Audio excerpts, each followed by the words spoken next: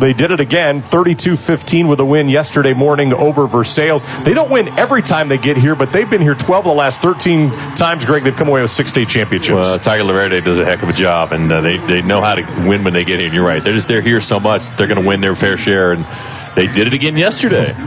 How is it that they can just continue to do that? I mean, I get it that you have all the practices and you've got the history and all that, but these are the smaller schools. You would figure somewhere along the line there would just be a class that's not as talented. Right. It's just a culture. It's a recipe that they have of belief and culture and fundamentals and starting at the lower levels that just continues year in and year out. These teams expect to be here, and then they find a way to get here every year. Toledo Central Catholic, Watterson played in the Division III state championship game yesterday. 27-7 was the final score, TCC, but Greg, it was a lot closer than that. In fact, it could have been a one-score game halfway through the fourth quarter, but a touchdown that was originally called a score was overturned by video review correctly. That would have made a world of difference in that game. The 27-7 really doesn't tell you the story of that game. No, it was a close ball game. You got to give Watterson a lot of credit. They hung tough and got out to an early lead, actually. But Toledo Central Catholic, that big offensive line, you got 2 stud running backs. Greg Dempsey and his staff did a fabulous job this year, and they were able to get back and return. They won D2 last year and D3 this year. And you and Marty had the call last night of St. Ed's and Springfield.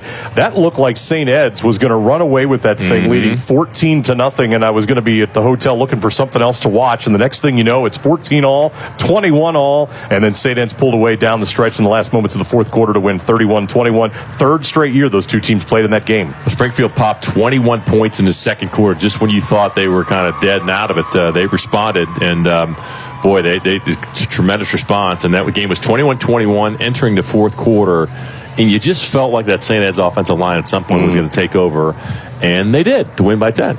And Marion local this morning, as you mentioned, 38-0 the win over Downton this morning. That was a running clock to begin the second half of play, and again, it's just what they do at Marion local. The Flyers win another state championship. Yeah, and statistically, that game was close at halftime, but Marion local jumped out 14-0, had 2 short fields, got 2 offensive touchdowns, and then they broke it up with a pick-6 return for touchdown, and then the next series they get a defensive stop, and they get a punt return touchdown. That really just broke that game open. And we'll close things up tonight at 7:30, Division IV, Kettering, Alter, Cleveland, Glenville. 2 longtime coaches. Ed Dom sits at Alter, Ted Ginn Sr. at Glenville.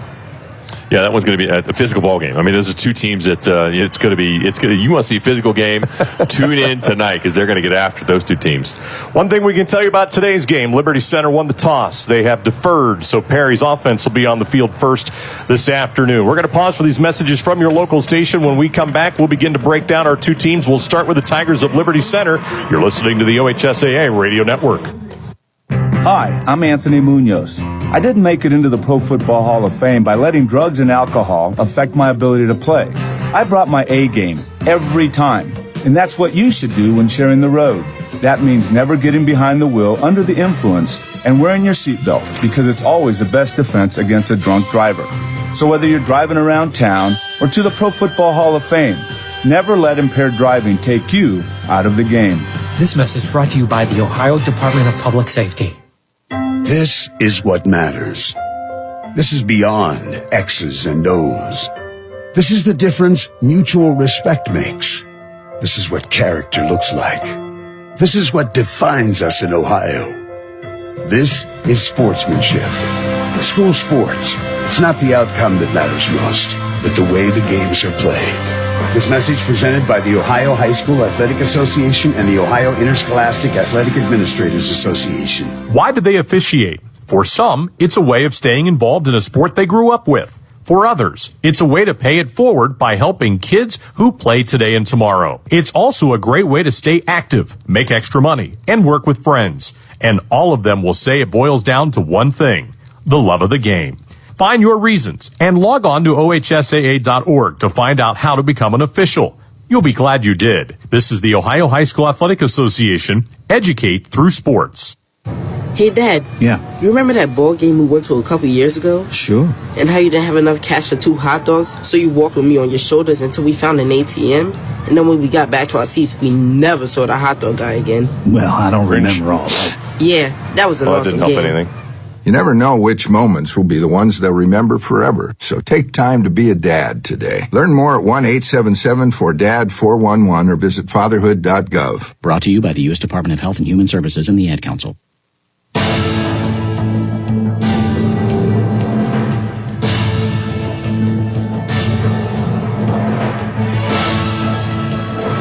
Division 5 state championship game coming up here on the OHSAA radio network. It is Perry and Liberty Center. Todd Bell, Greg Fry with you from up top. Aaron Cassidy is down below. Greg, as we dive into our two teams, Liberty Center, coached by Casey Moeller in his 7th season with a great record, 76-14. They're out of Northwest Ohio Athletic League in Henry County, about 179 miles or a 2-hour and 45-minute drive here. They won their region. They were number 2 in the state of Ohio. 176 boys as they get set here today. The black and orange clad Liberty Center Tigers, Greg, had 13 straight blowout wins, but it got a little tight down the stretch there in the playoffs. It's been a little tight the last couple of weeks. They had to take on Coldwater, which is a name you hear quite a bit out of the MAC, who was 12-2, but they were able to win that game 17-7, their first tight game of the year.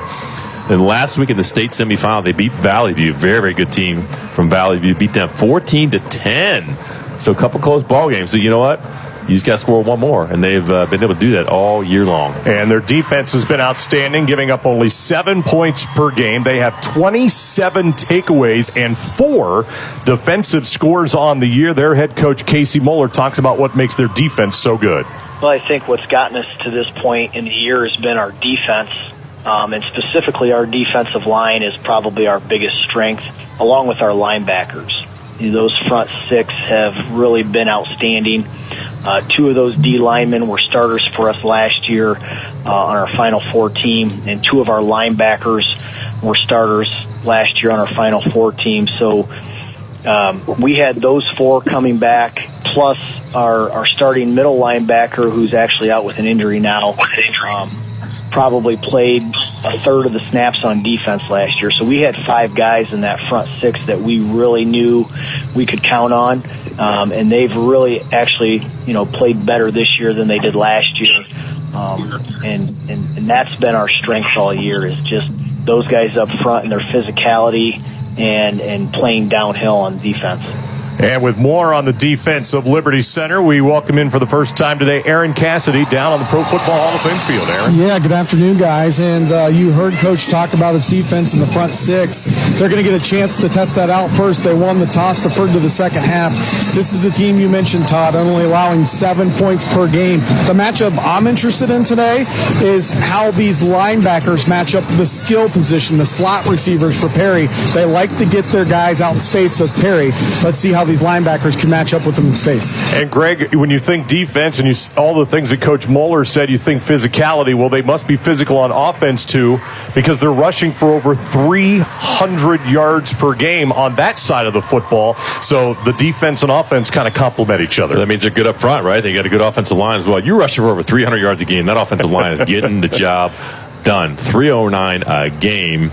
You combine that with only giving up 7 points a game, that's really, really impressive. They've got triplets on this team. Get used to hearing the name Cruz today. Colton Cruz, Trenton Cruz, Landon Cruz are all seniors on this team. And just for good measure, their freshman brother, Garrison Cruz, also starts on defense. Trenton and Colton are also the 2 top running backs. Between the 2, they've rushed for over 2,700 yards and 52 touchdowns on the season between those 2 brothers in the backfield. The Tigers, 15-0. They're getting set to take on the Perry Pirates today. We'll take a look at the Pirates when we come back, and pause first for these messages from the Ohio High School Athletic Association. You're listening to the OHSAA Radio Network, brought to you by Chocolate Milk. Welcome to today's game. This is Paul Keels, and you know how much I love broadcasting the Buckeyes, but I also love high school sports. On behalf of the OHSAA, let's all do our part to set a good example and make this a fun and safe experience for the kids involved.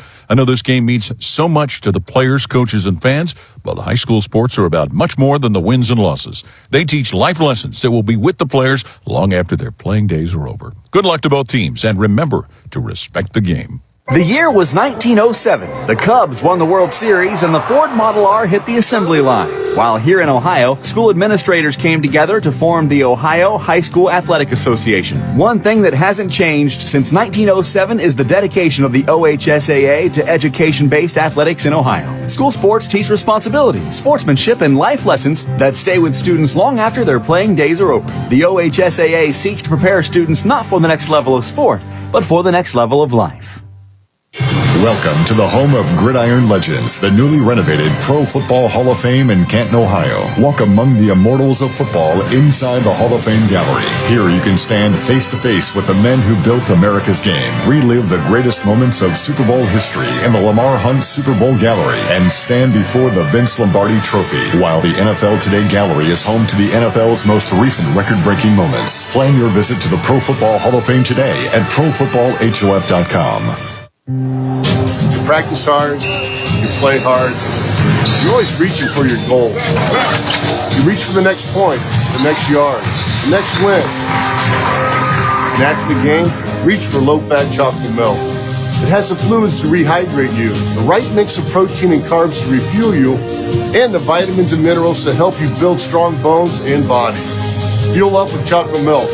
For more information, visit drink-milk.com.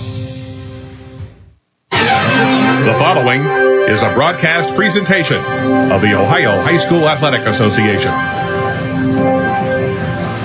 Tom Benson Hall of Fame Stadium in Canton, Ohio, the scene for our Division 5 state championship game. We'll look at the Perry Pirates in a moment, but first, let's allow our local stations an opportunity to identify themselves on the OHSAA radio network.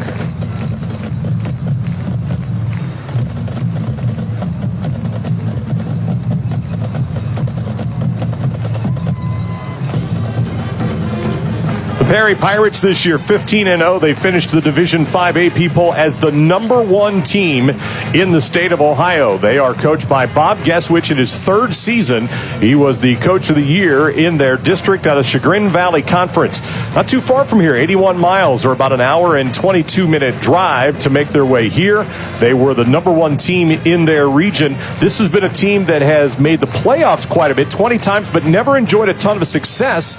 Only 23 playoff wins for the Perry Pirates. And Greg, as we take a look at them offensively, is kind of where they jump off the board, opposite of what we saw out of Liberty Center. This is a team that's a little bit more heavy on the passing game, and it starts with the District Player of the Year, quarterback Walter Moses. Yeah, they're pretty balanced. 182 a game rushing and 154 passing, and Walter Moses does a great job throwing the football. 6'4", 182, only a junior. He's got 27 touchdowns through the air against only 9 picks. He also has 2 touchdowns rushing, so he'll run it a little bit, but he's got a wealth of talent to throw the football to. So watch for him to, he's going to be the director today of making sure he's handing off to his running backs and Jaden Studio, and especially Braylon Richards and a host of others, as well as throwing the ball to some great receivers as well. And not only that, but they've got Richards. You mentioned Owen McCoon. These are 2 receivers who are going to run the ball quite a bit. So they've got a lot of athletes. Bob Geswich, the third-year head coach of the Perry Pirates, spoke this week in our media press conference availability about his offense. Well, I think it's week to week, right? So South Range, we went in, we were able to run the ball extremely well. So we just kind of stuck with that. I think Walter only threw the ball 8 times in that game. So Jaden went off and he had a career day in the first half against South Range. So that was really good. I think that we're fortunate that we have some versatile athletes that can play both receiver and running back, playing the passing game and in the running game. And Walter's a junior, but he's a 2-year starter there, and he got some reps as a freshman. So that experience helps. But I think that we have a little bit of versatility right now, and that's helped, and that's made my life easier when you can throw it to a kid who takes the bubble and goes 30, 40 yards. I look way smarter on the stat sheet than I was calling the play. So it's, I think versatility is kind of our strong suit, which is going to be 100% tested against Liberty Center and their defense.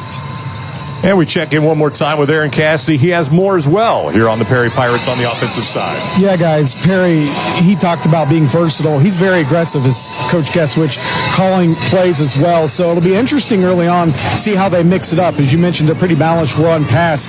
Studio has 1,276 yards rushing. I think they're going to have to try to establish him early on and then hit the edges, the bubbles, and things like that. And remember, this is a Perry team that beat Kirtland back in week 3. They put up 24 points against the state champions in that one. Does that open your eyes, Greg? Perry beat Kirtland? That should get your attention, right? They beat the Division 6 champs 24-6. Yeah, that's impressive.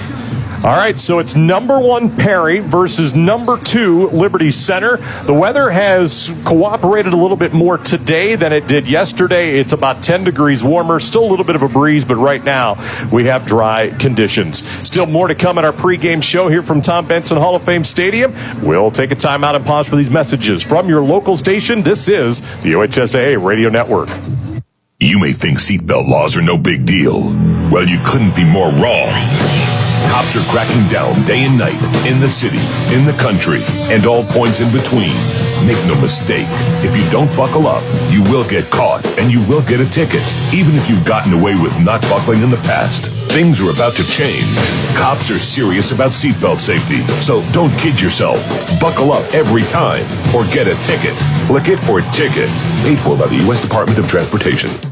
What do basketball, choir, drama club, and marching band all have in common? They're all high school activities that offer learning opportunities not necessarily found in the classroom. They take up just a fraction of a typical Ohio high school's budget, and they go a long way to giving young people the tools they need to thrive.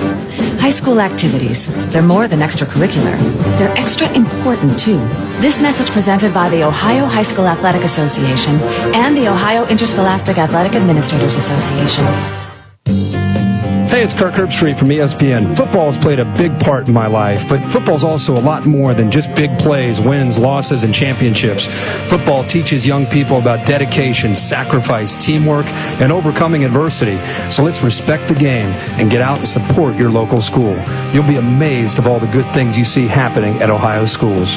This message brought to you by the Ohio High School Athletic Association and the OHSAA Radio Network.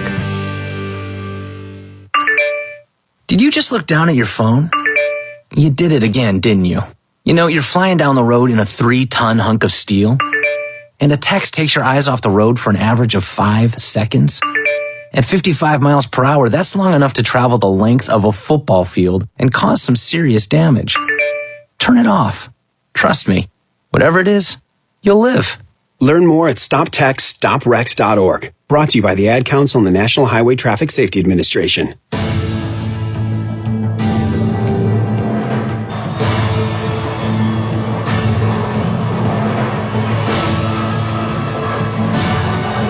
The OHSAA Radio Network would like to welcome our great affiliates, including Bucyrus WQEL 92.7 FM, WKKI 94.5 FM in Salina, in Cleveland, WINT 101.5 FM and 1330 AM, and in Lima, WIMA 1150 AM. And as well, a reminder that all OHSAA Radio Network broadcasts are available on your computer, tablet, or mobile device by logging on to the OHSAA Radio Network page at ohsaa.org. Both teams have made their way out onto the field here at Tom Benson Hall of Fame Stadium. The Liberty Center Tigers are on the far side. They are the visitors today. They've got black pants, white tops with black numerals trimmed in orange, black headgear with a white LC on the side. Perry, the home team, all red today. Red pants with white stripes down the side, red tops with stripes on the sleeves and the white numerals. And they've got white headgear with a red P on the side. So both teams are out onto the field. Fans are coming to their feet, and we're going to send it down to the field and listen in as the Perry High School Marching Band will present us today with our national anthem.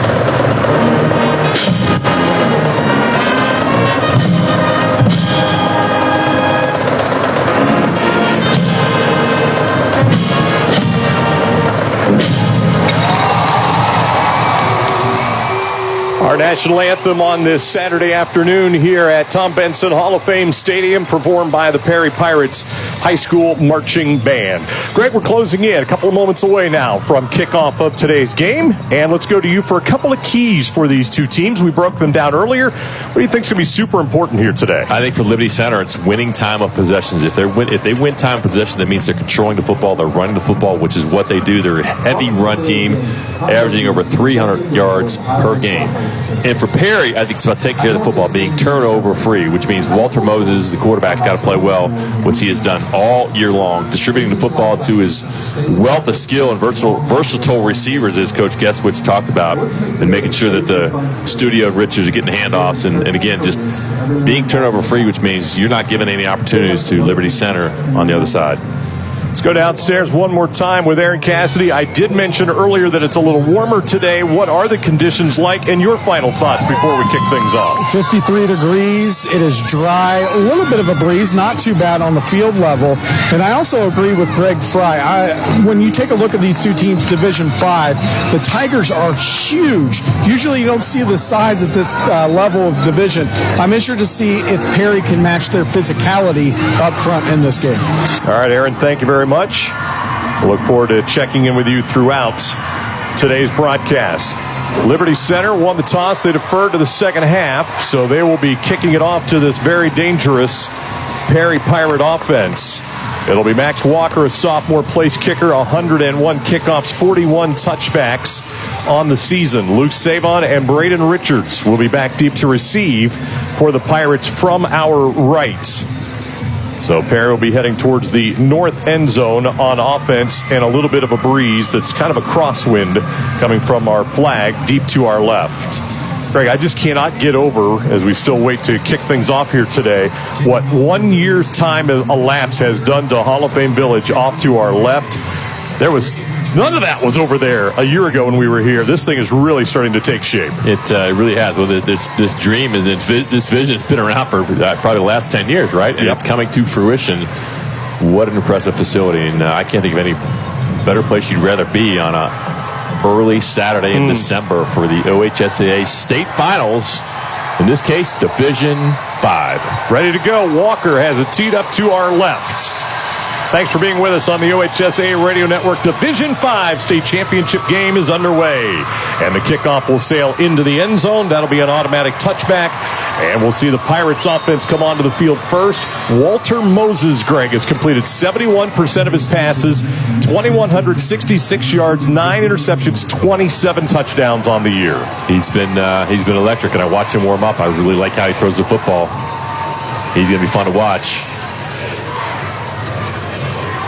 Ball will be at the 20-yard line. Will Perry will have it first down and 10.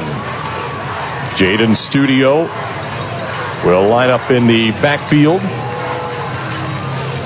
And the quarterback, Moses, out of the shotgun, standing back at his own 15-yard line. From our right, first down and 10. They'll run speed option to the right, and that is going to be Owen McCoon, who is going to take the pitch, and he'll work his way out just for a gain of a couple on first down. Antonio Bertone is the center. Jack Nicely and Joey Baldry are the two guards. Anthony Zagraki and Chuck Thomas are the two tackles.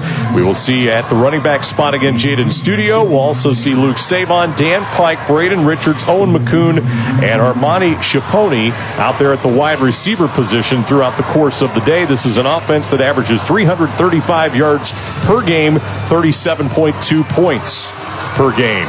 Savon will be the near side wide receiver. Out on the right, it'll be Pike.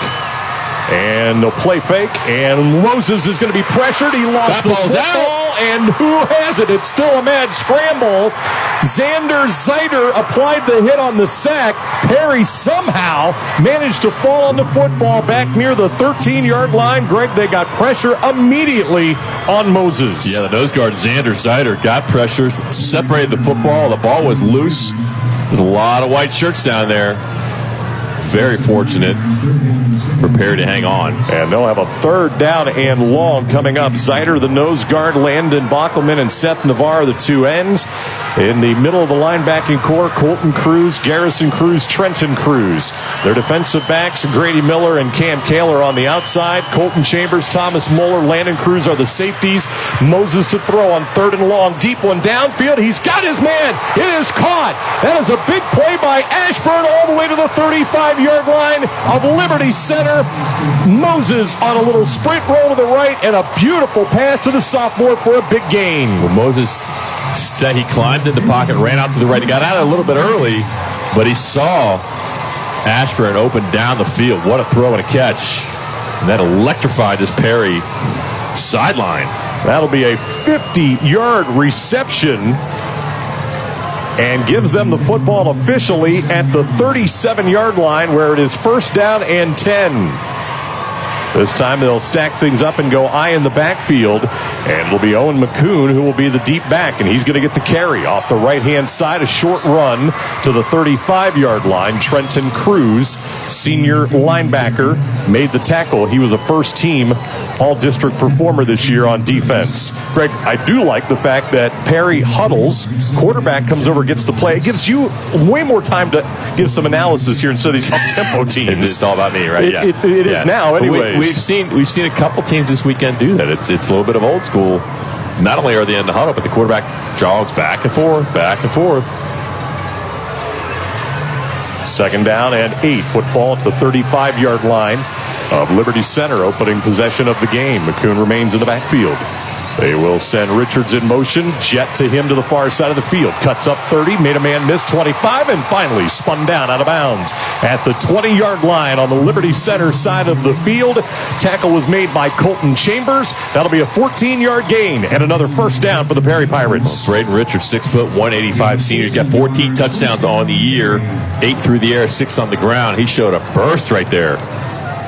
Once he cut that upfield, he almost took that one to the house.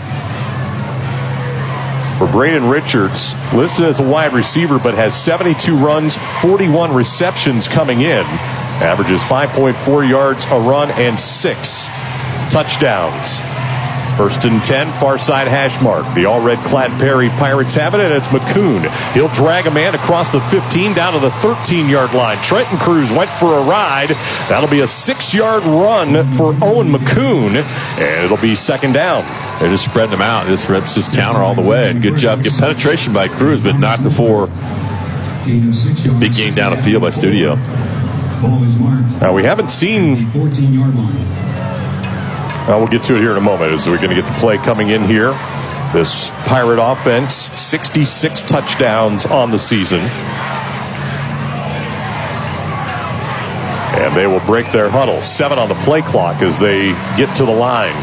Ball stays far side hash mark.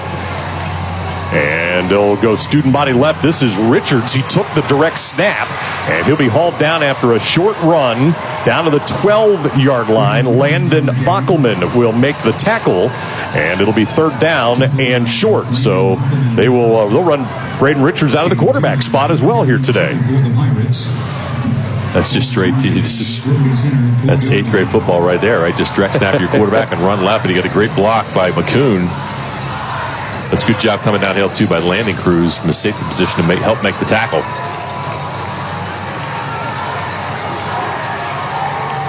So it'll be third down and short. Moses back out there at quarterback. Pike goes in motion. They roll it out to the right. Moses will run, sticks his nose up in there. He needed the 10, and he didn't get there. Only got back to the line of scrimmage. So it'll be no gain. And Greg, with 5 minutes already gone here in the opening quarter, it'll be fourth down. No sign of trying to kick it. They'll have fourth down at about 2 here. No, I like what Walter Moses did there. They sprinted out to the right. He had a little bit of a over-under look, which was well covered. So he just got committed to run the football. He stuck his nose in there. That was really well defended, but he did a good job getting it back to the line of scrimmage. And without a doubt, they're going to go here. So it'll be fourth down from just inside ball right on the 12-yard line. They have to get to the 10 to keep this possession alive. And we're going to get a timeout used here by Perry as they want to make sure that they are all here on the same page. Been an impressive drive. They got out of that 3rd and 18 hole with that long pass downfield. And, Greg, they've really mixed it up here with the run game and what we've seen, a variety of different running plays. Great mix of run and pass. You're right. That third down pickup was huge because they were very fortunate to recover their own fumble. Almost turned it over inside their own 10-yard line, but they flipped the field at a minimum right here. All right, we got a timeout on the field. We'll pause for these messages from the Ohio High School Athletic Association. You're listening to the OHSAA Radio Network, brought to you by Chocolate Milk. Here's to the ones who put in the work, the no days off, rise and grind warriors who live by the oath of my body is my temple. And when their temple needs to rebuild after a long workout, athletes of all types choose low-fat chocolate milk. It's delicious and contains the right mix of protein and carbs to help refuel exhausted muscles. Chocolate milk turns Motivation Monday into Flex Friday. Crush your goals with the help of a real recovery drink. Try it for yourself. Built with chocolate milk, the official beverage of high school sports, is brought to you by the American Dairy Association Mideast. Spectrum News 1, a new kind of news channel dedicated to refreshing storytelling and empowering communities across the Buckeye State. With your local forecast every 10 minutes and all of the essential news you need 24/7. Plus, in-depth shows and exclusives focused on your community. Always Ohio, always refreshing, always on. We are Spectrum News 1, exclusively on Spectrum. Hi, I'm Beanie Wells. Whatever the sport, wherever it's played, there's one thing that student athletes, coaches, and fans can all share: sportsmanship. The Ohio High School Athletic Association Respect the Game campaign reminds us that school sports are so much more than wins and losses. On behalf of the OHSAA, let's all do our part to make school sports a fun, positive, and rewarding experience that student athletes will remember for a lifetime. Every game, every time, let's all respect the game. This message presented by the Ohio High School Athletic Association. Get state tournament photos, programs, apparel, DVDs, and more in the OHSAA Fan Guide. Find it at ohsaa.org. 6:23 to play, opening quarter. Perry on the move, but they've got a 4th down and 2 from the 12-yard line, Greg. The decision to go for it here rather than try and take points, just trying to get the field goal here. Well, I think they're leaning towards going for it. You get the ball on the 12-yard line. You got to get to the 10, and you've had success on this drive, both with the run and pass. It's just really a question to find the right play you're comfortable with. I say you put your quarterback in a position where he's comfortable. Maybe get him on the edge a little bit. A little play action boot roll might be good. All right, before this play, Aaron Cassidy, what did you hear downstairs? Yeah, you guys talk about they're definitely going to go for it. And this is the kind of player Coach Getzwich is during that whole timeout, listening to his players of what they want to do, little input on the plays as well. Walter Moses, quarterback, will be out there with Owen McCoon to his right. They spread 2 wide receivers out to the left. Now Richards goes in motion, comes back near side. Quick throw to him, knocked away at the line of scrimmage. It was batted down, and it'll be a turnover on downs. I believe it was Colton Cruz who got his hands on it. Yes, it was. So it'll be a turnover on downs, and Liberty Center will have the football for the first time at their own 12-yard line. And we see their quarterback, Greg Landon Amstutz, come out here. 60% completion percentage, just over 1,000 yards. 3 interceptions, only 9 touchdowns. That leads to their ground attack, which is the 9 scores there. He might have had the most relaxed warm-up of a quarterback I've ever seen. He was just on a stroll out there warming up. Very comfortable. T in the backfield on 1st down and 10. They handed Colton Cruz. He tries to go left, and he immediately got wrapped up on the far side of the field. This offense has Clayton Seal as the junior center. Seth Navarre and Tyler Lay are the 2 guards.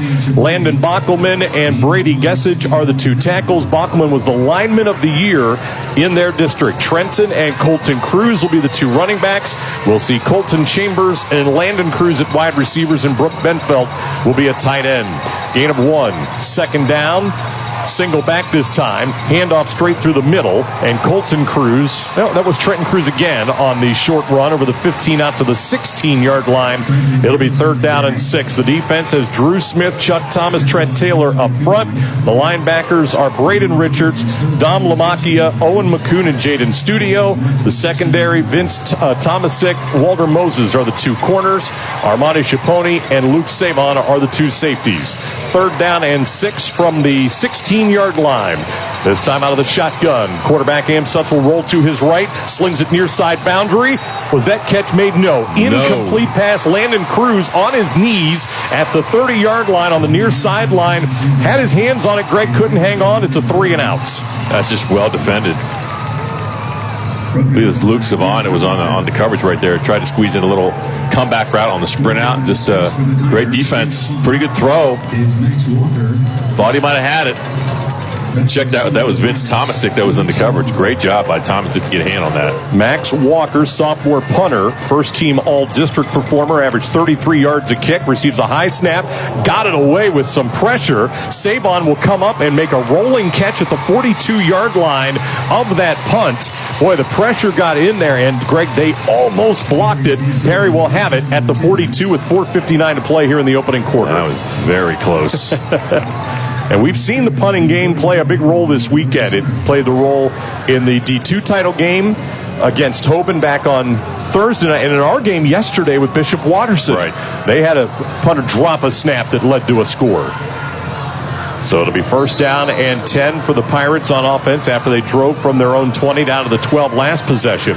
They'll start at the Liberty Center 42-yard line, 1st down and 10. It'll continue to be Owen McCoon. More on that in a moment. At a running back spot here for Perry. Richards will go in motion, fake the jet to the far side of the field. Moses with a great pocket, deep ball down the seam. He's got his man, Luke Savon. Touchdown, Perry. What a beautiful pass by junior quarterback Walter Moses.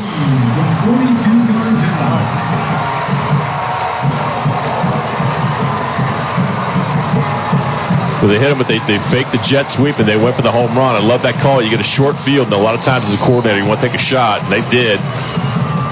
Savon's got 12 touchdowns on you. That's number 13, and this one puts him on the scoreboard. Aitor Antonin Lopez for the point after for Perry, and it is good, and it is 7-0 in favor of the Pirates for Luke Savon. That'll be his 13th touchdown grab, the 28th touchdown pass thrown by Moses.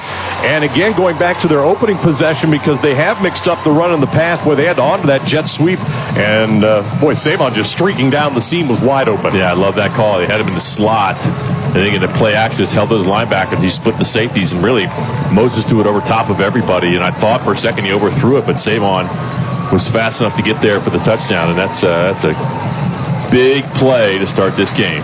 Winter Blitz returns right here at Tom Benson Hall of Fame Stadium on weekends beginning December 8th and running through January 15th. It's tubing season. Hit the slopes at Winter Blitz inside Tom Benson Hall of Fame Stadium and find out more holiday hoopla across Stark County by visiting visitcanton.com and on social media at Visit Canton. One play, 42-yard drive, and it only took 8 seconds. 4:51 remaining first quarter. Perry jumps out in front by a score of 7-0 on the touchdown pass by Moses to Savon. And now we're going to see Liberty Center come back out here on offense. Teeing up the ball will be Anton Lopez. And there will be a pair back deep to receive here. Moeller and Cruz. And a squib kick will go along the ground. It'll be fielded at the 19-yard line, and the return will come upfield by Moeller, and he'll have it at around the 32-yard line.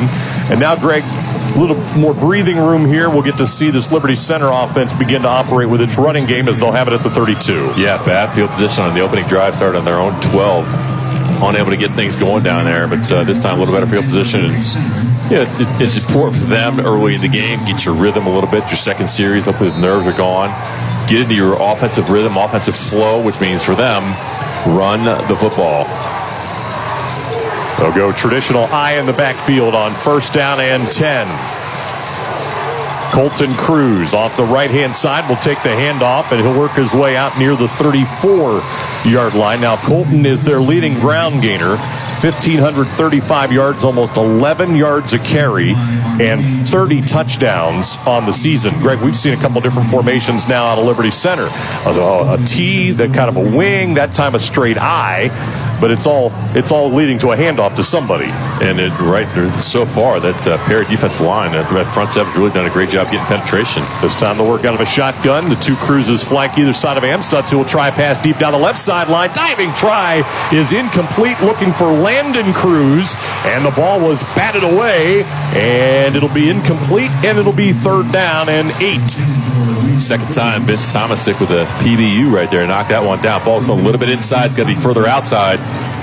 Pretty good read there by Amstutz to find the one-on-one receiver, but that ball's got to be with coverage like that. It's got to be outside shoulder for the receiver. Interesting to see how many pass attempts we see today out of Liberty Center, but Tomasic, 5 interceptions.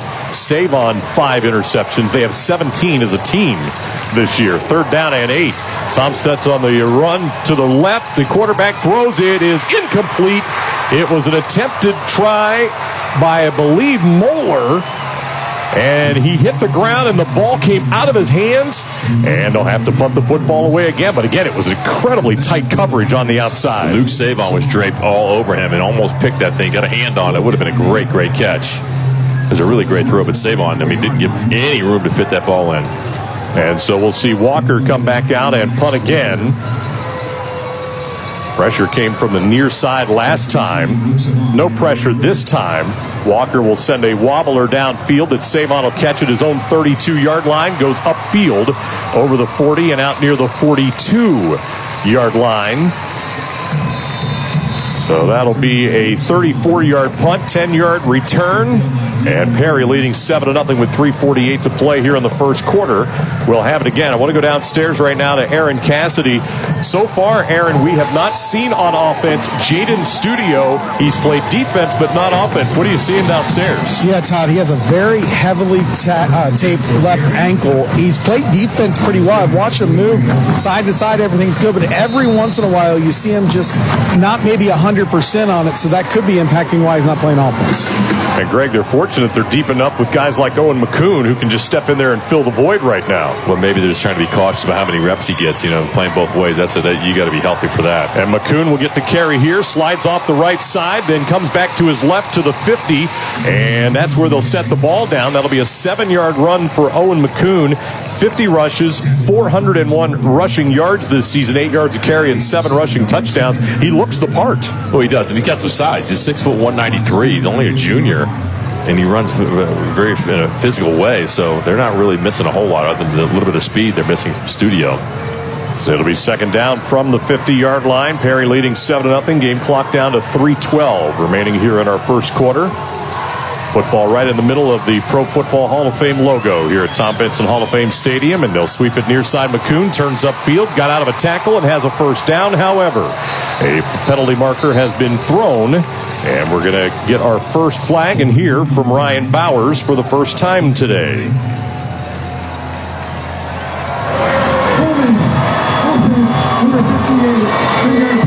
That'll be Chuck Thomas, the left tackle. Jeffrey Clare, Kevin Kafadis, Hannah Keller, Zach Metzger, Corey Miller, Zach Gossett, and then our head referee also is Ryan Bowers. That is our group of officials. And Greg, you might have heard me say the name Hannah Keller. She is the center judge. She is the one who threw that flag. She is the first female official to work a football state championship in the state of Ohio. She just made her mark. 2nd down and 12 from back at the 40-yard line. Moses is directing traffic. He's got 2 receivers to either side. And on 2nd down, quick throw over here to the near side. In and out of the hands of Ashburn. And now it'll be 3rd down and long. They weren't going to get a whole lot on that play. And so now it'll be 3rd down and 12. No, but that's one of those little 5-yard outs. If you catch that turn upfield, you probably get 7 or 8. But you got to catch it first. And you got a sophomore in there, Jimmy Ashburn, not able to make the catch. So the Pirates, who converted on a 3rd and long on their opening possession, now will have 3rd down and 12 with 2:48 left first quarter, leading 7-0 here in our D5 state championship game. They'll have 2 receivers flank out to the right-hand side. In fact, now make it 3.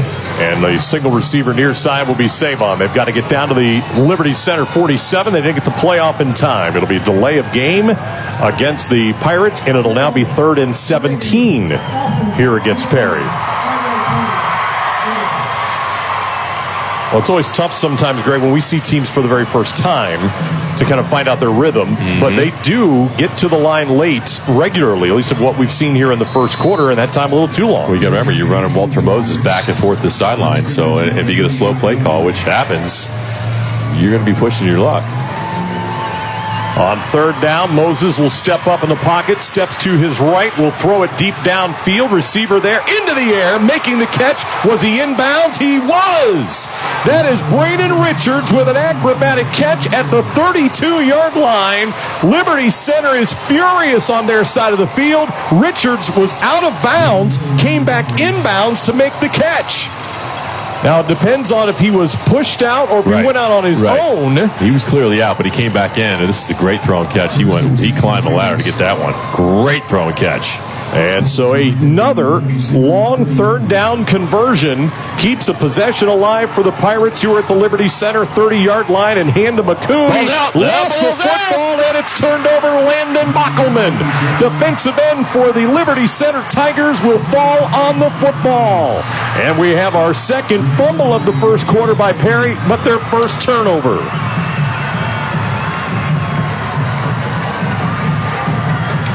And a big shift in momentum for the moment here for Liberty Center.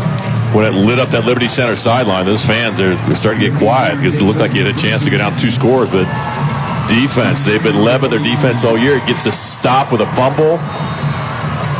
Time for that offense to get it back in rhythm. 28th takeaway, 9th fumble recovery for this defensive Liberty Center. It'll be first down and 10 at the 32-yard line. Toss sweep, Trenton Cruz will put his nose up into the hole and work his way out near the 34-yard line. Huge game for Trenton Cruz last week, Greg. 184 yards on 30 rushing attempts and a touchdown. I guess he can be a workhorse if necessary. Well, they might need that. Again, I think time of possession is key for them right here in this game, which means you got to get first downs, you got to possess the football, get 3, 4, 5 yards a pop, and keep moving the chains. And they haven't done that yet. No. 2 3 and outs and just over 2-7 for Perry. This time it'll be Colton Cruz to take the direct snap, fake the handoff up the left side of the line, and got 3 to the 37-yard line, where they'll now have their first third and short-ish, third down and 3 here, because they've been back around the 3rd and 8, 3rd and 9 on their first 2 possessions. Well, this is an offense that wants to be in third and short. They need to be in third and short.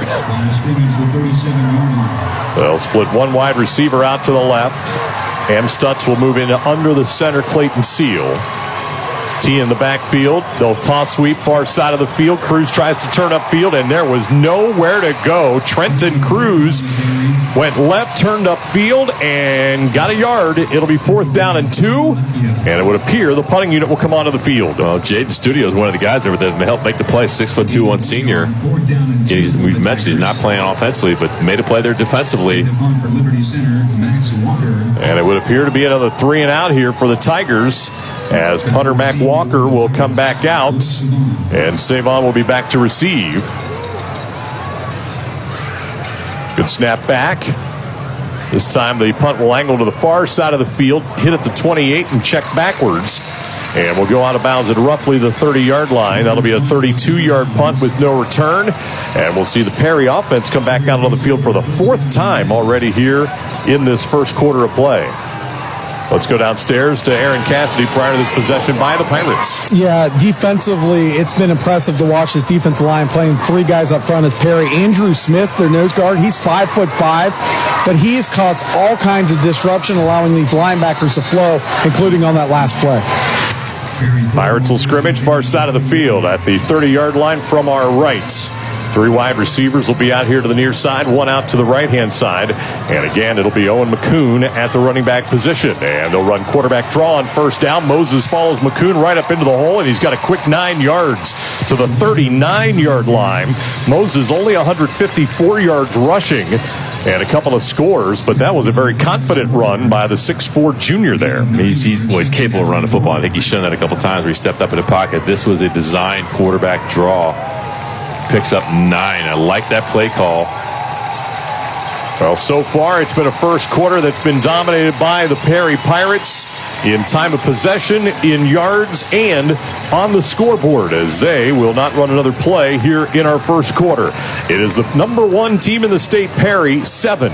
The number 2 team, Liberty Center, nothing at the end of 1 in our Division 5 state championship game. We'll pause for these messages from your local station and return to Tom Benson Hall of Fame Stadium in Canton. You're listening to the OHSAA Radio Network. I didn't make it into the Pro Football Hall of Fame by letting drugs and alcohol affect my ability to play. I brought my A game every time, and that's what you should do when sharing the road. That means never getting behind the wheel under the influence and wearing your seatbelt, because it's always the best defense against a drunk driver. So whether you're driving around town or to the Pro Football Hall of Fame, never let impaired driving take you out of the game. This message brought to you by the Ohio Department of Public Safety. This is what matters. This is beyond X's and O's. This is the difference mutual respect makes. This is what character looks like. This is what defines us in Ohio. This is sportsmanship. School sports. It's not the outcome that matters most, but the way the games are played. This message presented by the Ohio High School Athletic Association and the Ohio Interscholastic Athletic Administrators Association. Hey, Dad. Yeah. You remember that ball game we went to a couple years ago? Sure. And how you didn't have enough cash for 2 hot dogs, so you walked with me on your shoulders until we found an ATM? And then when we got back to our seats, we never saw the hot dog guy again. Well, I don't remember all that. Yeah, that was an awesome game. You never know which moments will be the ones they'll remember forever. So take time to be a dad today. Learn more at 1-877-4DAD-411 or visit fatherhood.gov. Brought to you by the U.S. Department of Health and Human Services and the Ad Council. Want to know what I like best about high school sports? I love watching my son run on the field. I love the fact that since he's been playing high school sports, he's making better decisions. And I love knowing that with the proper equipment, education, conditioning, and coaching, high school sports here in Ohio are safer than ever before. And that's something I really love. This message presented by the Ohio High School Athletic Association and the Ohio Interscholastic Athletic Administrators Association.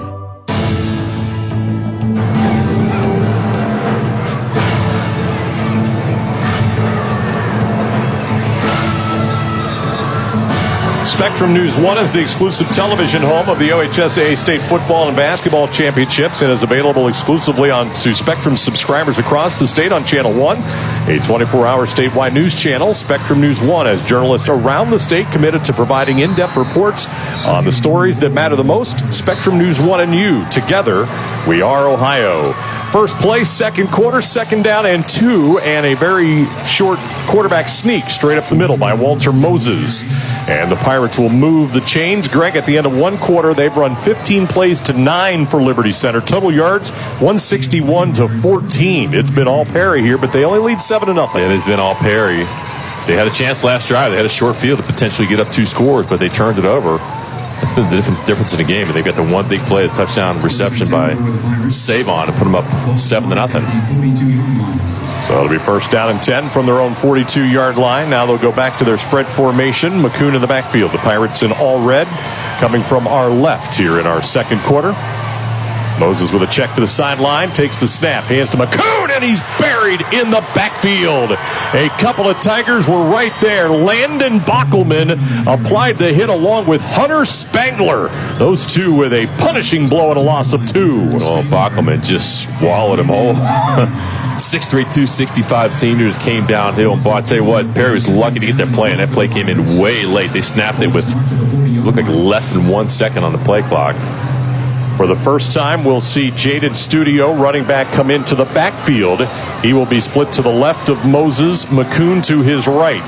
2 receivers to the wide side of the field, the left, play action pass. Moses will step to his right. He'll run 40, 45, and ridden out of bounds by Colton Chambers, who was an honorable mention all-district performer on the defensive side of the football. That'll be a run of 6, and we'll leave him 3rd and 6. Well, let's just say Jaden Studio's got every bit of a roll of tape on his left leg. Yeah. Maybe 2. It is thick. He's coming right back off the field. All he did there was block, but he helped Walter Moses get to the sideline and pick up a few. Well, when you're this talented with the skill position players, Greg, if you're going to save him for a side of the football, even though he's got the great numbers, I guess defense would be the area to use him. Well, that's the choice they've made. That's probably smart again. You can tell he's not 100%, and going both ways just is out of the question for sure. 3rd down and 6. They need the 48-yard line. They tried to set up a screen, and it was knocked away by Seth Navarre, a defensive lineman, on the pass at the line of scrimmage. And for the first time today, Perry is going to be forced to punt. So, Greg, they make a tackle for loss, and then the defensive line gets a PBU at the line of scrimmage, and their defense finally gets a stop. Great job on recognition there by Seth Navarre. Gets a hand on that because that play had a chance, but excellent recognition. Saw the screen coming. Didn't fall for it. Got his hand on it. That is his second pass defense of the season. Owen McCoon will do the punting. Receives a good snap, sends it downfield, and for the Tigers, Cam Kale will watch it bounce, hit it to 10, and roll into the end zone.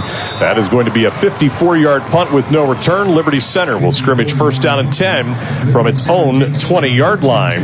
And again, right now, having a tough time getting their ground attack going. Just the 14 yards on 9 plays, averaging 1.6 yards a rush. Greg, this is a team that averages over 8 yards a rush coming into today. Yeah, and over 300 yards a game. They got to find a rhythm. So far, 3 and outs. That's not going to get it done. They've got to put a drive together. So it'll be 1st down and 10. For Liberty Center, black pants, white tops, the black headgear coming from our right. Ball far side hash mark on 1st down, handoff Colton Cruz. And he'll burrow his way forward to the 24-yard line. That'll be a 4-yard game for Colton Cruz, who averages almost 11 yards per carry. Leading this offense, he and Trenton Cruz, along with the quarterback Amstutz, finished number 2 in the final AP poll, 23rd overall playoff appearance for Liberty Center. Champions in 97 in Division 5. They were runners-up in 93 in Division 5. Also in 98. 2nd down and 6. Tight T in the backfield. Play action. Amstutz rolls to his right. Now will run. Hit at the 25. Got out of that tackle. Leans forward right at the 30. A little short of the 30. So it'll be 3rd down and 1. Quarterback Amstutz didn't have what he liked, Greg, so he just tucked it under and got the yardage to get him real close to a 1st down. Just ran counter boot, and it's well covered defensively. Perry just lined up man coverage, and they're putting 9 in the box. And they've covered receivers down the field, but it's very difficult to find anybody open. A good job recognizing that, tucking his head, finding positive yards. Now they got 3rd and short. Length of the football is what they're going to need here for a 1st down. I'm going to say it's a football and a half. You're picky. Precise. Hand off to Colton Cruz. He's got the 1st down straight through the middle, out to the 34-yard line. He got 5. They'll move the chains with 9:03 remaining here in the 2nd quarter. Perry leads it by a score of 7-0, and a big sigh of relief for the Tigers, Greg. Their first down of the game. It's taken them midway through the 2nd quarter to get that 1st down, but that's an important one. But that's the rhythm that I'm talking about, staying on schedule. They got a nice pickup on 1st down, 2nd down, 3rd down. Got the 1st down. Landon Cruz, wide receiver, out to the right. They go wing back Colton Cruz out here on the left. Trenton Cruz, the single back to the fullback. Bring a man now in motion. They hand it off to Colton Cruz off the left side and got a good block that time. And the run out to the 40-yard line. That'll be a gain of 6 on the play. And we're finally starting to see, Greg, this offensive line get a little bit of a push and open up some holes for these running backs. A good sign for the Liberty Center faithful that Braden Richards, is a free safety, made that tackle. Had to come down and stop that, but not for a 6-yard gain. That's how you want to stay in schedule on 1st down. Same formation, double wing this time from the 40-yard line. Handoff again to Trenton Cruz off the right-hand side. He got undercut just shy again of the line to gain for a 1st down. So it'll be 3rd down and short. I need that Pirate to turn. Was that Richards in there on the tackle? There was Schiponi in there on the... No, it was Richards. Braden Richards made the tackle, then he helped him up. Says, I'm going to come back and hit you again. I think a really nice block there by Colton Chambers, 5'11", 165 senior. Doesn't see the ball a lot, but has to do a good job blocking, and he's doing that. Again, 3rd and less than a yard. T in the backfield to the right. And they got a tackle right behind the line of scrimmage. Handoff to Cruz. Got gobbled up by Joey Bowdry on the defensive line. Lost a little bit, and it'll be fourth down and a little more than a yard. Do they go for it here, Greg? That one stinks. And Casey Muller's got a decision to make here. I don't think they're going to punt. And they went backwards. It's a long one. Yes, it is. And now he's changed his mind. This might be it. He might need to call a timeout here and just kind of. He sent in one play with the receiver and then called that guy back and sent in another play. Play clock has 8. Play clock is dwindling. He's committed. They're going. T in the backfield. Amstutz in under center. Hard count. Boy. Got him to jump offside. An anxious Drew Smith at nose guard right over the football. Tried to jump the snap, and the free 5 yards will give him a first down. That's a huge play. And my guess is they didn't have a play call. They were just going to try to get him a jump, and it worked. Little Jackson Fry impersonation right there. I think he was perfect this year on that. I swear he got 10 out of 10 on those in the last couple of games. What's a Jackson Fry? It's called 3rd and 4 hard count. Oh. It was fairly automatic this year. I will tell you that. Of the Bexley High School Lions. From the 48, 1st and 10. And it'll be Colton Cruz. He'll get the carry, and he drags a couple of Pirates inside their territory, down to the 47-yard line. And that'll be a nice run of 5 on first down. It is certainly not fancy or flashy. Once they get rolling, it is effective. A lot of dive, a lot of belly this drive, but they're having success with it. Again, they really probably want to take the remaining minutes, less than 6 minutes here in the first half, and chew up all the clock and just go 3-4 at a time all the way down the field. Methodical. And a late substitution here for Perry. The referees allowed them to make that substitution, and so they held things up for just a moment. And now we will resume play. T in the backfield, Cruz and Cruz. Amstutz will work in under center, wing back to the right. 2nd down and 5 from the Perry 47. Handoff to Trenton Cruz. Bounces off of a couple of guys. Good surge again. Line trying to push forward. Momentum will be stopped at the 43-yard line. And, boy, it's been pretty rhythmic here on this drive. About 4 on first, about 4 or 5 on second, and they've had 3rd down and 1 now in 3 straight plays. And the guys they're running behind are Seth Navarre, the right guard, right tackle, Landon Bachman, and sometimes they're doing a tackle over with Bachman as well to the outside. Little unbalanced look right there. So 3rd down and short. Football at the 43 of Perry. Double wing look, single back Cruz. Amstutz will bring a man in motion. They hand to Cruz off to the right-hand side. Easily gets the first down this time to the 41-yard line. Huge hole off to the right-hand side. The tackle came pretty quickly, but again, all they needed was 1 or 2 yards. And now back to your point, Greg.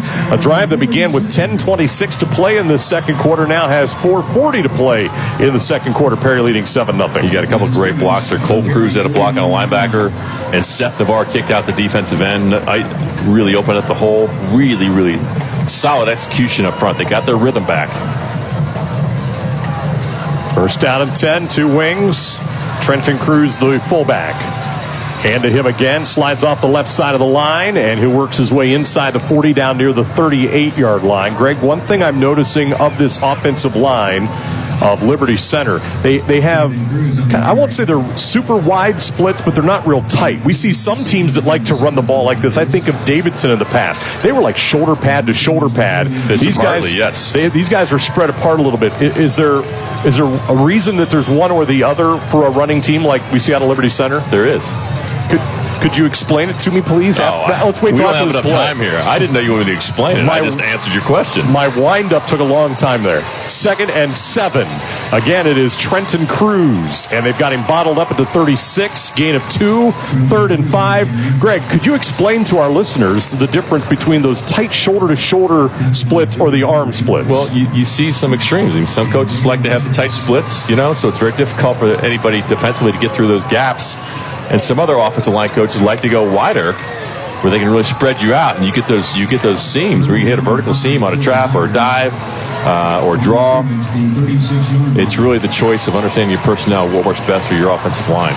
Been a lot of Trenton Cruz. Thank you, by the way. You're welcome. A lot of Trenton Cruz on this possession. 3rd down and 5. Oh, balls on the ground. It rolled right back to Cruz, however, and he'll surge forward to the 33 and got 3 out of that. How did that happen? We saw that yesterday in our game at a shotgun snap that went off the quarterback's hand right to the running back. This one, the ball literally rolled right back to Cruz in the hole where he was supposed to go. He just picked it up and gained 3 yards. So that could have been adversity right there. And instead, they got 4th and 2, and they're going. They are. Plays coming in from the sideline. So go ahead. This does remind me of Brian White or Brad Birchfield at Bishop Hartley. Yep. Like, it's an automatic. They're going. They'll shift the tight end and wing back to the left. T is to the left. Amstutz in under center. Handed off to Cruz off the left side. Goes down to Moore. Right down the hash marks. He will go 33 yards and a Liberty Center touchdown. Wow. Trenton Cruz. That was his drive, and he finishes it off.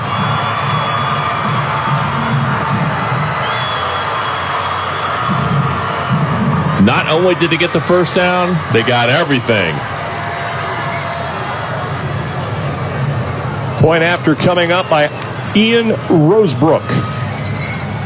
And it is good. It somehow snuck in the left upright, and we are tied. Timeout on the field, 2:09 remaining. Second quarter Division 5 state championship game. Perry and Liberty Center are tied at 7.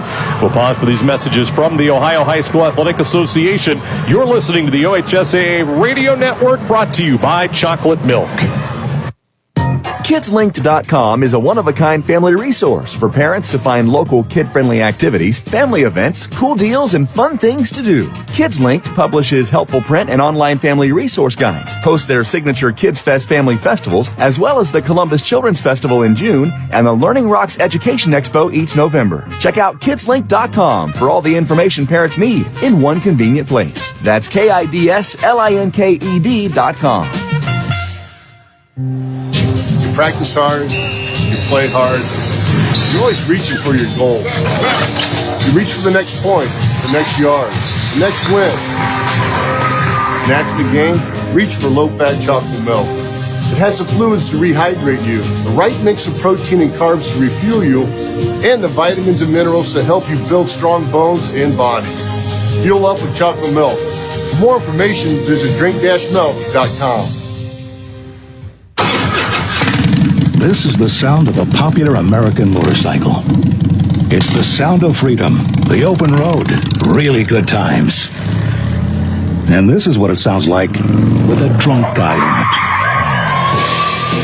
How do you like the sound of that? Cops are cracking down on drunk motorcycle riders. If you ride drunk, you will get caught and you will get arrested. Drunk riding, over the limit, under arrest. Paid for by the U.S. Department of Transportation. This is former Buckeye Tyvus Powell, and you're listening to the State Football Championships on the OHSAA Radio Network. In the first quarter, Liberty Center 9 plays, 14 yards. Their first possession of the second quarter, 13 plays, 80 yards in 8 minutes and 17 seconds. And Greg, on a 4th down and 2, Trenton Cruz 33 yards for a game-tying score. I would say they got things figured out a little bit between quarters. Yeah, the offensive line started doing a great job, and he got some key blocks by Colton Cruz as well as Colton Chambers, especially on the kick out right there. Trenton Cruz puts him in the end zone, and I'll tell you what, the Liberty Center sideline and crowd went crazy on that play, erupted with emotion, and now we have a tie ball game. And Aaron Cassidy downstairs. I know you love the ground and pound game. What did you see, if anything, different out of Liberty Center on that possession? The difference was, I'm going to call you astute, Todd. You made an astute observation with the splits. They started to widen their splits a little bit, and then the dive play started hitting more and more. They were using a little motion to freeze the linebackers and allowing that dive play to hit. Greg, I've been called a stooge frequently, but astute rarely. Did he mean astute or astute? What is astute? I don't know. Intellectual. How about he's intellectual? I'll take what I can get. We're intellectually challenged. I'm not sure which one. Max Walker. Kickoff is away, and Richards will field it at the 7, right between the hash marks. Up the field, coming from our left, stumbles his way out near the 20. That's where the Pirates will take over 1st and 10. Greg, how important now are these last 2 minutes? We've seen some games take some quick turns late in second quarters prior to halftime so far this weekend. Well, we have, and this offense is certainly explosive. We've seen that already with the 42-yard touchdown reception by Luke Savon. So we'll see what approach Bob Guestwich takes here. I think importantly, initially, is maybe get that first down and give yourself a little bit of breathing room and then see what you got. 2 minutes is a long time. For this Perry offense, 19 plays, 168 yards. Moses 3 of 6 passing, 127 yards and a touchdown here in the first half. From our left, 1st and 10, play action pass. Moses now will step up in the pocket, hit at the 25, down at the 26-yard line. And that was Colton Cruz that applied that first hit. And it'll be a gain of 6 on first down. Well, he applied it all right. That was a collision. That was... Second down from the 26-yard line. And Moses, quick throw, slant, low, caught off the top of the turf. Ball hit the No, ground. incomplete. Savon thought he had a catch and a run, had a touchdown grab in the first quarter, and it'll be 3rd down, but that's got to be a better throw, right? That's not a hard one. Yeah, that was a low throw, absolutely. And that ball, that had a chance to be a play, and Savon knew it. He kind of pivoted, was going to take that thing back outside once he caught it. Ooh, I'll tell you what. The replay, I'm not so sure. Well, if the guys upstairs see something that they would like to take a longer look at, they will buzz downfield to our head referee, Ryan Bowers. For the moment, they have not. And it'll be 3rd down and 4 from the 26-yard line. Moses will take the snap. They'll run a screen out to the left, save on the catch. Knocked down short of the first down line to gain. How about defensive end Landon Bockelman coming over to apply the hit on Savon and keep him shy of the first down marker. Man, how about 75 Bachman running out there to make that play? Showing some athleticism. Greg, they're going to line up to go for this. Well, you know, it's short, but Bachman's 6'3", 265 running like that. It's impressive. You got to at least line up. Maybe you try to get him a jump right here. Oh, you got a timeout. Liberty Centers, they're scrambling. And so they're going to call a timeout. Perry ran their big bodies out there, and they were lining up to go for it on 4th down from their own 29 with 1:03 remaining here in the second quarter. So we'll let them talk about it, and we'll pause 10 seconds, and we'll give our stations a chance to identify themselves here on the OHSAA Radio Network. Attention football coaches, the Ohio High School Football Coaches Association hospitality room is located in the McKinley High School cafeteria, which is the same location as... Alongside former Buckeye Darth Vader visor-wearing quarterback Greg Fry. Aaron Cassidy downstairs. This is Todd Bell. Ryan Baker, who can barely contain himself, is our on-site producer. We're happy that you are with us on a cloudy, less dreary day today in Stark County. The rain has held off. It's still very cloudy. Lights have been on all day here. Greg, the decision to go for it here on 4th down inside your own territory before half. I know a number of coaches that would do this in a heartbeat. And sooner or later, we're going to get a category for Bob Guestwich. I think he could do this, and he may do it. They're certainly lining up to do it. Hard count by Moses. They're lined up in a wishbone formation. But they tried to get him a jump. Now they're going to call the play. Still 13 on the play clock. Oh. And the right guard got a head start.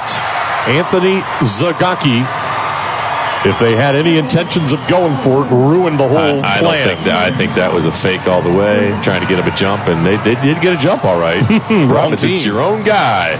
Well, now you've got to take care of business here on the operation of the punt, as Owen McCoon will go from running back to punter, and a pair of Tigers will be back deep to our right to receive in Thomas Moeller and Cam Kale. They're back at their own 35-yard line. Line of scrimmage 25 to our left. A little bit of a breeze here behind McCoon. Good snap. And a line drive kick will bounce at the 40-yard line. Liberty Center will watch it roll, and will it roll inside the 30. It'll continue to trickle down towards the 25. And that's where the ball will be down. A 51-yard punt with no return. 47 seconds to go here in our second quarter. And a team that loves to just run the ball, I would imagine they'll hand it off one time, and we'll head to the locker room tied at 7. I would think they'd be quite happy 7-7 after trailing and really going over the first three drives. Three straight 3-and-outs. But last series, they punched it in. They went 80 yards in 13 plays. So, yeah, you're right. I think this is going to be I don't think they're going to kneel it, but they'll at least run the ball. Well, we saw what can happen on their 4th down and short, or a long touchdown run by Trenton Cruz. This time they will hand it off Colton Cruz off the right-hand side and a short run out near the 28-yard line. And they do not have to snap it again if they don't want to. They're going to send a play in here. 40-second clock won't even run because it was under 40 when that play concluded. 28 now remaining here in the second Coach quarter. Moeller was just yelling these guys, hey, we don't have to snap it. I mean, there's no need, right? We're seeing way too many miscues at the end of halves in games when handing it off when you don't necessarily need to. Hey, I'd run another play. I'm just saying. If it were me. It's not. It's Coach Moeller, and the half is over. That's why I'm up here, and he's down there. All right. We've got a good one. We're tied at half. It's 7-7. Perry and Liberty Center. Eric Cassidy's going to be grabbing the head coach of the Tigers here in a moment. As he is looking to grab him. Total offense at the end of the first half, 177 for Perry, 92 for Liberty Center. And again, a majority of that came on their touchdown drive that ultimately ended up tying up this ball game. Aaron has caught up to him. Go ahead, Aaron. Coach, first quarter, you guys slow start, but eight-minute drive in the second quarter. Talk a little bit about your ability to move the ball in that second quarter, what you guys did different. Well, we just stuck with our game plan, and we just started we got a first down and finally got a little bit of momentum and just kind of stuck with it and finally, popped something and got some points on the board. But, it's going to be tough sledding for us. I don't think we're going to have any big plays, but we just got to be consistent, keep the chains moving, and keep grinding. Coach, appreciate a few minutes of your time. Thank you.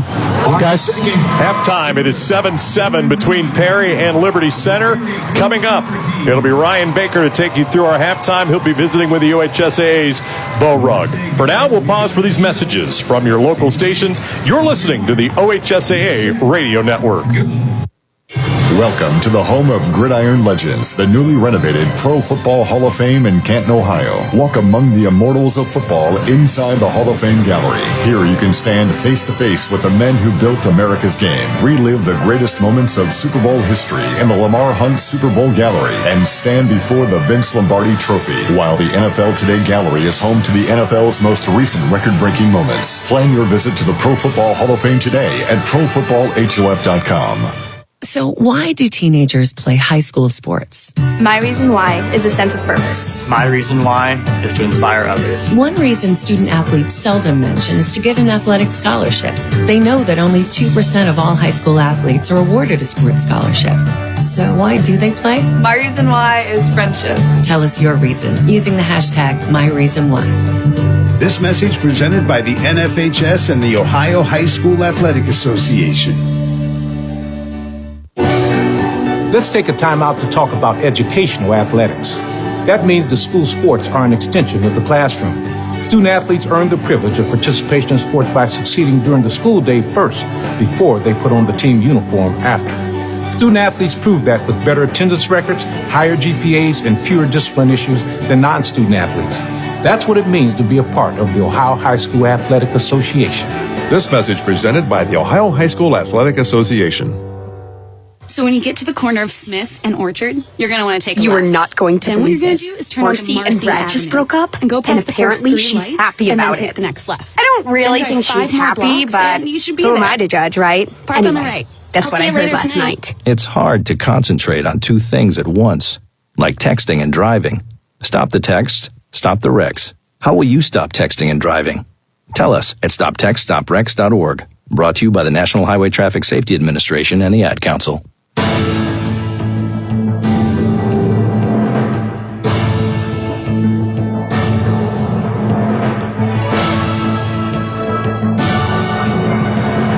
Halftime, Tom Benson Hall of Fame Stadium, the Division V state championship game. Liberty Center and Perry knotted up at 7.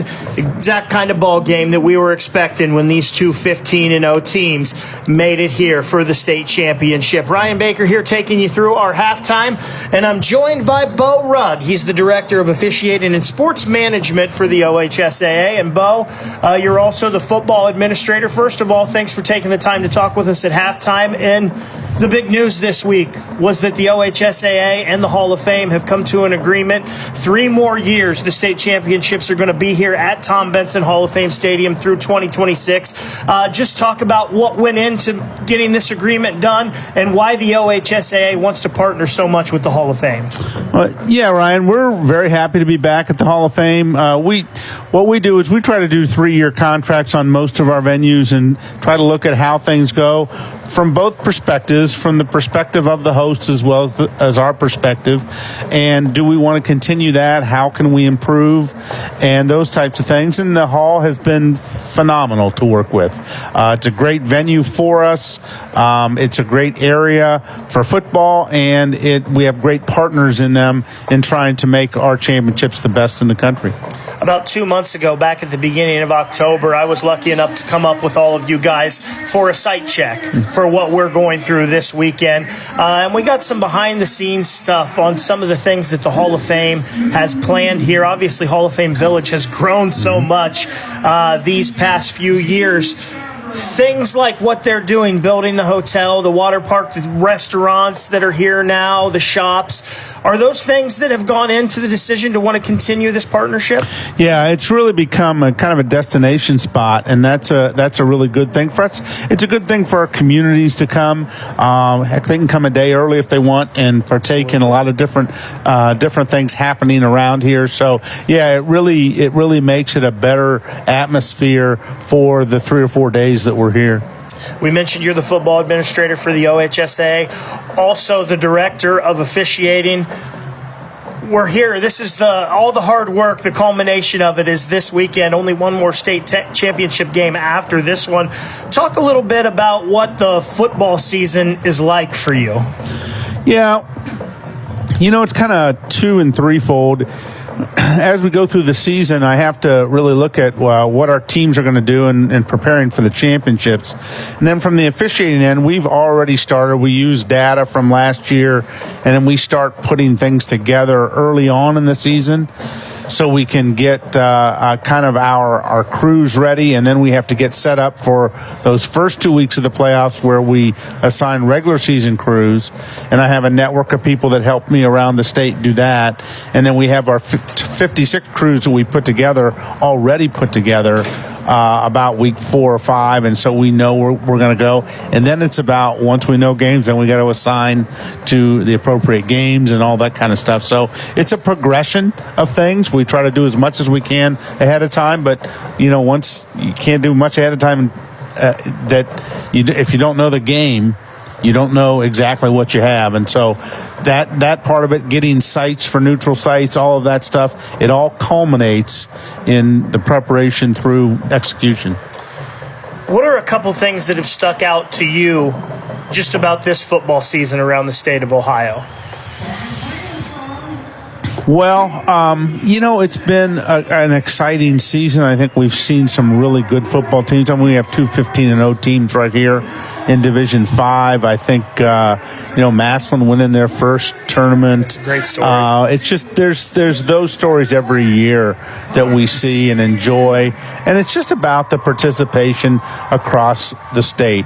I mean, we had 10 teams that were 13 to 15 seeds that won first round, so that's an opportunity for them to have success when their season may not have gone as well. We had a 12 seed playing last night. Yeah, Springfield. So it's those types of things, the opportunities, the kids that take advantage of those opportunities and grow from it, and that's what it's like every season.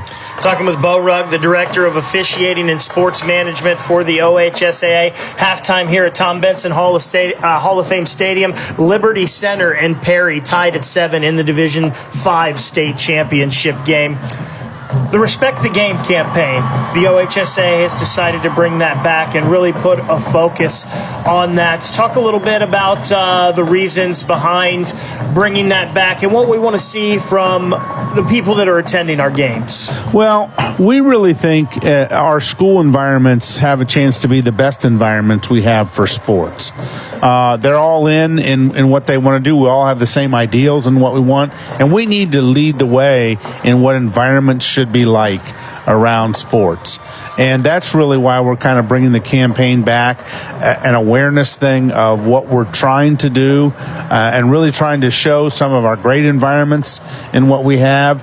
And if we have people that are falling behind and not living up to those expectations, we can show them the model and say, this is what you want to do, and this is what we stand for. And the vast majority of our schools stand for this, and so we've just got to get that out there so everybody just jumps on board and has the type of positive environment that the players and coaches and officials and everybody on the field get every week. I know one thing, just being here this weekend, seen a lot of great sportsmanship. I know multiple times in that Division III game last night, yesterday afternoon, between Watterson and Toledo Central Catholic. Guys helping each other up, making sure the other team is okay. The fans have all been great so far. I haven't heard anything personally from any of the fans, so it's been a great weekend for that. You're in charge of officiating. We talked about there's a shortage of officials. I know you guys have been doing things to try to make it easier to get officials. Talk a little bit about the process of becoming an official if somebody wants to. Yeah, we went to online educational classes about a year and a half ago, and that's really been positive for us to gather that interest and get the interest involved. We found out that there's a lot of interest. So we've got to get them from that to some training and then to the field. And our local associations have stepped up in that process. Our schools have stepped up in that process. So we have some really good momentum.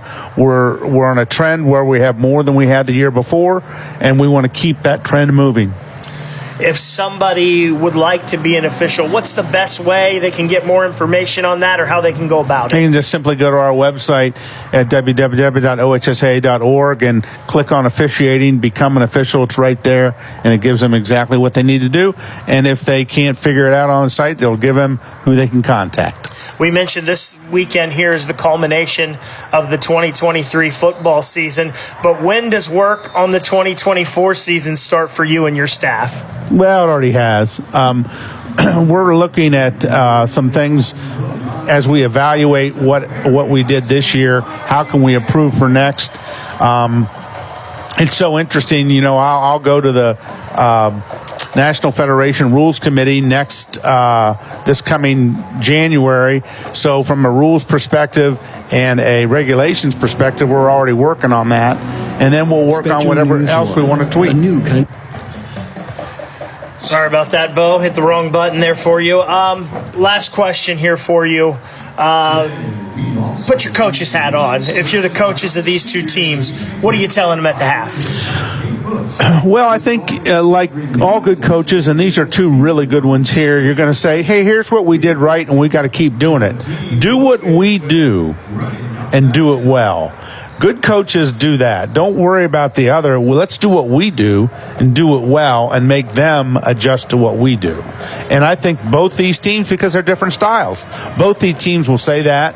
These coaches will say that to their teams, and we'll see who comes out and enforces their will on the other team. And it's funny you say that. When Liberty Center did that one drive, 13 play, 80 yards, very methodical, they got the score. Bo, it's always a pleasure to talk to you. Thanks so much for spending some time with us at halftime. Thanks, Ryan. Appreciate it. It's Bo Rugg, the Director of Officiating and Sports Management for the OHSAA. We'll go in through some of the stats of the first half when we come back, but first, let's pause for these messages from the Ohio High School Athletic Association. You're listening to the OHSAA Radio Network, fueled by chocolate milk. Spectrum News 1, a new kind of news channel dedicated to refreshing storytelling and empowering communities across the Buckeye State. With your local forecast every 10 minutes and all of the essential news you need 24/7. Plus, in-depth shows and exclusives focused on your community. Always Ohio, always refreshing, always on. We are Spectrum News 1, exclusively on Spectrum. Here's to the ones who put in the work, the no days off, rise and grind warriors who live by the oath of my body is my temple. And when their temple needs to rebuild after a long workout, athletes of all types choose low-fat chocolate milk. It's delicious and contains the right mix of protein and carbs to help refuel exhausted muscles. Chocolate milk turns Motivation Monday into Flex Friday. Crush your goals with the help of a real recovery drink. Try it for yourself. Built with chocolate milk, the official beverage of high school sports is brought to you by the American Dairy Association Mideast. You may think seatbelt laws are no big deal. Well, you couldn't be more wrong. Cops are cracking down day and night, in the city, in the country, and all points in between. Make no mistake, if you don't buckle up, you will get caught, and you will get a ticket, even if you've gotten away with not buckling in the past. Things are about to change. Cops are serious about seatbelt safety, so don't kid yourself. Buckle up every time, or get a ticket. Click it or ticket. Paid for by the U.S. Department of Transportation. How do you define strength? Is it physical? Or is it mental? Maybe it's both. Maybe it's whatever empowers a person to dig deeper, fight harder, and overcome obstacles that once seemed insurmountable. Discover how much stronger and more confident your children can be. Encourage them to participate in a sport when they go to high school. This message presented by the Ohio High School Athletic Association and the Ohio Interscholastic Athletic Administrators Association. You can stay in the game long after your playing days are done. Become an OHSAA contest official. Log on to ohsaa.org for more information. A reminder, this broadcast is a presentation of the Ohio High School Athletic Association radio network. Any commercial use, retransmission, or distribution without the express written consent of the OHSAA is strictly prohibited. The announcers and production staff for this game were selected by the Ohio High School Athletic Association. Satellite distribution is provided by Skyview Networks. For more information, log on to the OHSAA radio network at www.ohsaa.org. Welcome back into Tom Benson Hall of Fame Stadium. Halftime of the Division 5 state championship game. Man, is it a good one. Liberty Center and Perry, both 15-0 on the year, looking for that perfect season in the state championship, are tied at 7. Let's go through some of the numbers here for you at the half to let you know how we got to this 7-7 halftime score. First downs for both teams, very close. Liberty Center has 4 on the game. Perry has 5. Rushing yards for Liberty Center, they've got 92, most of them on that long 13-play touchdown drive. 47 rushing yards for the Pirates of Perry. Liberty Center has attempted 3 passes. They have completed none. For the Pirates, they're 4 of 8 for 177 yards on the game.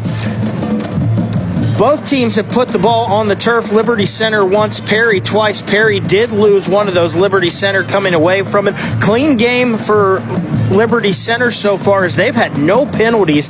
Perry has had 4 for 25 yards. The time of possession in the favor of Liberty Center, 13-16 to 10-14. And in third down conversions, Liberty Center 2 of 7, Perry 2 of 5. 1 of 1 on fourth down conversions are the Tigers, and 0 of 1 in this one for Perry. Some individual stats for the game. Let's start with the Tigers of Liberty Center. Trenton Krause, 66 yards on 11 carries, rushing the ball in that 1 touchdown, that 33-yard touchdown.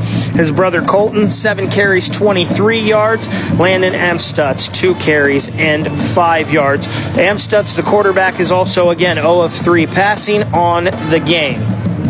Defensively, they've been led by Trenton Krause, who has 5 tackles. Landon Bockelman has 4. Colton Chambers with 3. Heading over to Perry and the rushing side of things, Owen McCoon is leading the way. He's got 18 yards on 6 carries. Braden Richards, 16 yards on just 2 carries. And then the quarterback, Walter Moses, has ran the ball 6 times for 24 yards. Moses, again, 4 of 8 passing on the game. He does have the 50-yard touchdown pass to Savon. 130 yards passing for Moses, and then receiving, we mentioned Savon, 2 catches, 45 yards, and the touchdown. Jimmy Ashburn, 1 catch for 50 yards. Braden Richards, 1 catch for 35. Defensively, so far, they have been led by Armani Chapone with 6 tackles, Joey Baldry with 4, Owen McCoon with 4, and Trent Taylor with 3. The scoring plays, Perry in this one got it underway. 4:51 to go in the first quarter. Luke Savon with the 42-yard touchdown pass from Walter Moses, and then it was Trenton Cruz with the 33-yard touchdown run. 2:09 in the second quarter, and that's how we got to the 7-7 game. Perry and Liberty Center tied up at the half of the Division 5 state championship game. When we come back from this break with messages from your local station, it's Todd Bell, it's Greg Fry, and it's Aaron Cassidy with the call of the second half. You're listening to the OHSAA Radio Network. Legends, the newly renovated Pro Football Hall of Fame in Canton, Ohio. Walk among the immortals of football inside the Hall of Fame gallery. Here you can stand face to face with the men who built America's game. Relive the greatest moments of Super Bowl history in the Lamar Hunt Super Bowl gallery and stand before the Vince Lombardi Trophy. While the NFL Today gallery is home to the NFL's most recent record-breaking moments. Plan your visit to the Pro Football Hall of Fame today at profootballhof.com. They are role models and educators. Their work requires a great deal of time and energy for very little pay. Who are these unsung heroes? Thanks, Coach. Thanks, Coach. The simple truth about education-based athletics in Ohio is this. Without a committed team of coaches and administrators, it just wouldn't be possible. School sports, they bring out the best in all of us. This message presented by the Ohio High School Athletic Association and the Ohio Interscholastic Athletic Administrators Association. Former Ohio State and NFL quarterback Bobby Hoy. Growing up in Ohio, the lessons I learned through sports not only helped take me to the Ohio State University and the NFL, but they also apply every day in my career after sports. Lessons that build character, discipline, sportsmanship, and teamwork are what remain long after your playing days are over. Through Interscholastic Athletics, OHSAA member schools help kids build a foundation for a lifetime of success. This message brought to you by the Ohio High School Athletic Association.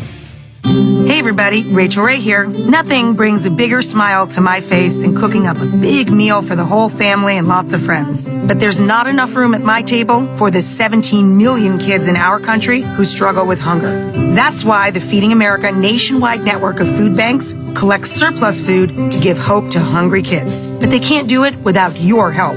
Support Feeding America and your local food bank at feedingamerica.org. A message from Feeding America and the Ad Council.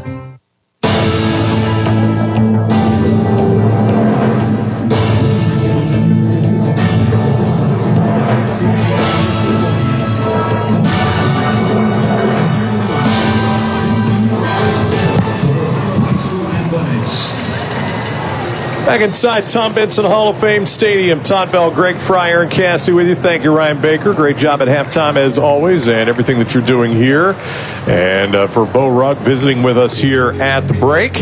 Well, Greg, you've had a chance to think about that first half of action. Dominated statistically by Perry in the first half. Dominated statistically by Liberty Center in the second quarter. I guess I said first half. First quarter for Perry, and each of them got their touchdowns there, and here we are, 7-7. Interesting difference in the first half. Really a big play by Perry. Got them on the board with a 42-yard touchdown pass to save on. And on the flip side, Liberty Center with the long drive, time-consuming drive in that second quarter, really got the running game in gear, put them on the board, tied it up 7-7. So, we'll see. This is it's as usual in a championship game like this, a tight ball game. What are the halftime adjustments going to be? What are these coaches going to do to be able to put their team in position to find a way to win this game in the second half? Liberty Center won the toss before the game, so they defer to the second half. So, Greg, they're going to have the possession to start quarter number 3. It'll be interesting to see the adjustments again, as you just said. Will Liberty Center be able to drive the ball again like that? I feel like if they're able to do what they did at the end of the second quarter, they will just grasp control of this game. Well, they could, and they started, I would say they dominated the line of scrimmage, but they were getting 3 and 4 yards to crack. Which is what they want, right? Yeah, but Perry defensively is really holding their own, so it's just going to be, it's going to be a great second half. And I think for Perry, really, can he come up with a couple more big plays? You got to get, Studio appears to not be able to play offensively, so can you get Braden Richards or Luke Savon the ball in space to see if they can make a play? Aaron Cassidy downstairs on the Tom Benson Hall of Fame turf. What did you learn there at halftime? Yeah, I talked to Coach Guesswich coming out, and he had a big smile on his face, of course. I said, what was your message? And he said, this is fun. It's 7-7 in a state championship game. And I said, well, what adjustments offensively? You started out quick. Do you think you can make? He said he really wants to get things going on the edges. Defensively, he thought they should have got off the field a couple times on those fourth downs. And I did ask him about Studio. I said, are we going to see him in the second half offensively? He said, of course, he will be out there in the second half. Not sure how much, but he will get reps and will run the football here in the second half. All right, we'll see. It always reminds me when I see this situation, Greg, a long time ago, 1995, I'm doing a state championship game. Lisbon High School, they're over in Columbiana County, and they're taking on Cincinnati Marymount in a state championship game in 1995. Marymount had this stud, just like Studio. Running back, linebacker, ankle injury. I had asked the Marymount coach during the week when we did our interview, would we see him at running back at all? Because he said he was going to play defense. If we're in trouble, you'll see him. So it's in the first overtime. It's fourth down at the 1 yard line. Guess who came trotting onto the field to get his only carry of the game? Was that running back. He scored the game tying touchdown, sent it to a second overtime. And I remember saying on the air, well, I guess they're in trouble. If you don't score here, the game is over. So I guess that's the definition of trouble, right? I imagine it'll be the same with Studio. If there's yards that they have to have, they'll probably hand him the football. But right now, it's McCoon doing a good job. Yeah, and I'm not so sure. I just look at his ankle. It's like I'm not sure they can get the best out of him. He looks like he's maybe 70%, and but he's doing a nice job defensively. But it's just to be able to cut on that. When you got an ankle, it's hurting. That's tough duty. Don't forget, coming up tonight, 7:30, it'll be Kettering Archbishop Alter taking on Cleveland Glenville, and we'll have that one for you here on the OHSAA Radio Network. Again, they will kick that off at 7:30 later tonight. That'll be David Wilson, Ryan Kavanaugh, and Chris Sawicki will bring you the action of that one. We're underway, second half. And the kickoff to Liberty Center will be fielded by one of the up men. And the return will come out over the 30-yard line. That'll be Thomas Moeller on the return. And they'll have it at around the 32-yard line. Well, it was almost all Trenton Cruz on that 13-play scoring drive.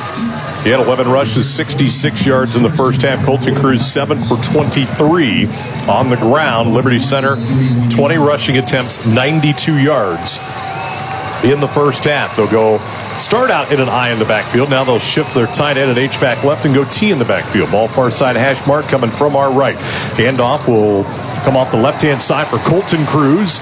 And not a whole lot there. He'll work his way to the 32-yard line. That'll be a gain of 1 on first down. Not much room right there. The defensive end, Trent Taylor, 6'4", 200-pound sophomore, held his ground. And he got a lot of help.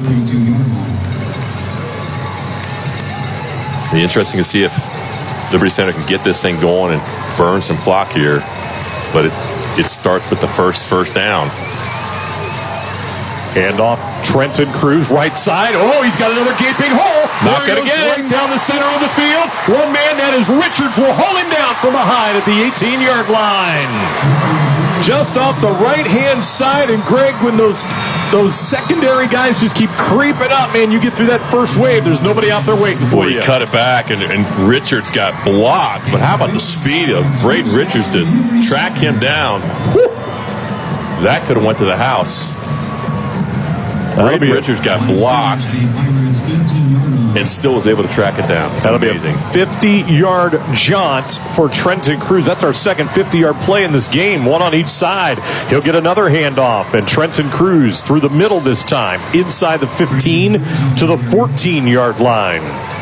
That'll be a run of 4 on first down for Trenton Cruz. And a big opening statement here to start this third quarter of a tie game in our Division 5 state championship game here by the Tigers of Liberty Center.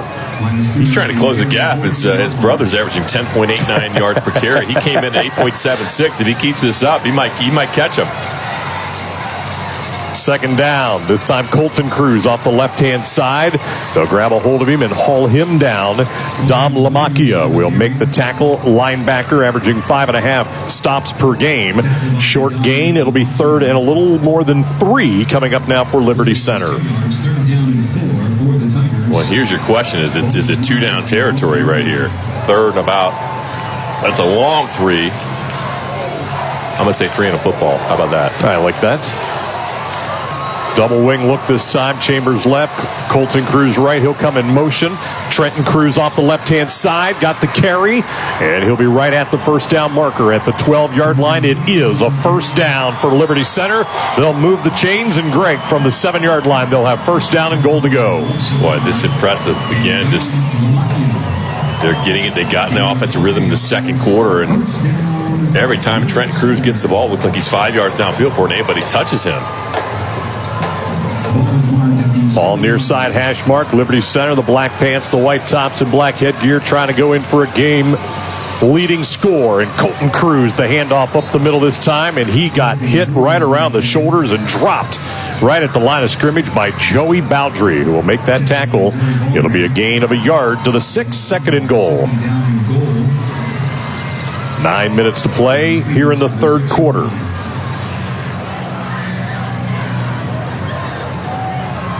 Liberty Center looking for its second school state championship in football. They took home the D5 crown all the way back in 1997.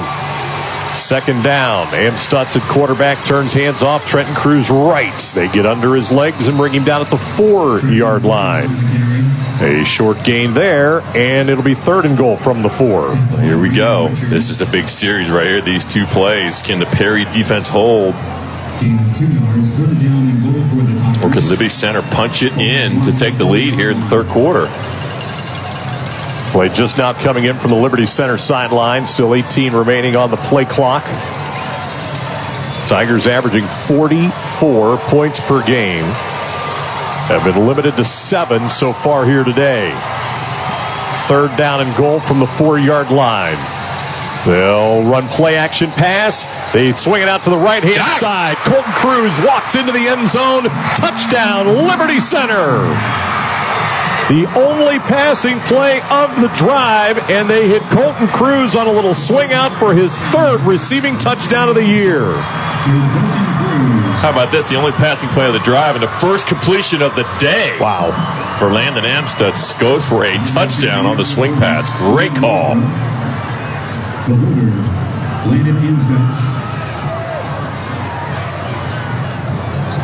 And we're going to get a flag and defensive offside against Perry. Would Liberty Center change its mind? Ooh, this is going to be interesting. What do you want to do, Coach Mueller? Boy, this is tempting. This is tempting. Boy, I'd be tempted to go. Number 0, the defense. The penalties decline. Ooh, he didn't bite. He didn't take it. That's low-hanging fruit right there. So Rosebrock will be out for the point after. He is solid.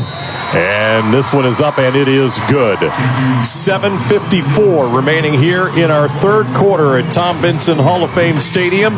It is now Liberty Center 14 and Perry 7. Greg, they established themselves on this opening drive here in the third quarter. So now you look at it, basically their last 2 offensive possessions have now been long scoring drives. Yes, they have. Yeah, after trailing 7-0, they've come back here with 2 really, really impressive drives.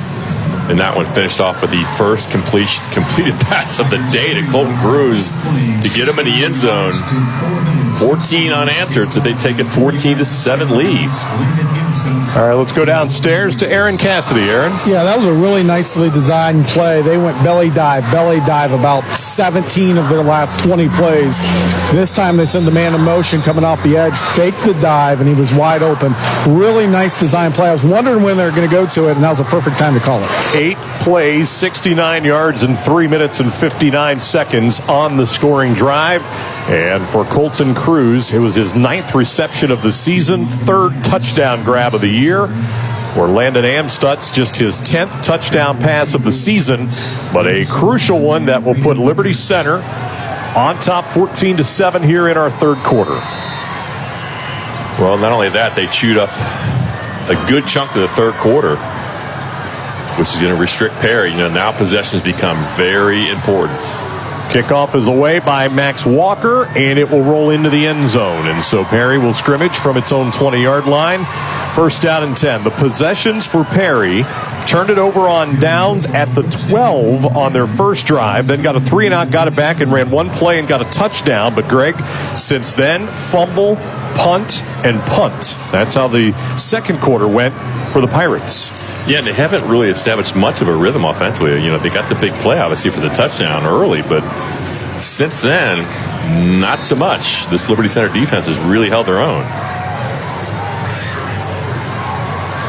In the first half, Walter Moses, 4 out of 8 passing, 130 yards and a touchdown. Owen McCoon on the ground, 6 rushes, 16 yards. First down, speed option to the right to Braden Richards. He'll turn upfield 20, stays in bounds and got near the 30. We'll see where they put him out. It's going to be back at the 28-yard line. They run option to Braden Richards. He'll get 8 yards on first down. You can see his speed. He did that play looked like it didn't have anything going to happen, and he just turned the corner and he was a step away from taking that one. Well, we know his closing speed. Remember, he had the touchdown-saving tackle defensively a moment ago. Correct. 72 rushes, 394 rushing yards coming in, 5.5 per carry. That was his first rush of the day.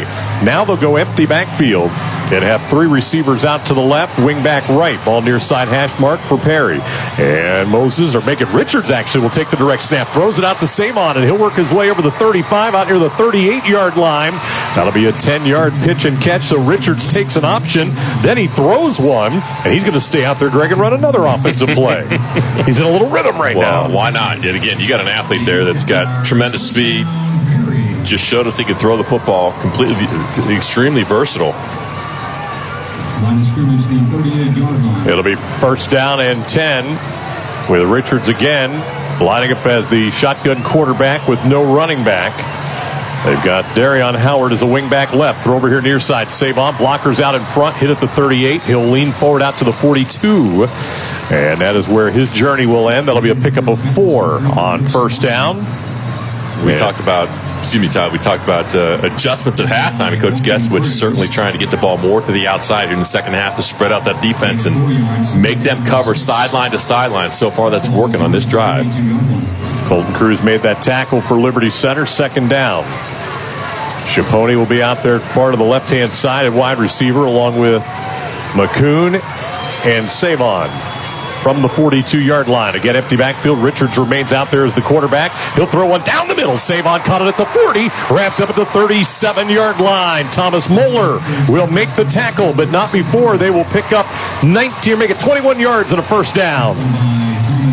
The heck of a throw and a crossing route right there. So first down, and they are driving. Boy, it's not often, Greg, that you'll see a change like this, taking one of your skilled guys, putting him to quarterback when the quarterback was the offensive player of the year in the district. But they found something right now. First down, Richards again to the outside. Save on the catch. Inside the block. He's to the outside 20. They've got the angle. No. To the end zone. Touchdown. 37 yards. Boy, Savon caught it, Greg. He walked right inside of a block, hung a left, and was gone. And they're a point after away from tying the game. I'm not sure I've ever seen what I just witnessed with Richards coming in and hitting 4 in a row. And that one goes to the house. And so a game time point after Antonin Lopez. It is up, and it is good. Timeout on the field, 6:03 remaining here in our third quarter. We'll pause for these messages from the Ohio High School Athletic Association. Perry 14, Liberty Center 14. This is the OHSAA Radio Network, brought to you by Chocolate Milk. You practice hard, you play hard. You're always reaching for your goals. You reach for the next point, the next yard, the next win.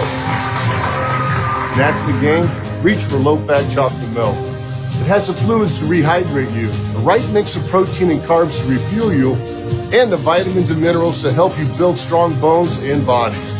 Fuel up with chocolate milk. For more information, visit drink-milk.com.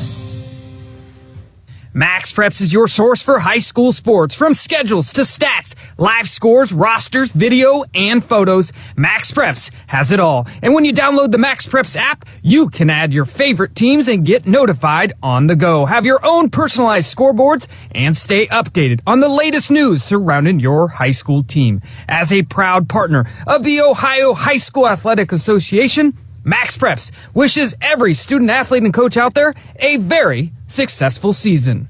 Jim Lachey, Ohio State football All-American and NFL Super Bowl champion on Achievement. Hi, I'm Jim Lachey. Studies show that students who play school sports tend to have better attendance records, higher grade point average, fewer discipline problems, and are more likely to pursue a college education. High school sports also teaches leadership, character, and provide the foundation for becoming a good citizen. Let's respect the game. Remember, always keep the student first and student athlete. This message brought to you by the Ohio High School Athletic Association. How do you respect the game? Find out how at ohsaa.org/RTG. On the Liberty Center scoring drive, or beg your pardon, Perry scoring drive, 5 plays, 80 yards in a minute and 51 seconds. And it was Braden Richards to Luke Savon, his second touchdown reception, this 37 yards. But Greg, it was Savon all on his own, using the blockers and speed to get into the end zone to tie the game. A lot of short passes again. Coach Geswitz decided he wanted to get on the edge in the second half. A lot of quick screens. Richards ran one early in that series and then threw the ball. 4 straight completions to put him in the end zone. And Savon gets his second touchdown of the day and very quickly ties this game back up. And Greg, he was 4 of 6, 85 yards and a touchdown coming into today was Richards. And he just led them right down the field on that scoring drive. And so now halfway through this third, nothing has changed since the break, except the score now is 14-all. I still, I've watched a lot of football in my years, and I've seen guys come off the bench like that. But, he threw 3 shorter passes, but he hit a dig across the middle. Yeah. That was not an easy throw. And he made it look easy.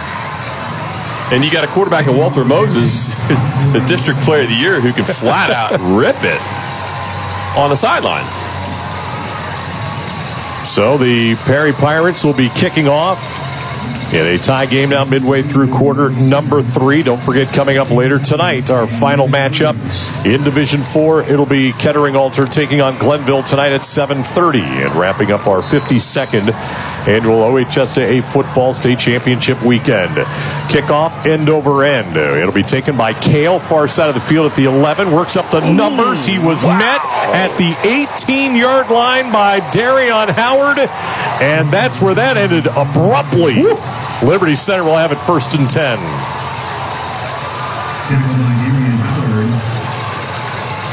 So the Tigers will come out on offense.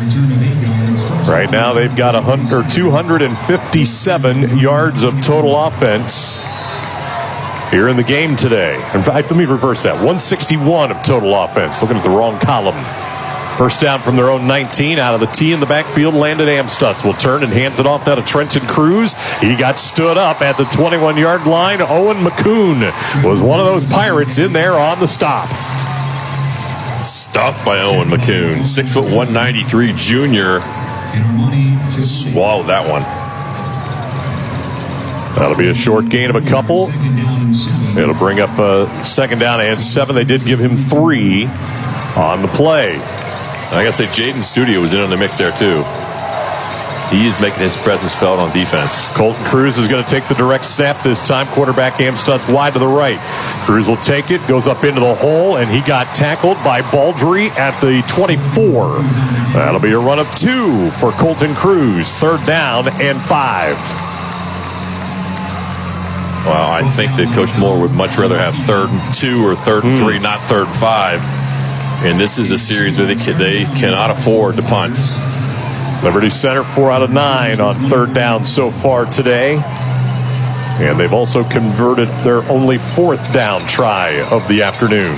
4:50 and counting here in the 3rd quarter tie game, Division 5 state championship game. Aiden Talent, wide receiver over here to the near side. Ball far side, hash mark.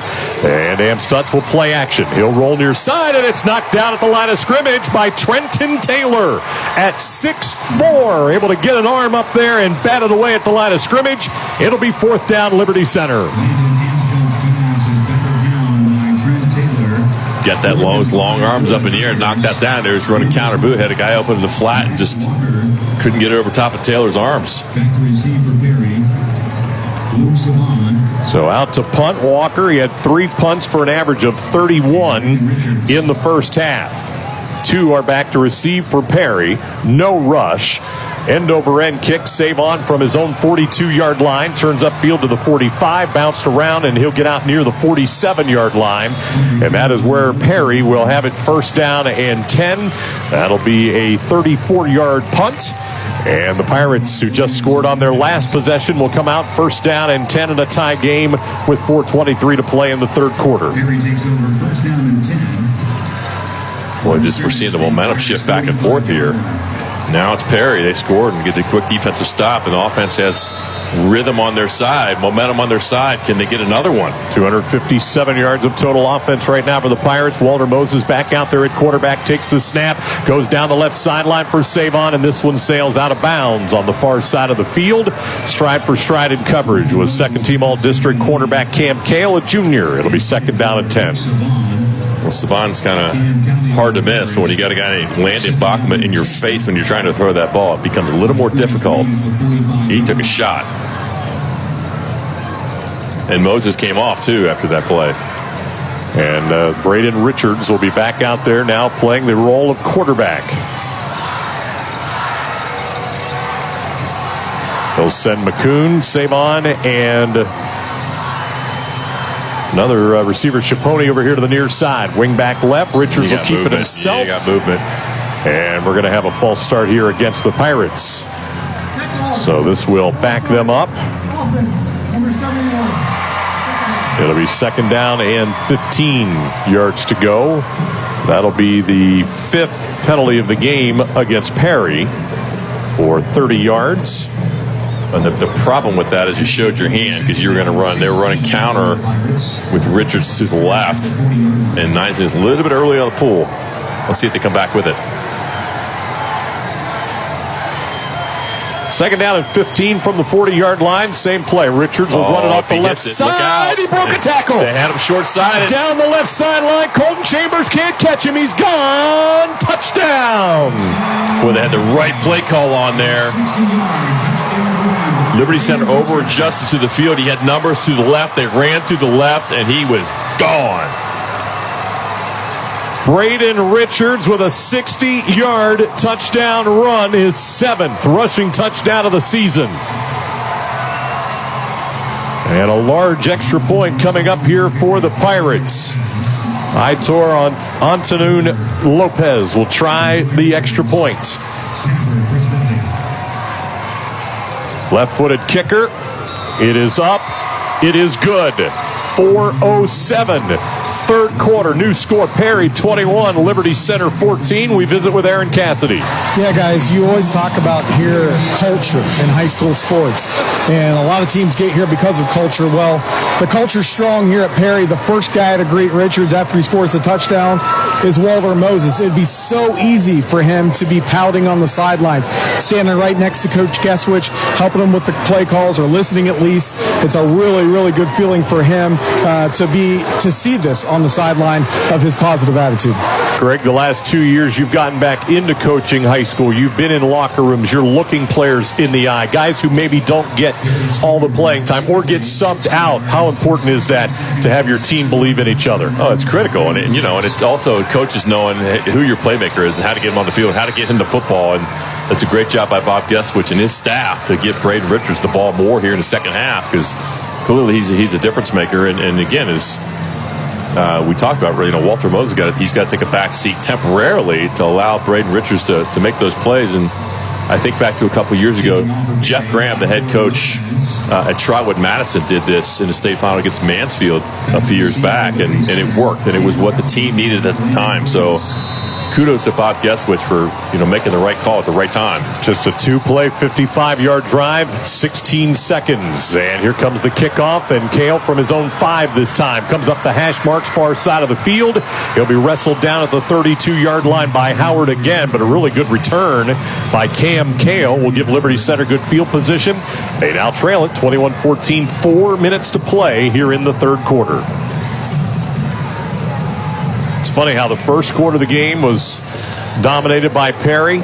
Second quarter by Liberty Center. Now the Pirates with 14 points here in the third to 7 points for Liberty Center. And it'll be Tiger football. Far side hash mark, T in the backfield. They'll send Chambers in motion far side, hand it off Colton Cruz right through the middle, and that is a quick 7 or 8 yards out to the 39-yard line for Colton Cruz on first down. That's exactly what they need. They didn't get that the first drive of the second half. And they need another one of those 13-play, 80-yard, 8-minute drives right now. That would make them very, very happy. It was a gain of 7 on first down. Amstutz, little toss this time. Trenton Cruz turns upfield to the near side, and he's got a first down out to the 45-yard line. That'll be a run of 6 for Trenton Cruz, and the Tigers will move the chains with 3:23 remaining third quarter. Now they got a little rhythm back in the second half, and the question is, can they keep it up? And the key is that you can't score too fast. I mean, you really want a methodical drive and burn a lot of time and keep that Perry offense on the sidelines. First down and 10, 45-yard line, ball right in between the two hash marks. From our right for the final 3 minutes, Liberty Center. Cruz goes in motion far side. They hand it off to Trenton Cruz up the middle, and he'll work his way into Perry territory. 49, 48-yard line. That'll be a run of 8 on first down. That's now back-to-back first downs where they got 7 and now 8.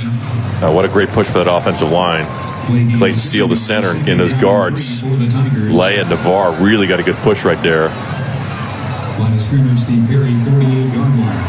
It'll be second down. Again, Colton Cruz far side in motion. Trenton Cruz gets the handoff. This time McCoon will jump on his back and bring him down at the 47-yard line. So only a gain of 1, and it'll be third down and 2. Here for the offense of Liberty Center. Sorry, Greg. Kuhn and Studio both on the tackle right there, trying to run trap. Trap's not been so good for these guys today. Normally it is. Two teams that huddle, get their plays that come from the sidelines. That'll help eat up some of the clock. 15 on the play clock now as Liberty Center will make its way to the line of scrimmage. Junior center Clayton Seal will take him up to the line. Third down. And it is Cruz off the left side. He's got a first down. Richards will bring him down at the 42-yard line. Trenton Cruz, who on the afternoon now over 140 yards rushing. He had that 50-yard run earlier. And Liberty Center will move the chains at the 42 of Perry. But again, what a great push. Clayton Seal, the center, doing a tremendous job. 5'11", 220 junior. He is just getting off the ball, leading the way for this offense. First down and 10 Tigers, 1:25, third quarter. They trail by 7. And Trenton Cruz off the left-hand side. Studio's got a hold of him, and he and Schiponi will bring him down at the 40-yard line. Only a gain of 2 that time for Trenton Cruz. So finally, Perry gets a little bit of a slowdown on first down. Well, they came back with trap, and again, they've been getting just 1 or 2 each time on the trap, but I think they're just trying to mix it up. Second down from the 40. Chambers wing back right, Colton Cruz left. Fullback Trenton Cruz. Amstutz in under center, turns. Trenton Cruz left side again. He'll be hit at the 37, dropped it around the 35-yard line. 5-yard run for Trenton Cruz will set up third down and a little less than 2 for the Tigers. Running belly power right there. That was just a whole bunch of white shirts into the hole. And Cruz just followed behind. That's a nice pickup. And we're down to what will likely be the final play of the third quarter. 25 seconds to play. They do have to snap it. Again, same formation, double wing. Trenton Cruz, the fullback. Colton Cruz goes in motion to the right. They hand to Trenton Cruz right. He will be hit by Taylor at the line of scrimmage, but he drug him forward to the 30-yard line. That'll be a run of 4 for Trenton Cruz. And another first down for Liberty Center. And Greg, here they go.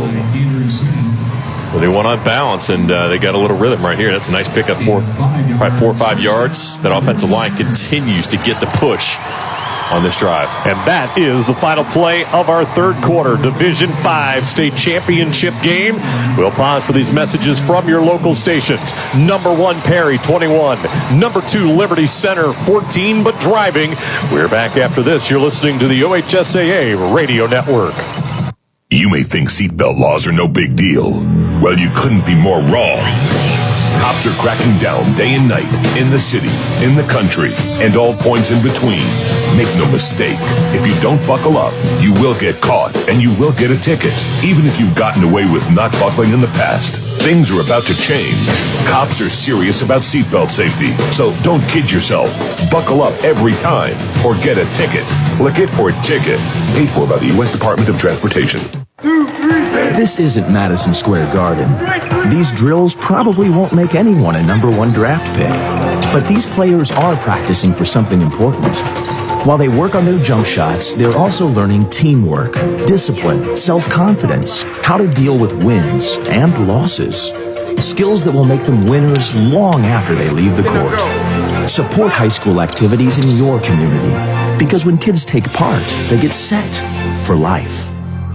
Question. When you walk into the boardrooms of the most successful companies here in Ohio, who do you meet? Answer. Men and women who play high school sports. Education-based high school sports give us more than athletes we can root for. They give us leaders we can depend on. Question. So where will we find tomorrow's leaders? Answer. High school sports. This message presented by the Ohio High School Athletic Association and the Ohio Interscholastic Athletic Administrators Association. Adopt US Kids presents What to Expect When You're Expecting a Teenager. Learning the lingo. GOAT, G-O-A-T, acronym, stands for Greatest of All Time. As in, spaghetti sandwiches for dinner? They're my fave. Dad, you're the GOAT. You don't have to speak teen to be a perfect parent. Thousands of teens in foster care will love you just the same. Visit adoptuskids.org. Brought to you by the U.S. Department of Health and Human Services, Adopt U.S. Kids, and the Ad Council.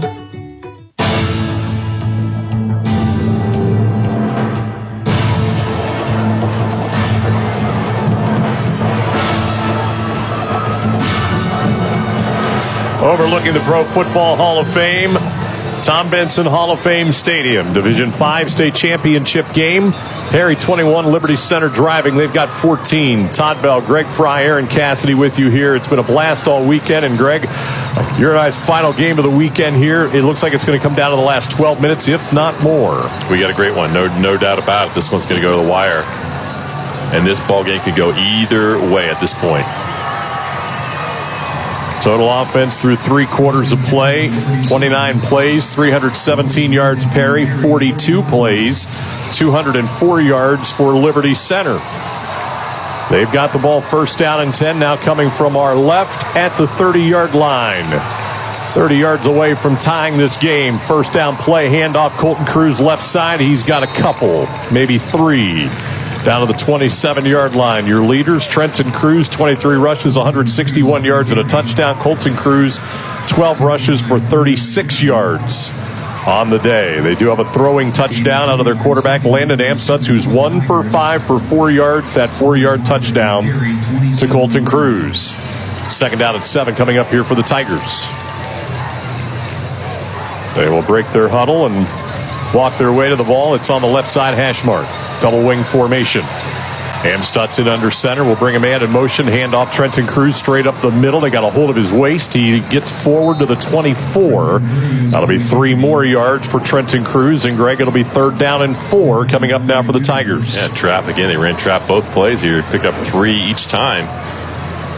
They're staying on schedule. That's the key. They want to burn as much clock as they can. Stay on schedule. It's 3rd and 4. They know they got 2 plays here for sure if they need it. Not only a disparity in plays, 42-29. Time of possession through 3 quarters, 23:09 to 12:51. Well, that was my key. I felt they won the time of possession. They could win the football game. They've almost doubled up.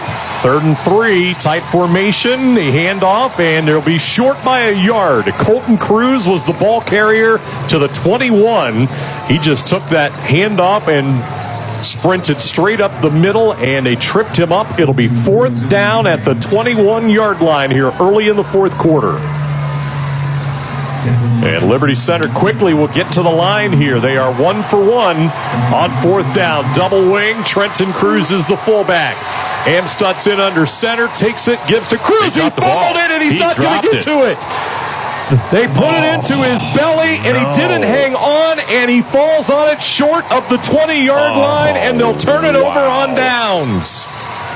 Wow. And the hole was there. First miscue of the day, handling the football for Liberty Center comes at a critical time. He had a gaping hole.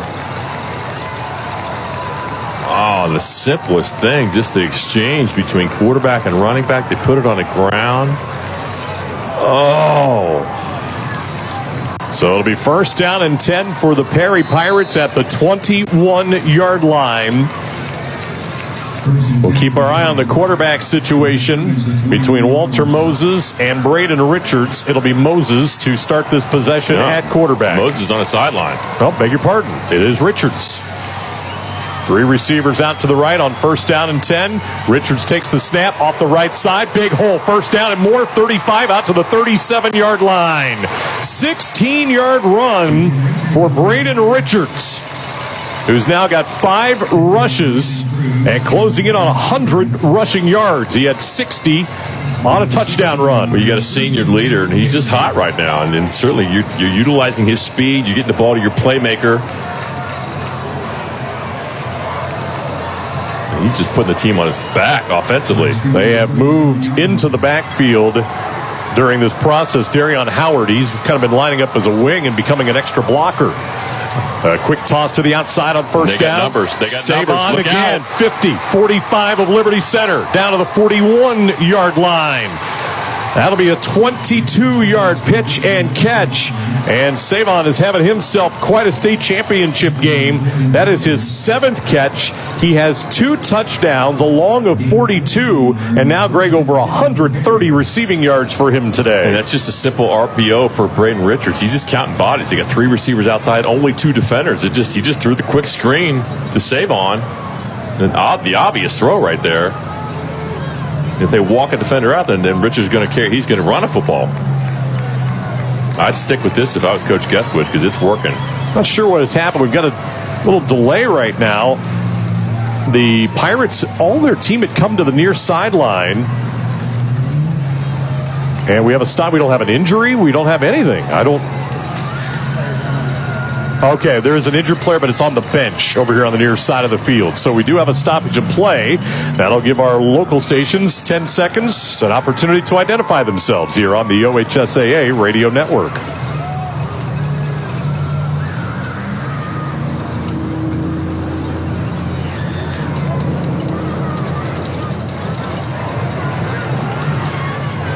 Well, nightfall is starting to settle in here at Stark County and Tom Benson Hall of Fame Stadium. Todd Bell, Greg Fry, Aaron Cassidy with you as it was Savon, the injured Pirate, gets up and will make his way over to the bench where they will continue to look at him, but he appears like he's going to be able to go back in.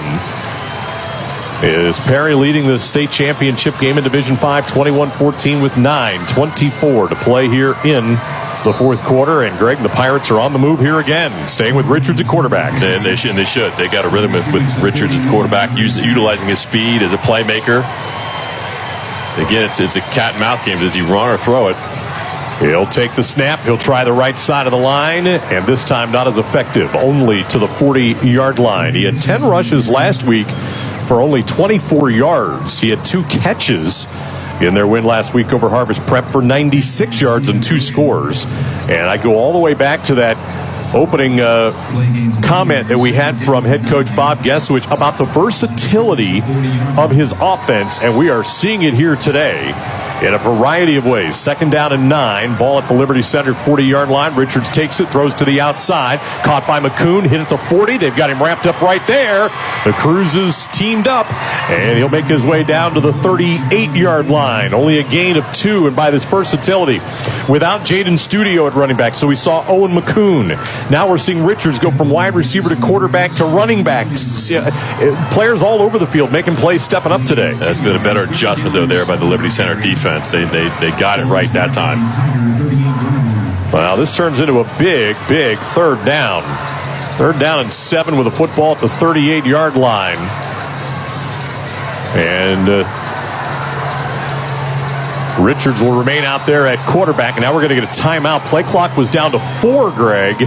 And they were struggling to get lined up, and that's going to give us a timeout where we will break as well. 7:55 to play in the game. 21-14 Perry over Liberty Center as we pause for these messages from the Ohio High School Athletic Association. This is the OHSAA Radio Network, brought to you by Chocolate Milk. Here's to the ones who put in the work, the no days off, rise and grind warriors who live by the oath of my body is my temple. And when their temple needs to rebuild after a long workout, athletes of all types choose low-fat chocolate milk. It's delicious and contains the right mix of protein and carbs to help refuel exhausted muscles. Chocolate milk turns Motivation Monday into Flex Friday. Crush your goals with the help of a real recovery drink. Try it for yourself. Built with chocolate milk, the official beverage of high school sports, is brought to you by the American Dairy Association Mideast. Spectrum News 1, a new kind of news channel dedicated to refreshing storytelling and empowering communities across the Buckeye State. With your local forecast every 10 minutes and all of the essential news you need 24/7. Plus, in-depth shows and exclusives focused on your community. Always Ohio, always refreshing, always on. We are Spectrum News 1, exclusively on Spectrum. You wanted to be a teacher when you were little, but as you grew up, things changed. Teaching just didn't seem like the best option anymore, so you decided to become something else. But what would your 12-year-old self say? Interesting and innovative things are happening in teaching today, so it's time to put it back on your list. Don't try to convince yourself otherwise. You had it right the first time. Find out how you can make more at teach.org. Make more. Teach. Brought to you by Teach and the Ad Council. Check out the OHSAA on social media. Follow at OHSAA Sports on Facebook, Twitter, Instagram, and TikTok. 7:55 remaining in the game. Perry with possession. 21-14. They lead here in the 4th quarter. They have the ball at the Liberty Center 38-yard line where, Greg, it is 3rd down and 7. You've been mulling this over. How are you attacking this now for Perry? I got my play. I go trips to the field. I go an RPO with Richards the quarterback, running counter into the boundary with the short screen to the wide side. He's just counting bodies. It's going to be you're going to take what the defense gives you. If you have 2-on-3 outside, you throw the pass. If they cover 3 receivers with 3 or 4, now you're going to run the ball. You're going to run counter with Braden Richards. Greg, let's say the result of the play gives them 4th down and 4 or more. Is it go for it there, or are you punting it? I'd say you punt them down there, make them go the long field. Okay. Trust your defense. 4th and less than 4? I'm going to call timeout and think about it. Okay. All right, Savon, who was injured earlier, is back into the lineup. It is 3rd down and 7. Richards out there. They're just going to run student body left with him, and he's going to be tripped up. And there it is, 4th down and 5. Now coming up, tackle was made defensively there by Bockelman, and it'll be 4th down, and actually going to be 6. And it looks like the offense is staying out there. Coach Geswich was on this right away. And now maybe they had 2 plays almost called there, right? Yeah, maybe they're going to try to get him a jump here though too. Well, it wouldn't give them a first down. They didn't get anything on that. So it's 4th down and 7. They snap it. Richards will roll to his right. Savon's the only receiver down there, and it's going to carry out of bounds. Incomplete pass, and they'll turn it over on downs, and Liberty Center, trailing by 7, has the football at their own 38-yard line with 7:19 remaining in the game. Very aggressive call there by Coach Guestwich. I mean, he was going playmaker to playmaker and just weren't quite able to get it done.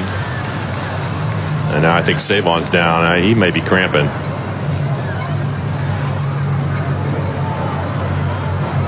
So he is inside the 5 over on the far side of the field. And I believe you're right, Greg. They're stretching out the right leg hamstring area. And that might have been what the issue was with him earlier when he came out, and could be continuing to be a problem right now. Ohio dairy farmers encourage you to power your potential with chocolate milk, the official beverage of the OHSAA. Drinking chocolate milk helps you recover for what comes next and helps refuel exhausted muscles from elite athletes to weekend warriors. On behalf of the American Dairy Association, we also would like to wish all the participants good luck at this state tournament. For more information, visit drink-milk.com. That was very timely, Ryan Baker. You want to hydrate with chocolate milk? Can we get that down to Savon right now? Some of the stash that we have up here in the cooler. All right, big turnover on downs. And now Liberty Center, Greg. They were driving on their last possession before turning it over on downs with a fumble at the 20-yard line going in to tie the game with their style of offense, and 7:19 to go. This might be it. It might be it. But, this is what you want. If you're Coach Moeller, this is your opportunity. You might have 2 possessions. And you might have 1, so it's time to get it done right here. I'm thinking it's 4-down territory no matter what. And this is where you do what you do and do it well. 1st down and 10. From our left at the 38-yard line, Amstutz dropped the snap, picks it up, and is tackled behind the line of scrimmage by Studio, who came shooting through, and it'll be a loss of 1. Well, they fumbled the handoff last time, and this time Amstutz drops the snap. It's twice now in the last 2 series you see him drop the snap. That's an odd thing when you're talking week 16 to have an exchange problem. And they didn't have any this entire game, and now on back-to-back plays. 2nd down. And Amstutz on a play action slings it out. Incomplete. Wow. The intended receiver for Liberty Center, Xander Zeiter, who had lined up at fullback. It was the first time he's been in on offense today, and then they threw it to him, and it'll now be 3rd and 11. He was wide open. He was absolutely wide open. Amstutz put a lot of zip on that ball and just unable to hang on, but boy, they had a play on right there. That was going to go for more than a 1st down. The good news is it stops the clock. Bad news, you got 3rd and 11.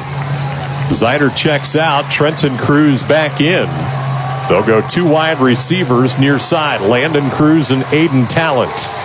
From their own 37, they've got to get to the 48. And we've got movement up front, and it looks like Liberty Center false started.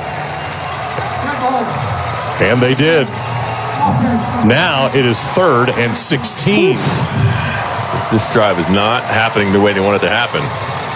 3 consecutive mistakes.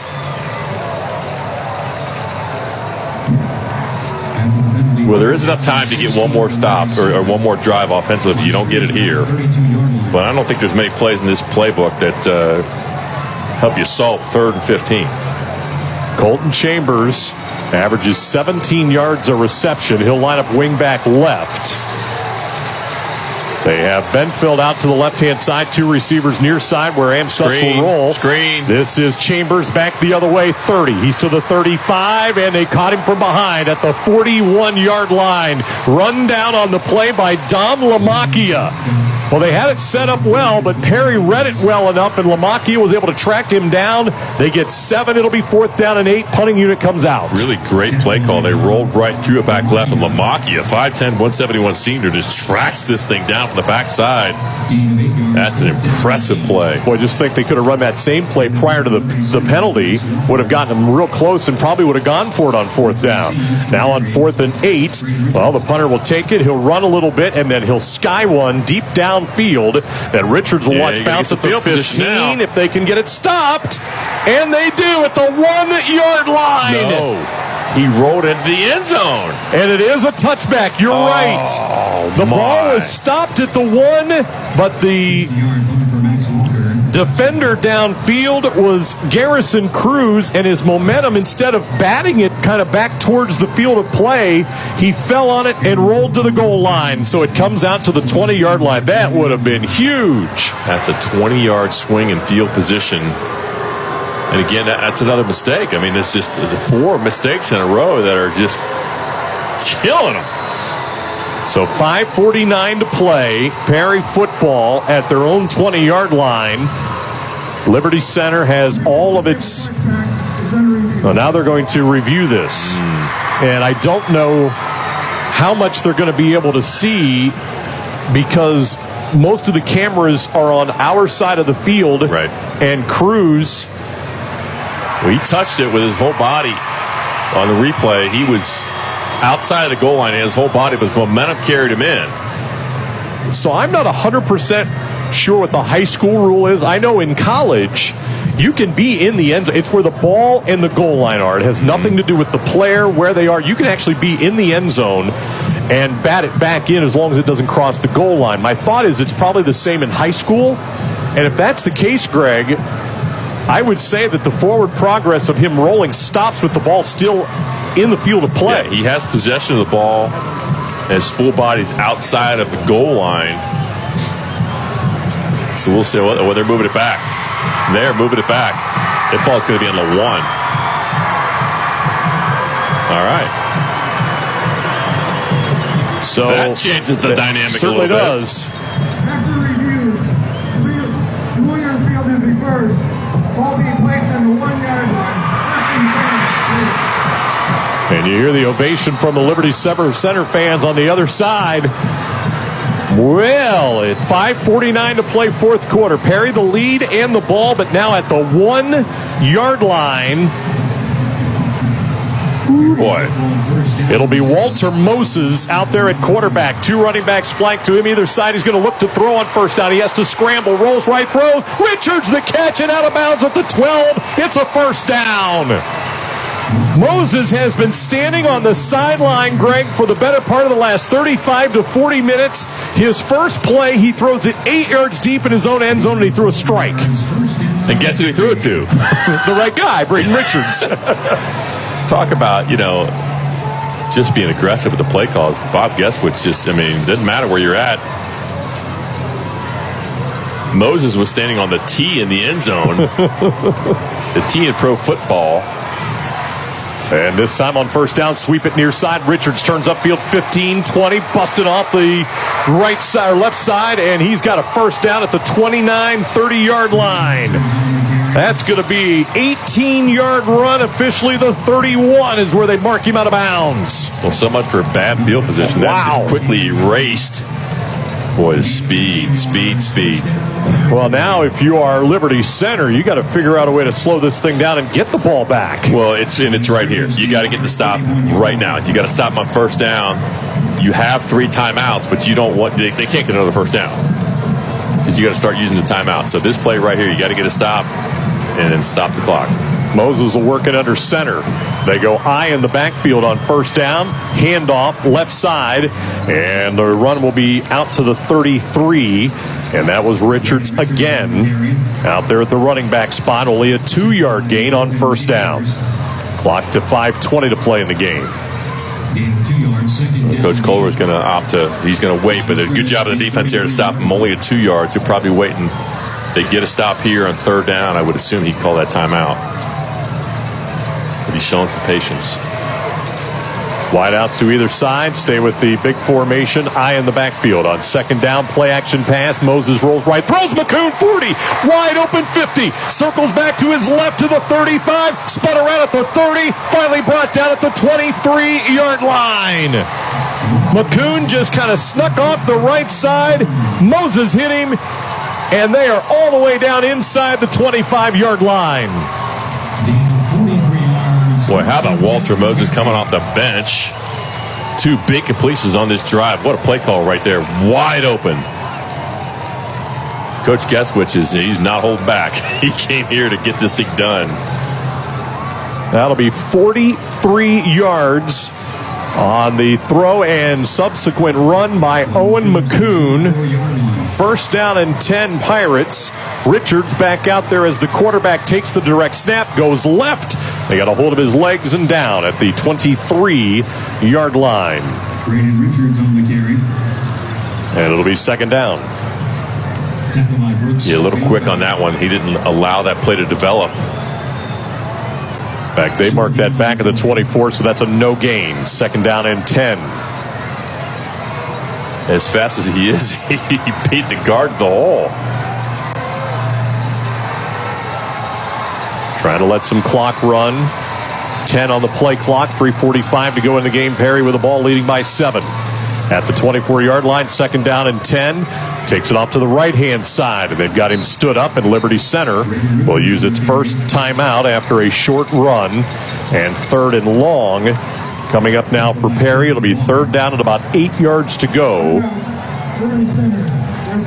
And Liberty Center will have 2 timeouts left, 3:36 to play here in the fourth quarter. Well, wouldn't it be appropriate for Liberty Center to get a stop right here and have the football down 7? But they got to drive length of the field. And if you're Perry right here, it's a first down could be ball game. Attention parents, graduating seniors and underclass athletes. Do you love football, have a desire to stay close to the sport, and want to contribute to the educational experiences of the student athletes? Well, become an OHSAA football official, where open positions are always available. To get started and learn more, go to the officiating section of the OHSAA website at ohsaa.org/officiating. Third down and 8. They'll go 5 wide receivers, 3 to the right, the wider side of the field. And Moses is back out there at quarterback. And don't forget, Moses can get it with his feet, too, if nothing's open. So you get a dual threat with him. Richards and Savon are the receivers to the near side. Richards is the guy in the slot.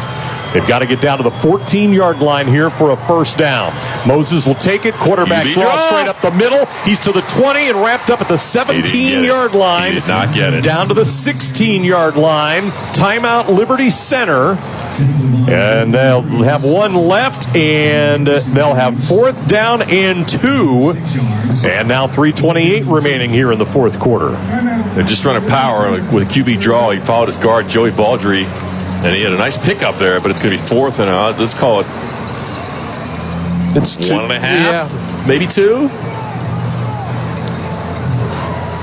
Well, as successful as they've been with Braden Richards just taking the direct snap, I mean, just keep it simple, stupid, right?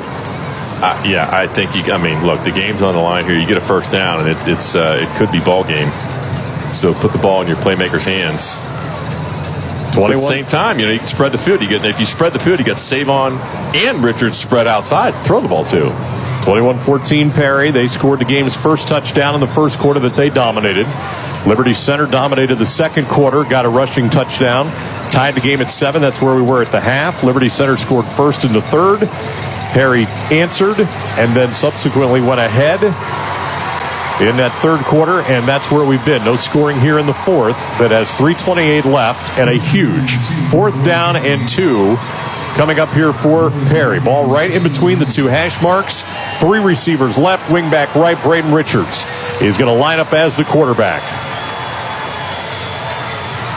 He will take the direct snap and runs right, but we've got a false start. False start on Perry.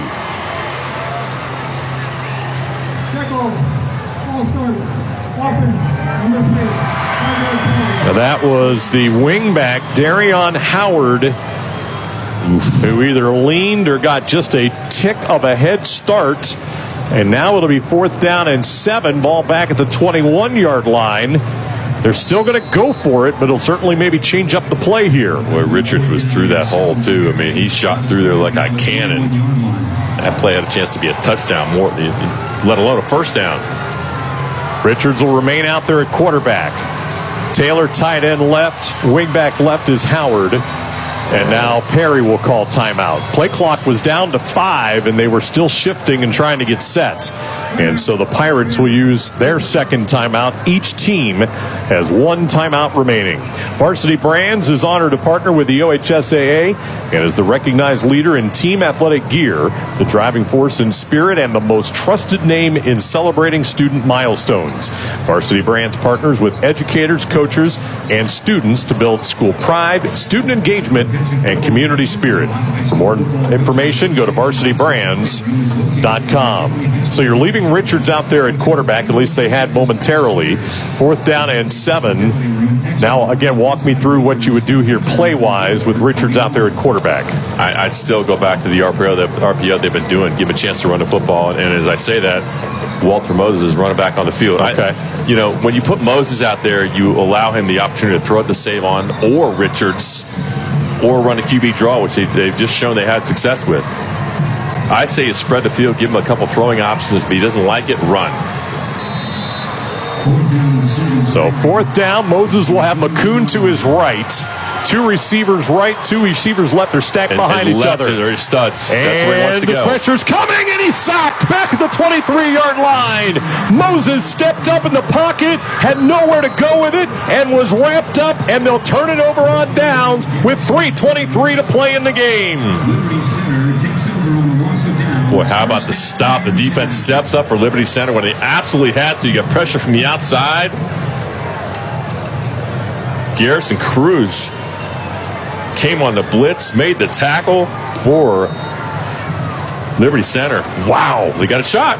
They've got one timeout left, and again, this is a team that is primarily running. Amstutz is 2 for 7 passing today. He'll start in the shotgun from their own 23, and they'll swing it left to Colton Cruz with room 30, 35, 40, out to the 42-yard line. 19-yard run for Colton Cruz, and a big chunk on their first play. Boy, that's what they needed. Got a great block by Seth Navarre to set him free.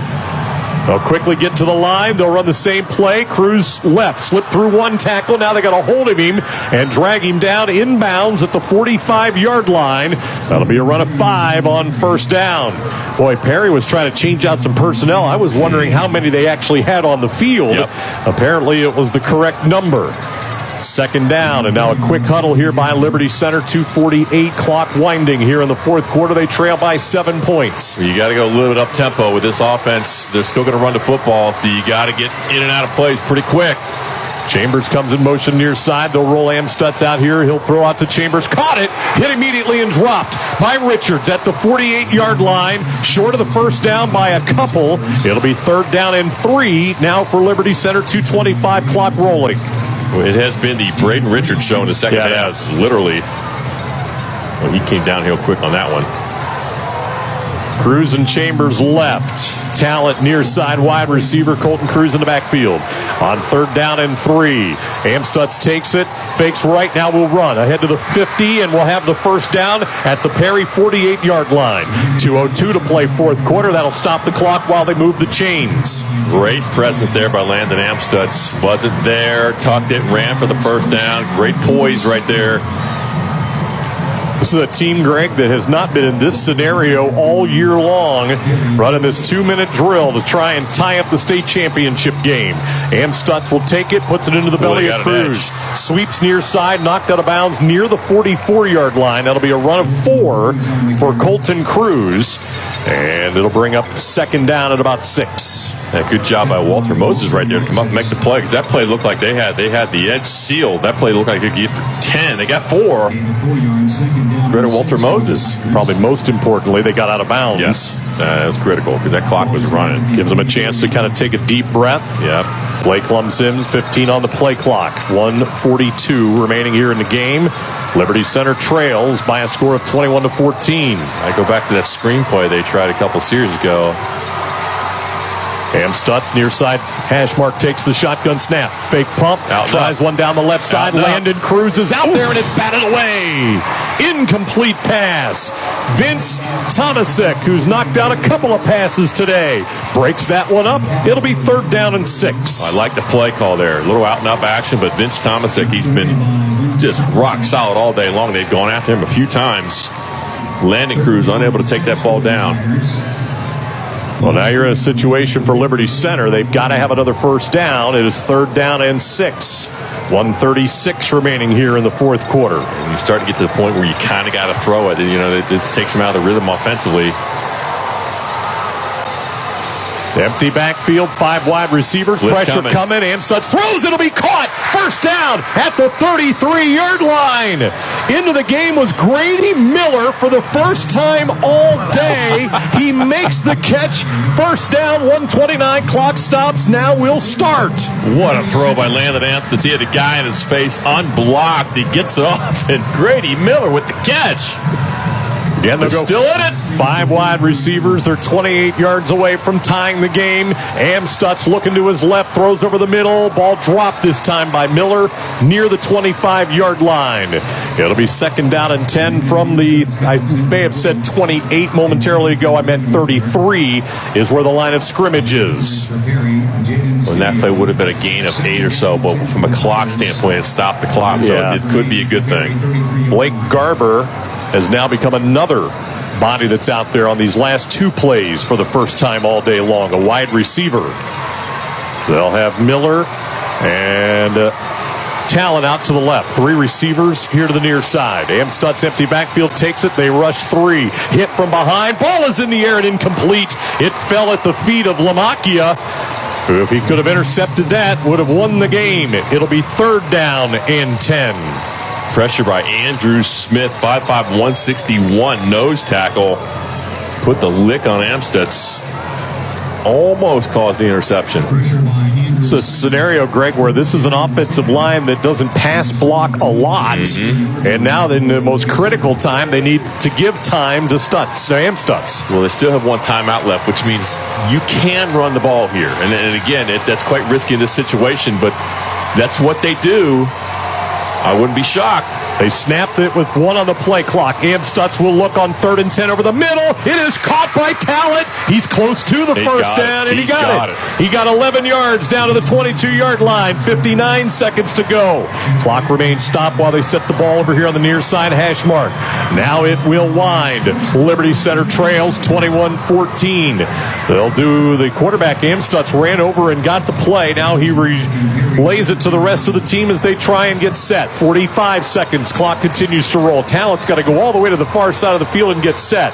They'll snap the ball, and Amstutz will take it. He'll try a little fade down here for Landon Cruz, and his diving attempt is incomplete. It went off of his right hand 2 yards deep in the end zone. Clock will stop with 35 seconds to go. If there's just a little more air under that, it's a touchdown. Landon Cruz got behind. Oh, he got behind the quarterback. That was the quarterback, Walter Moses, on the other side. Unable to make the connection. Woof. So everybody gets a chance to catch their breath. 2nd down from the 22-yard line. He got behind Thomasak. Talent flipped the corners. Talent and Chambers left. Landon Cruz near side, tight end left. And lined up, I believe, in the... Nope, we got a false start. Beg your pardon. So back them up 5. So it'll be 2nd and 15. Ball back to the 27-yard line. 35 seconds to go. Liberty Center still has a timeout. So do the Perry Pirates. D5 title game coming down to the last seconds. Liberty Center needs a touchdown. Amstutz will take the direct snap. He's got time. He settles in. He throws one to the backside of the end zone. It's up for grabs and incomplete. It should have been intercepted by Savon, who's caught everything today. But a defensive back, he couldn't hang on. And it'll be 3rd down and 15. And again, now you got to concentrate on at least getting inside the 12-yard line for a first down. Well, they got 29 seconds, 1 timeout, 2 plays. You don't have to get it all right here. Talent, Cruz, Chambers are left. Colton Cruz will line up as wingback right behind the tight end, Benfeld. 3rd down and 15 at the 27-yard line. Amstutz will take it. He's got all kinds of time. Again, throwing for the end zone into double coverage and a little too far and incomplete for Chambers. And it will come down to this 4th down play for Liberty Center. They tried to hit Chambers on the wheel route. had a little bit of a seam, just couldn't quite connect, and they're down to one more play.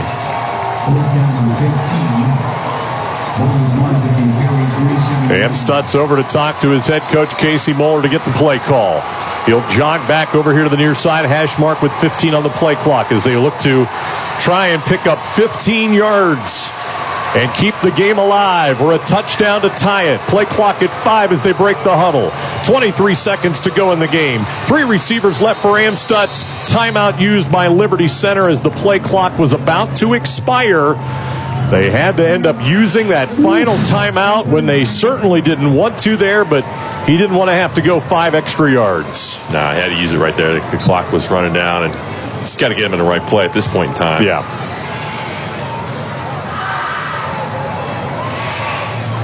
The Perry Pirates, the number 1 team in the state, number 2 Liberty Center. These two teams have not disappointed. Perry had gone to the Final Four twice, 2016 and this year. They've never won a state title. And for Liberty Center, they won one all the way back in 1997. And right now, again, at the very least, they have to have 15 yards down to the 12-yard line to keep the possession alive. I've seen this before. This is it. You know, they always got a good trick play up their sleeve. This would be a great hook and ladder. You throw the curl to the field, you pitch it to your running back who's coming from underneath. Let's see what they got. Landon Amstutz, senior quarterback, and the Tigers will break their huddle on the far side in their white tops and black pants. The all-red Perry Pirate defense to our right. They will huddle as the head referee, Ryan Bowers, will whistle the ball ready for play. 23 seconds to go in the game. 4th and 15, Liberty Center trailing by 7.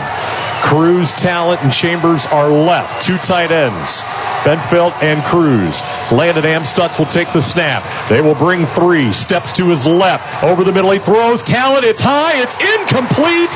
It almost ended up near 2 receivers, Chambers and Cruz, in the end zone.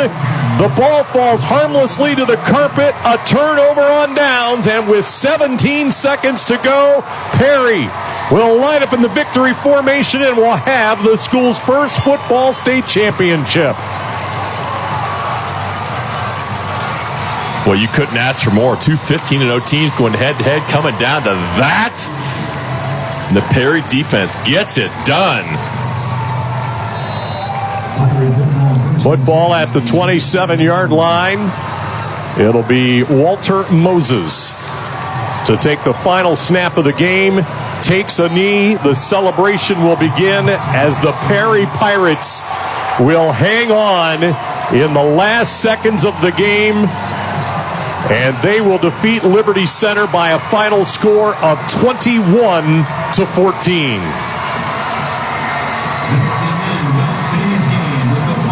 What a terrific Division V state championship game. Dejected Tigers, after that last snap, fell to their knees, some laying on their back. And terrific sportsmanship by Jack Nicely, one of the offensive linemen for Perry, over to greet each of them and assist them back to their feet as the two teams will shake hands here at midfield. Final score, Perry 21, Liberty Center 14. We'll pause for these messages from the Ohio High School Athletic Association. Trophy presentations are coming up next. You're listening to the OHSAA Radio Network, brought to you by Chocolate Milk. You practice hard, you play hard. You're always reaching for your goals. You reach for the next point, the next yard, the next win. And after the game, reach for low-fat chocolate milk. It has the fluids to rehydrate you, the right mix of protein and carbs to refuel you, and the vitamins and minerals to help you build strong bones and bodies. Fuel up with chocolate milk. For more information, visit drink-milk.com. Welcome to the home of Gridiron Legends, the newly renovated Pro Football Hall of Fame in Canton, Ohio. Walk among the immortals of football inside the Hall of Fame gallery. Here you can stand face to face with the men who built America's game, relive the greatest moments of Super Bowl history in the Lamar Hunt Super Bowl gallery, and stand before the Vince Lombardi Trophy, while the NFL Today gallery is home to the NFL's most recent record-breaking moments. Plan your visit to the Pro Football Hall of Fame today at ProFootballHOF.com. Max Preps is your source for high school sports. From schedules to stats, live scores, rosters, video, and photos, Max Preps has it all. And when you download the Max Preps app, you can add your favorite teams and get notified on the go. Have your own personalized scoreboards and stay updated on the latest news surrounding your high school team. As a proud partner of the Ohio High School Athletic Association, Max Preps wishes every student, athlete, and coach out there a very successful season. The game is over, but this time, instead of asking how many goals did you score or what were your stats, try asking these questions. Were you a good teammate? Were you coachable? Did you give 100%? And did you have fun? Because those are the values that school sports instill in Ohio's young people, where winning and losing are secondary to the life lessons that will stay with kids long after their playing days are over. This is the Ohio High School Athletic Association. Educate through sports. School sports aren't just extracurricular. They are extra important. Find out more at ohsaa.org.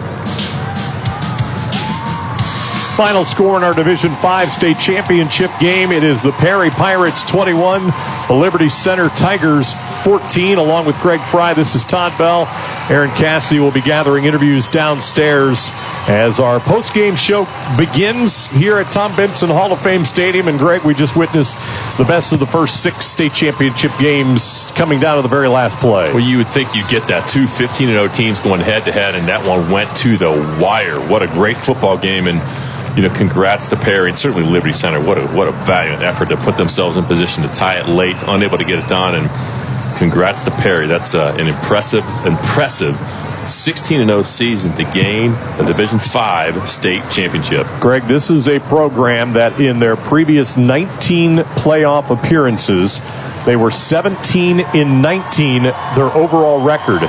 They're now over 500 with this 6-0 run in the playoffs. Bob Gueswich, what he has done with this program in a very short period of time, boy, it has been amazing what he's done here for the Pirates. Well, good for Bob. It's ironic. It seems like it was probably 4 or 5 years ago. I had a beer with him when he was still coaching at Dublin Jerome. While we were up here, he was just up here watching, right? Yep. And now he's going to collect the state championship trophy. Very, very impressive. Good for him. Liberty Center will fall to 15-1 on the season, and they will have their third runner-up trophy, 93, 98, and now 2023, all in Division 5. This is a team that got to the Final Four a year ago. They went one step further to the state championship game, but they fall 27 yards short of trying to tie up this game. The Tigers of Liberty Center are the runners-up, and we go down to the Hall of Fame field with Tim Streed of the Ohio High School Athletic Association. He will have the presentation of the runner-up trophy to the 15-1 Liberty Center Tigers. Board of Directors members Jay Silgo and Scott Hunt as they present the Division 5 state runner-up trophy to head coach Casey Mueller and the Tigers.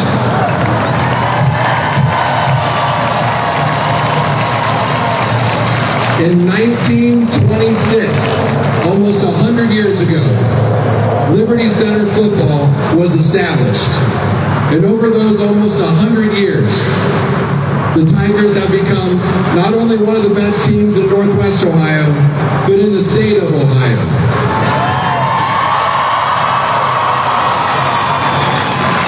And I remember, I know a lot of they remember, 1992, the Tigers made their first trip onto the Final Four in the state stage.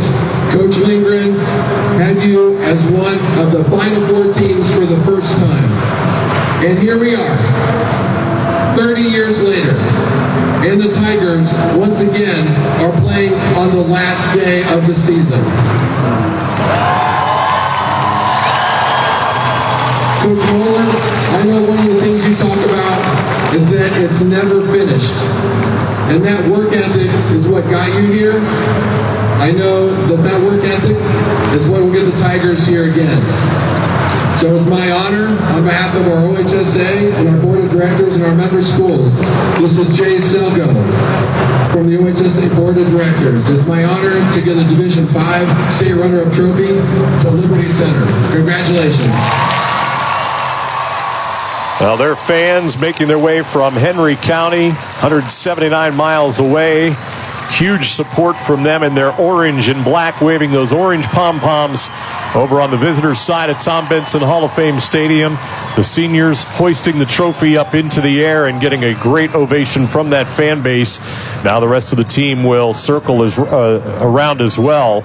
And a terrific effort, Greg, out of the Tigers here tonight. And boy, after that first quarter, you didn't know how this was going to go. But boy, they woke up, they figured it out, and they put on a great performance here today. They really did. And their fans are just showing, how proud they are of this football team and what they've accomplished this year. Again, they bounced back. They got down 7-0 early, but they put a couple of great drives together in the second and third quarter to tie this ball game up. And they had a chance late and just fell a little bit short, but they've got to be very, very proud of their efforts all season long to get to this point.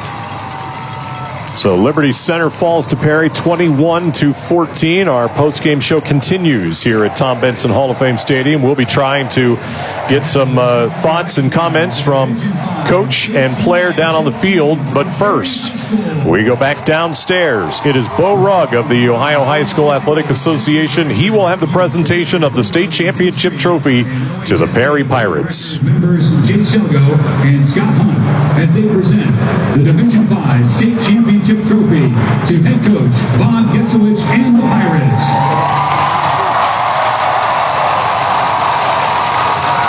Coach Gesowich, you and these 7 seniors who have played together since 2nd grade have been on an ascension since you got to Perry.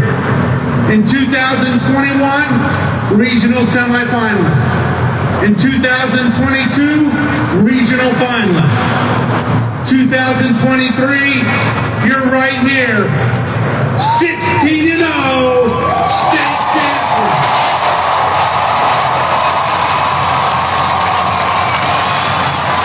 You have established yourself as the team in the Northeast that everyone has to go through if they want to come here.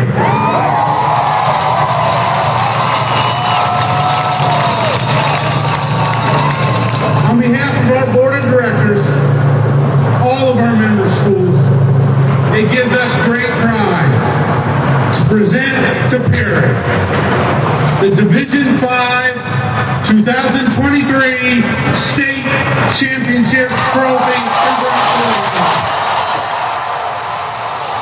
Making their way from Lake County, 81 miles away, the Pirates will surround the state championship trophy in their all red uniforms today, and they will have big smiles on their faces as the photographers surround them to take their pictures right on top of the Hall of Fame logo here at Tom Benson Hall of Fame Stadium.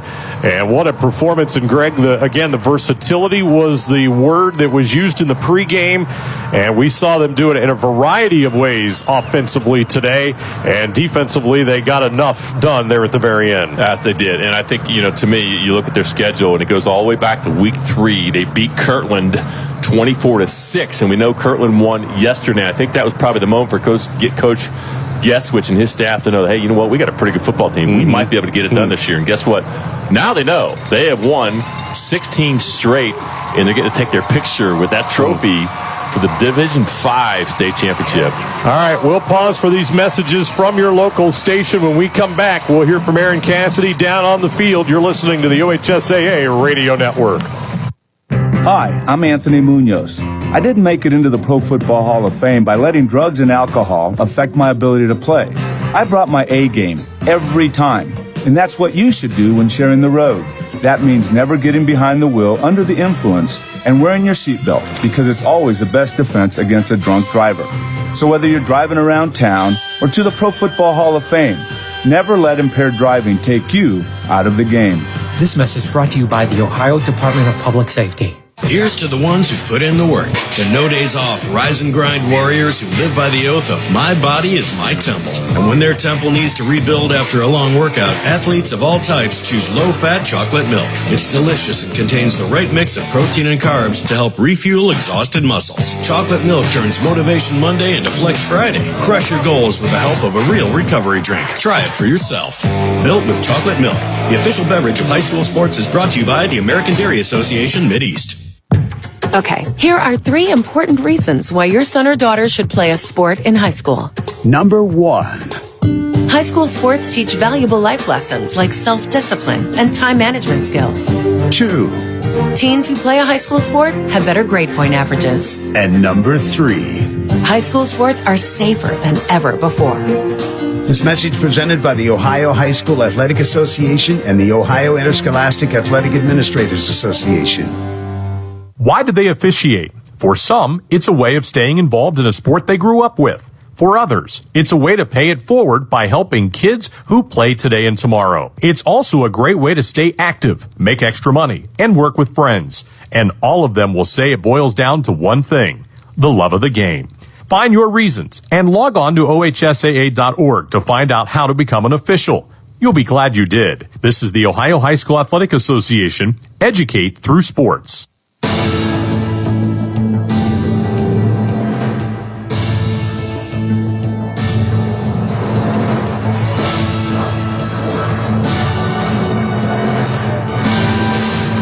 Perry Pirates are champions in Division 5, 21-14 over Liberty Center. Todd Bell, Greg Fry. We continue here from Tom Benson Hall of Fame Stadium. Pirates have shifted from the top of the logo on the midfield to the south side of it, where the scoreboard behind has football state champions Perry Pirates logo. And they're taking those pictures. Now they're going to take more pictures with us in the background, Greg. So wave, we can photobomb. They're getting all the angles. They are. They're going to get them all. And why wouldn't you? And Aaron Cassidy is going to be getting an interview with Bob Geswich and maybe one of their players, if possible. Don't forget, coming up later tonight at 7:30, we'll kick off Glenville and Kettering Alter. It'll be David Wilson along with Ryan Cavanaugh and Chris Solwicki. They'll be reporting that game to you coming up at approximately 7:30, the kickoff of our final game of the day, the Division 4 state championship game, which will wrap up this 52nd annual state championship weekend. And again, here at Hall of Fame Stadium in Canton. Let's give you some of the numbers. Excuse me. Greg, do you have stats in front of you? Because I need a drink of water. Yes, I do. Can you read some of them? I certainly can. Okay. Well, let's start with Braden Richards for Perry. 11 carries, 124 yards, and a touchdown with a long of 60. But also, from a passing standpoint, he was 3 out of 4 for 61 yards and a touchdown. And those were a big 3 out of 4. He threw a touchdown to Luke Sabo. Thank you. We can tag team this. Yes, he did. Who caught 2, obviously. So just a great day by Braden Richards, offensively throwing the football and rushing the football as well. And on the flip side, Trenton Cruz, 25 carries, 164 yards and a touchdown. Really had a big day. A long of 50. Colton Cruz, 17 carries, 68 yards, no touchdowns, and a long of 18. All right, downstairs we go. Aaron Cassidy has the head coach of the Perry Pirates, Bob Geswich. Go ahead, Aaron. Yeah, Coach, congratulations. Obviously, I understand a huge win. Your emotions right now, let's start there. I'm just super excited for our kids, super excited for our community. It's, this is what you aim for, and I think what's great, and I know it's easy to say in the position that I'm in, is that was a battle. We see some of these that turn into blowouts, some of these that aren't very tight. That one legitimately came down to the wire, and that's what a state title game should be like. Talk about that, because you had Braden Richards come out in the second half in a tight game. Was that a plan B, or was that something that you guys saw at halftime? It's something we always have. And there's a guy that was chirping in my ear about getting him in there. And, Coach Stokes won the state title doing pretty much the same thing. And Bray's been in that spot. And selflessness, he took a step back from quarterback because Walter stepped up into that position. And, tonight he shined. Talk about the maturity. Final question for you here, Coach. You have Walter Moses, who's on the sidelines, won every award possible, but the culture that you guys have built, he was with you every step of the way, staying positive, then comes in and makes some big plays at the end. Talk about the maturity and the culture that's built around that. Team. I know it sounds cheesy, but man, it's just team. These guys care about each other. They play with each other, right? And Bray and Walter are great friends, and they don't care. They're happy about 21-14. Coach, really appreciate a few minutes of your time. Congratulations. Go celebrate with your team. Thank you. Perry, back up to you guys. I'll try to grab a player. 437 yards of total offense for Perry today, 275 for Liberty Center on the day. And the time of possession, Greg, it's where you wanted it, 29-40 to 18-20 in favor of Liberty Center. You thought if they were going to win, they were going to have to win that time of possession battle, and it nearly worked out for them. And they did. They controlled the ball really most of the game, but just unable to punch it in a couple times, a couple missed opportunities. They really miscues down the stretch. A couple fumbles. They put the ball on the ground, a couple penalties late, just enough to just throw a wrench in their plans to be able to tie this game up. Scoring in the game, 4:51 to play first quarter, a 42-yard touchdown pass, Moses to Savon. That was a one-play 42-yard drive. Trenton Cruz answered for Liberty Center late second quarter with a 33-yard touchdown run. That was a 13-play 80-yard drive. That's where we were at the half. Third quarter, Liberty Center opened the scoring. Colton Cruz, a 4-yard touchdown pass reception from Amstutz. That made it 14-7, but Perry answered quickly. Savon, a 37-yard touchdown reception from Richards. That was a 5-play, 80-yard drive, and then Perry scored again on a 60-yard running play by Richards. That came with 4:07 to go in the third, and we ended up with no more scoring. That was the final, 21-14. We mentioned Braden Richards, the day he had, rushing today, 11 rushes, 124 yards and a touchdown. He threw a touchdown. He caught a couple of passes, made some big plays defensively, and he's standing by with Aaron Cassidy. Yeah, Braden Richards with us right now. You threw for a touchdown, you ran for 124 yards. Your number was called here in the second half, big time, and you responded. Just what's that like? What are your thoughts right now? Coach told me before the game that we were just going to give the ball to our best players and see what happens, and obviously it ended up okay. Yeah, when you in a mindset like that, and you come out at halftime, that adjustment's made, and you are good friends with your quarterback and Walter Moses, what's going through your mind with that? Is him being a team player, is there anything in that mix right there? No, there's nothing bad about it. We both play quarterback. Obviously, the opposing coaches don't know how to do it because I haven't had a full possession at quarterback, and now I did, and we got a touchdown, got a bunch of momentum. It was perfect. Final question for you, one of 7 seniors, just this journey and what it's meant to you. So the seniors, we've been playing football. A lot of us have been playing youth football forever now. We've been playing for each other for so many years, and this is the best way to go out. Senior year, state trip, can't ask for anything better. Well, congratulations. Go celebrate with your team. Thank you. Appreciate it. Guys, I don't know that we could wipe off his smile right there. That was absolutely phenomenal, and what a game. All right, Aaron, thank you, and thank you for your work down on the field today as Perry Gregg defeats Liberty Center 21-14. Your final thoughts before we shut things down for D5. We ended up with Braden Richards, the guy that made the plays on both sides of the ball, really. He did it running, passing, played on defense and made some key stops on defense in that last drive. And he's a senior, and he's exactly right. That's how you want to go out, by winning a state championship in your last game. Hey, fun weekend, partner. It was. I enjoyed it. Likewise. Let's do it again next year. Absolutely. You all down for that? I'm down for that. Have your team win a few more playoff games. We'll get there. I would love to call one of your games. No, I wouldn't like that. Nope, not letting that happen. I'll be calling the OHSAA and saying, nope, here's who can do it, here's who can't. Our final score today, it was Perry 21, Liberty Center 14 in our Division 5 state championship, coming up at 7:10 tonight. Our final state championship game, it'll be Division 4. Fresh off calling an Americans Crossroads Bowl victory for the University of Akron yesterday. It'll be David Wilson, along with Ryan Kavanaugh and Chris Silwicki. They'll have all of the action of Glenville and Kettering-Alder. They'll kick it off at 7:37. On behalf of the OHSAA's Executive Director, Doug Ute, Radio Network Executive Producer, Tim Street, our on-site producer, Ryan Baker, for my partner, Aaron Cassidy, and Greg Fry, this is Todd Bell. Our final score, 21-14 Perry, congratulating the Pirates. They are D5 state champions. The preceding broadcast has been a presentation of the OHSAA Radio Network, fueled by chocolate milk. We thank you for joining us for this special presentation of Western Reserve Radio. And we now return to our regularly scheduled programming.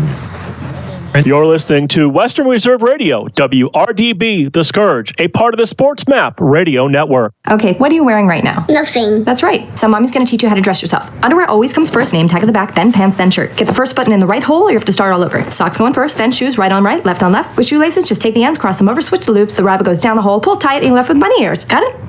Why are your pants on your head? Most parenting is hard to do in just 2 minutes.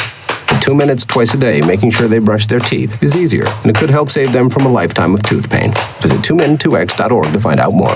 A message from the Partnership for Healthy Mouths, Healthy Lives, and the Ad Council. This message is for all of you sitting in the passenger seat. And apologies if it gets a little uncomfortable. But how does it feel to be at the mercy of someone who thinks a random text is more important than your life? Someone who takes their eyes off the road while speeding along in a 3-ton hunk of steel. Freaky, right? Well, why not just ask them to stop? Or better yet, volunteer to text for them. It might be a little awkward, but believe me, you'll live. Learn more at stoptextstoprex.org. Brought to you by the Ad Council and the National Highway Traffic Safety Administration. We are live outside the home of Joe and Rosie Goddard, where a pretty big tickle fight broke out just minutes ago. Sources say their father instigated the laughter. Let's go inside for a comment.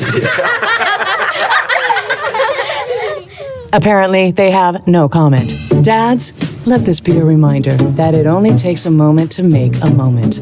Call 877-4DAD-411 or visit fatherhood.gov. Brought to you by the U.S. Department of Health and Human Services and the Ad Council. How's it going? I'm having a stroke. Are you going to shake my hand? I'm having a stroke. Wow, you're not even moving your arm. I'm having a stroke. When someone is having a stroke, they may not be able to say it with words, but their body language will tell you loud and clear. Look for FAST, F, face drooping, A, arm weakness, S, speech difficulty, T, time to call 911 immediately. Know the sudden signs. Spot a stroke fast. Visit strokeassociation.org. Brought to you by the American Stroke Association and the Ad Council. With over 30 years of experience, Madurix Butcher Block in Mineral Ridge is a quality-driven company focused on great personal service. Our fresh meats are of the finest cut. We make a variety of burgers, sausages, and a full line of deli meats. Using our own smokehouse, we prepare different types of jerky, snack sticks, kibasi, bacon, hot dogs, and bone-in hams.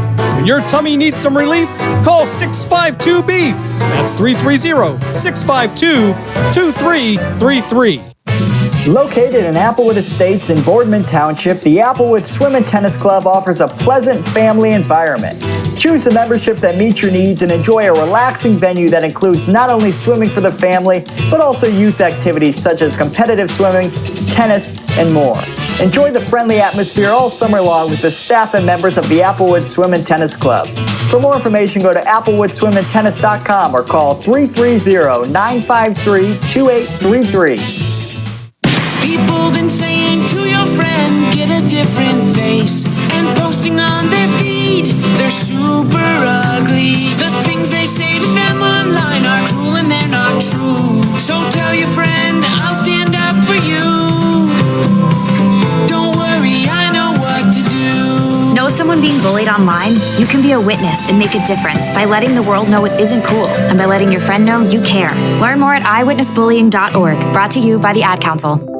Keyboard Cat, Hamilton the Pug, and Toast Meets World. These are some of the internet's most beloved pets, and they all have one thing in common. Their stories started in a shelter. Start your story. Adopt a dog or cat today. Visit theshelterpetproject.org to find a pet near you. Training that pet to play the keyboard, that's optional. Start a story. Adopt a shelter or rescue pet today. Brought to you by Maddie's Fund, the Humane Society of the United States, and the Ad Council. Allison is perfect. I mean, she'd never tell you that. She's humble and perfect. She likes everyone. She even likes her untidy roommate's weird guinea pig. Allison, wait, are you texting and driving? Allison, no. That's the exact opposite of what I was just saying about you.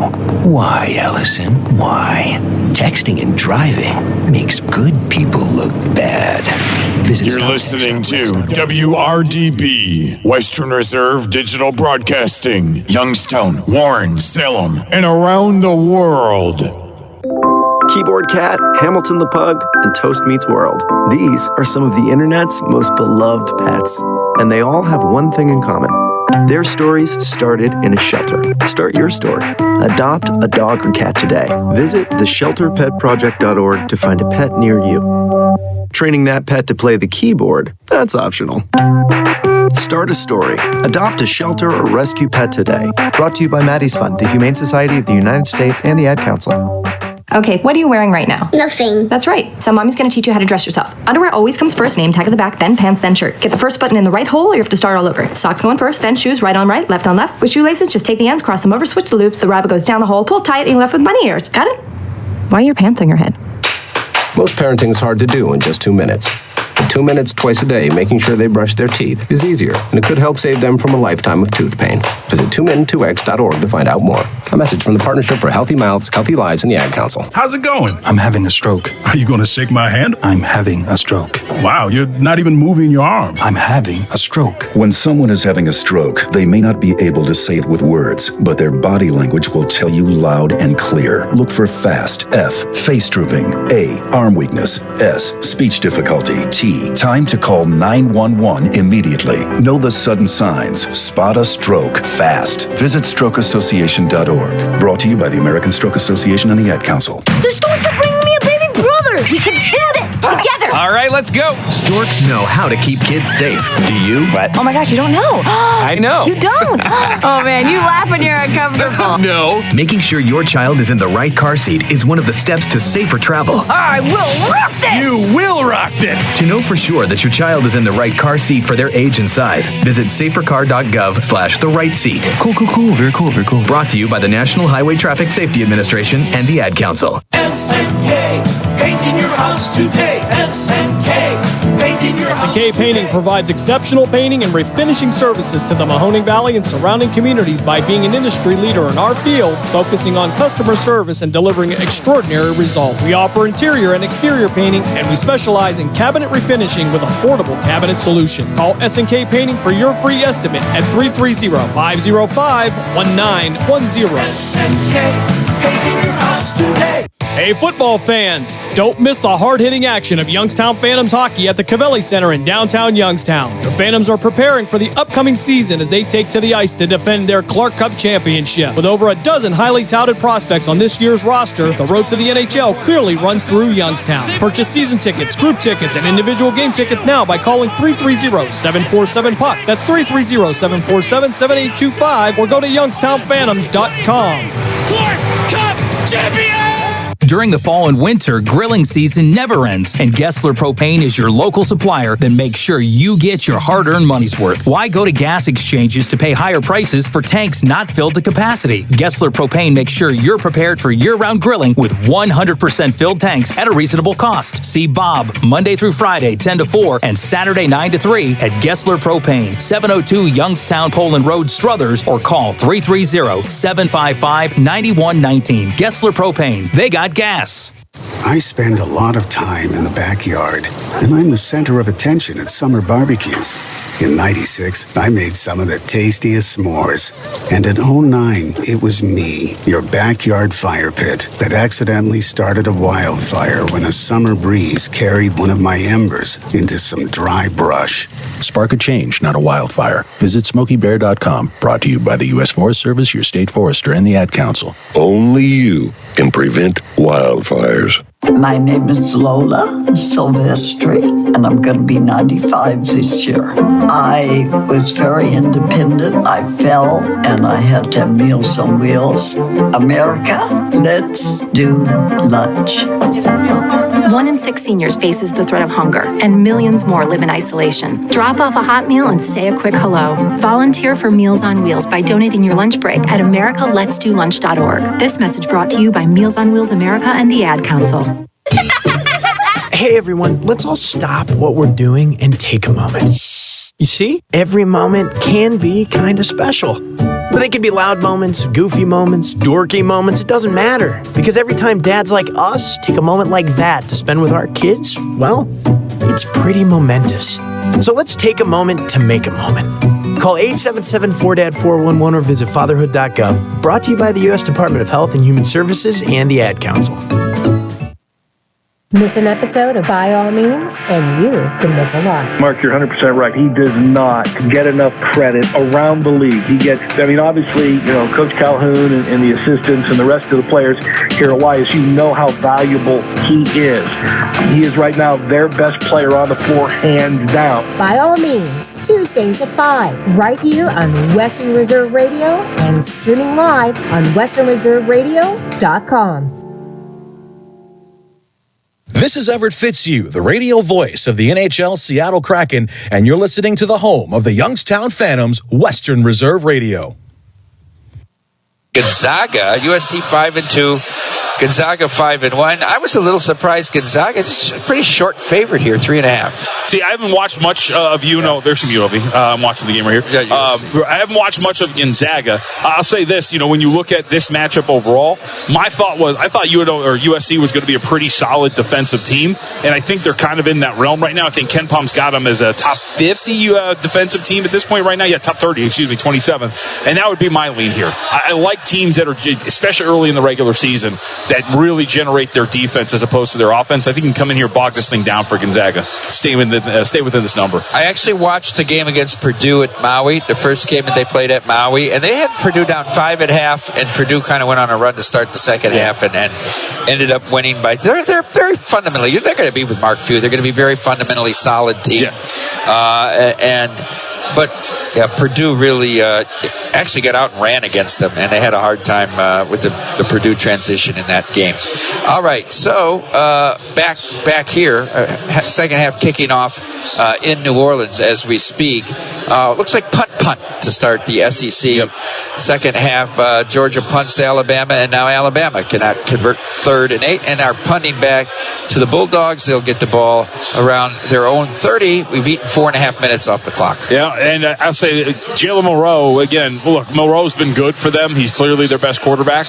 Missing a little bit of a throw in a tight window on a 3rd and 8 that would have given him a big first down. So Marcus seems to be getting this right and pushing that halftime total down. Yeah, right? Exactly. I'm on the wrong side here with the total over. I'm going to need overtime. Let's be honest here. And it's possible, but I'm going to need overtime. Maybe Spanky said you can win, Nick, but it's got to be an overtime so we both get in. No, I think Spanky went in there sounding like, Nick, chill, all right? We can't get shut out of the playoff. Relax. I need you to take the dive. That's funny.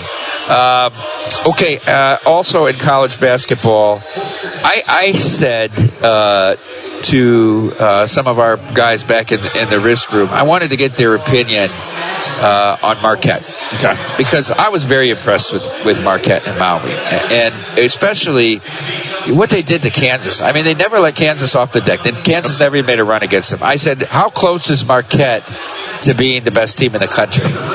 And generally the opinion was they're still around 4 points in power rating, worse than Purdue. Do you share that opinion? I don't think so. Because here's the thing. Power rating and matchups are completely different, right? So, like, from a power rating standpoint, would you say that is the difference between these two? Sure.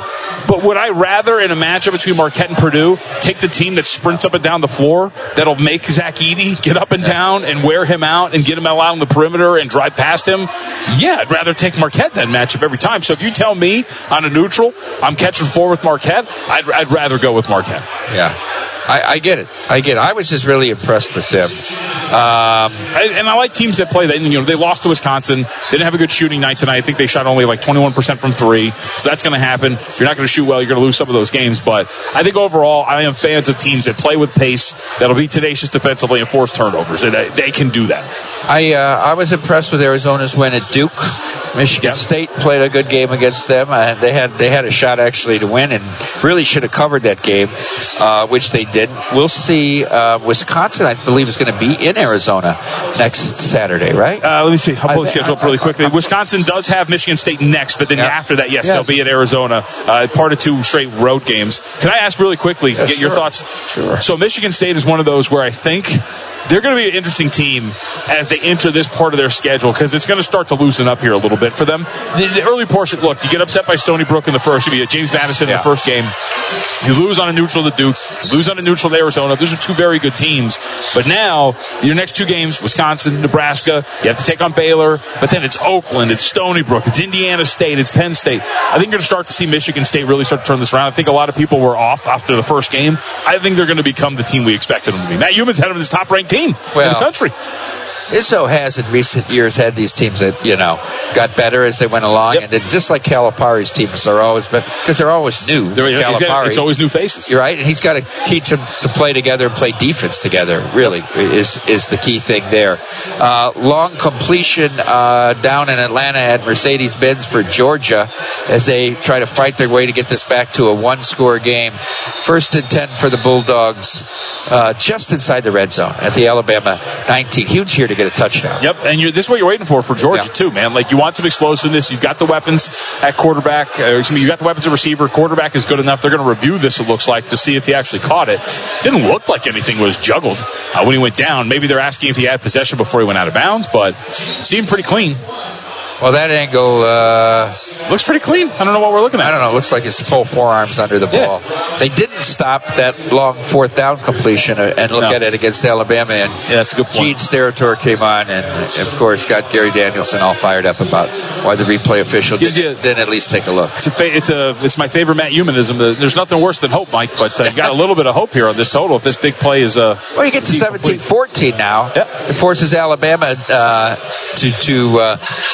maybe be a little bit more aggressive in their play calling, but they have been successful running the ball. Boise, as the game ticks down to the 6-minute mark, is in the red zone. For those folks that bet the last number of 62 or 62.5, hoping for at least a field goal out of Boise to push this game over the total. In New Orleans, Troy scores. App State tied the game. 14-14, Troy just took the lead. In New Orleans, Tulane got the ball first. Punt. Yep. And we talked about that, right? The over maybe potentially in that game. I thought it was more of a team total over, but 51-yard touchdown to hump you. There is. All right. When we come back on... Hey, Brent, love the color. If you had to choose, would you watch paint dry or compare benefits plans?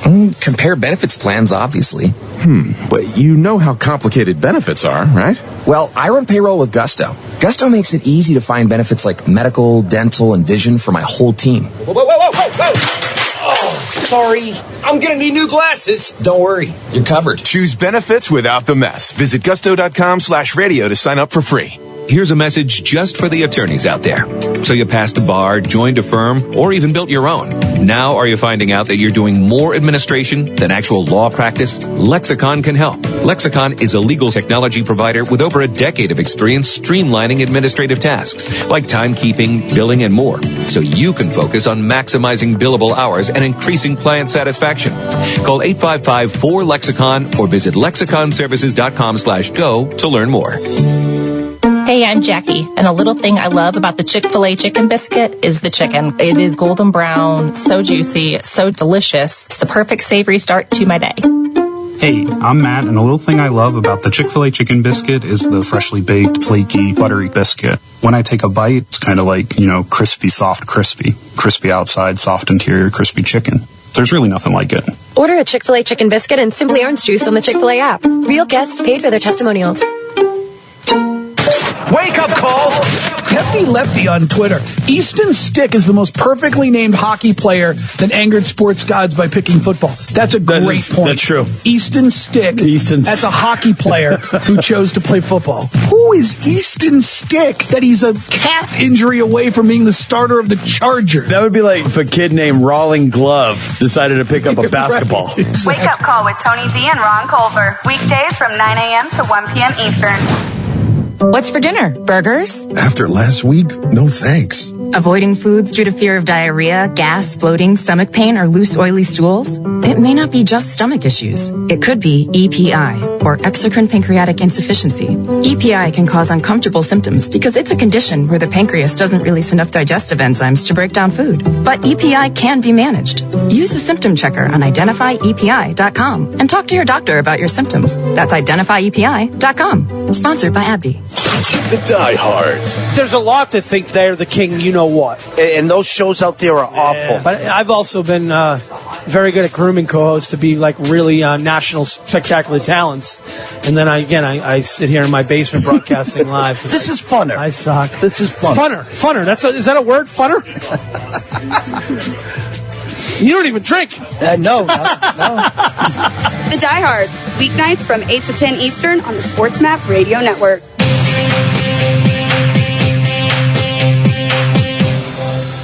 This is Brent Musburger, and you've got the best of both worlds. VSiN programming on the Sports Map Radio Network.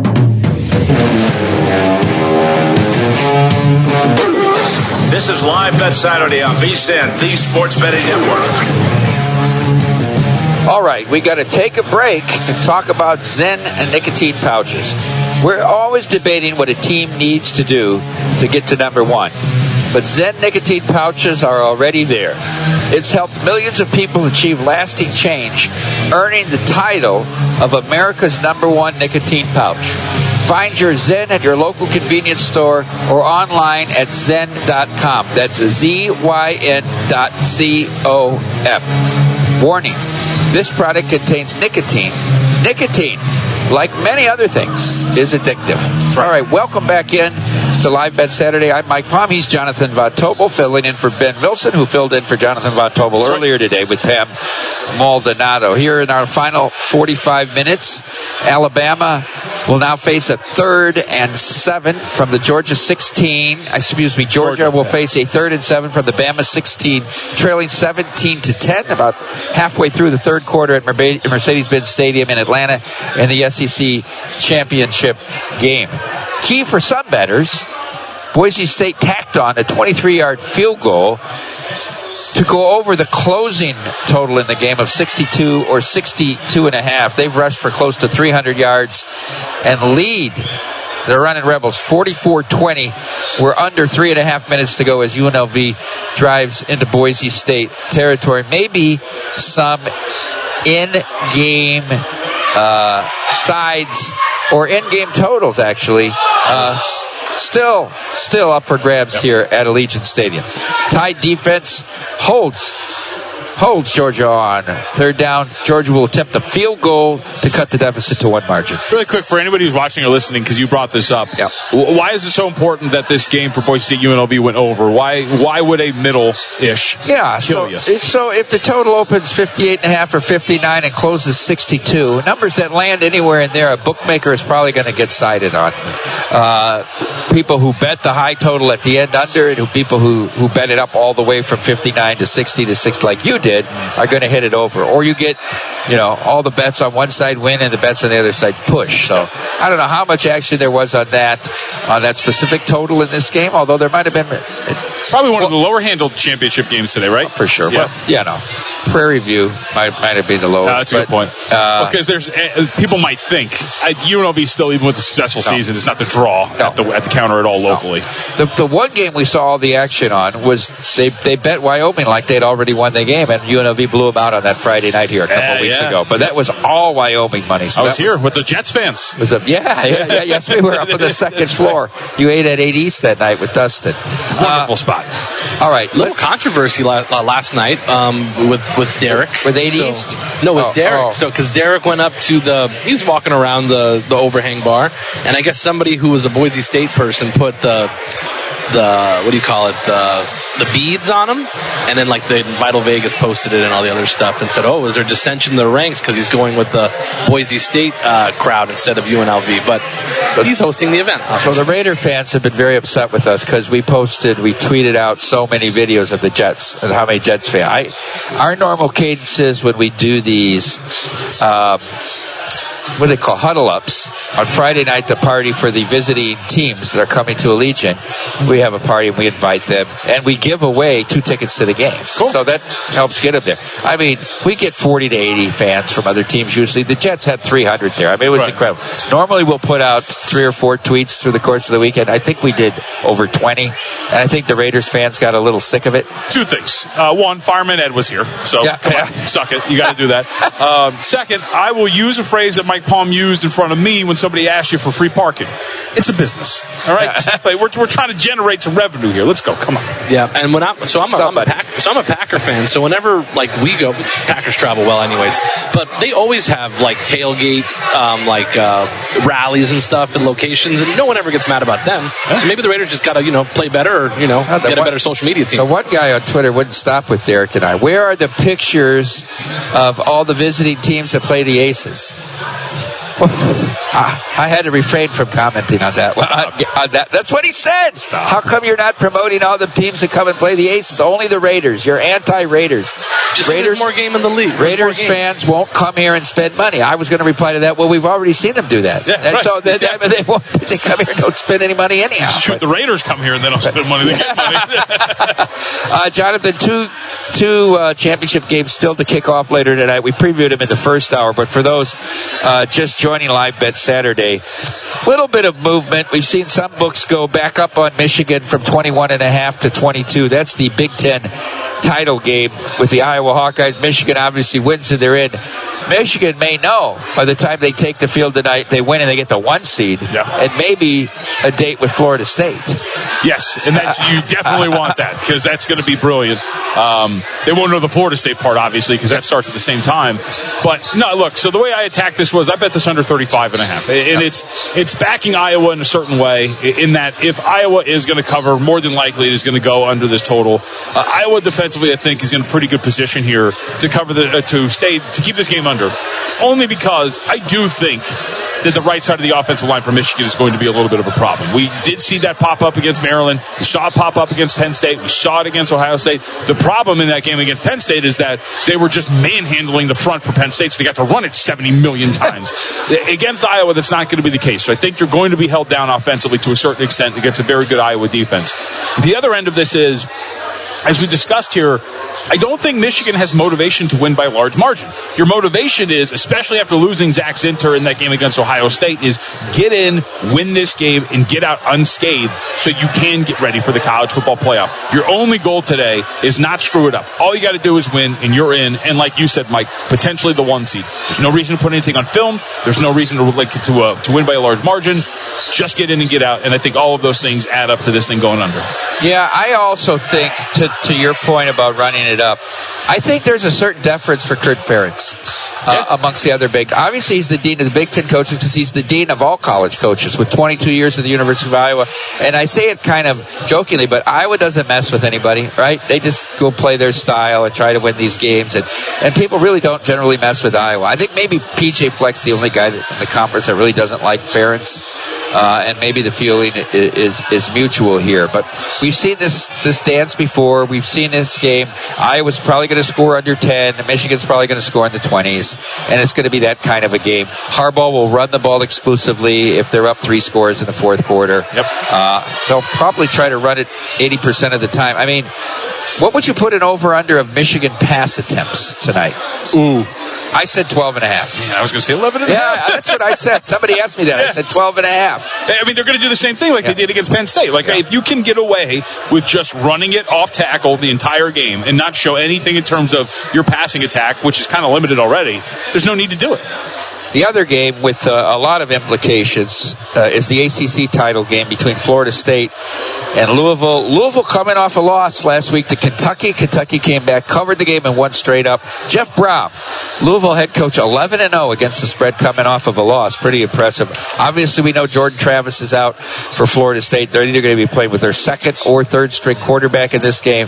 The numbers come all the way down to Florida State favored by 1. The total, 46 or 46.5, depending on where you shop it. So Tate Rodemaker is warming up right now, so that is worth noting because it's not official whether or not he's going to miss this game. So I just keep going back to, on a neutral, Florida State is the better roster. I think head to toe, there's really no question about it, even with what's going on at quarterback. So they deserve to be favored here against Louisville. And I do think that they are well coached enough that they're going to be able to scheme up some offense to put whatever quarterback, either Brock Glenn or Tate Rodemaker, in a position to have success. So very much think Florida State should be favored, but I also think this is right where it should be. If Rodemaker plays, I think you're probably looking at about 3.5. I think he'd probably be worth a little bit, right? 2.5 points to the spread. At the very least, put him on a field goal here. So if you think that Rodemaker's going to play, lay it. And if you don't, if he's ruled out, they're going to go off as a small underdog, like -1, right, for Louisville. So I think that's just what you wait for. It's just the information. Thoughts on the total, 46.5. I actually think it's kind of light. Yep. I mean, look, here's the thing. I was turned off. Florida goes into that last game and gives up like 150 or 163 points in their previous 4, and then Rodemaker and company really struggle in that first half. But in the second half, you saw the running game kind of take over. Florida State's going to be able to run the ball here against them. And don't forget, the Seminoles actually ranking around the hundreds in EPA per play defensively against the run. And we have seen a lot of different spots where this defense has come up short and given up a lot of good big plays to opponents. Boston College comes to mind. Clemson comes to mind. I think it's a little light, even given the quarterback situation. Yeah. From an in-game betting perspective, this is the game that has the most variable, right? Yes. We sort of know what everybody else was going to. In all these championship games today, we knew what we were going to get. Even SMU, the backup played during the year. Yep. Right? So we knew a little bit. By the way, Tulane has tied that game now in New Orleans. A little controversy on that. Can I really quickly? Offensive lineman clearly false started for Tulane on the play. Everybody's pointing at it. They don't call it. And then Tulane, who had been 0-7 on third downs, beautiful play action over the top, wide open touchdown. How long of a pass was it? I think I want to say about 30-ish, 35 yards. Yeah. Brutal. Yep. No false starter. So, SMU with the ball tied 14-14. Appalachian has kicked a field goal to pull within 4. Explosion of points there. 5 minutes left in the half. That game in Troy, Alabama was scoreless. Now 21-17. Yeah. Late in the third. Stormy's getting to see some action there.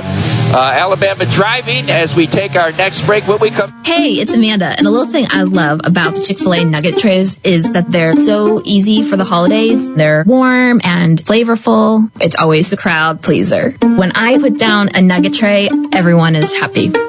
Hey, this is Brian, and the little thing I love about the Chick-fil-A nugget trays is the joy that it brings to me and everybody around me during the holidays. They're warm, juicy, and delicious. Cater the holidays with Chick-fil-A today. Available on the Chick-fil-A app. Real guests paid for their testimonials.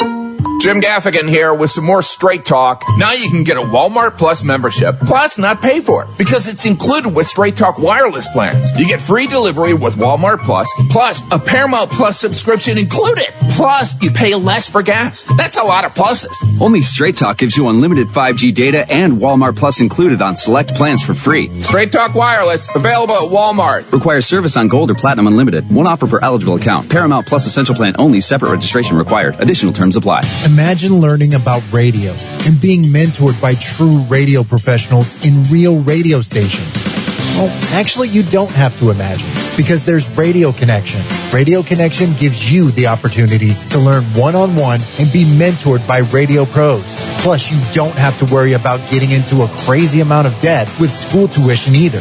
Radio Connection keeps their tuition at much lower costs. To find out more info, visit radioconnection.com. The diehards. Jeff, have you seen the commercial with Fitzmagic? Yes. The Switch? And the Thursday night football game is on. And it's Thursday night football, and it's awesome. You know what's cool about that video? When he flips the switch and they show all the teams and the highlights back and forth? It doesn't glitch. It shows hey, it's an actual football game. It's cool, Prime.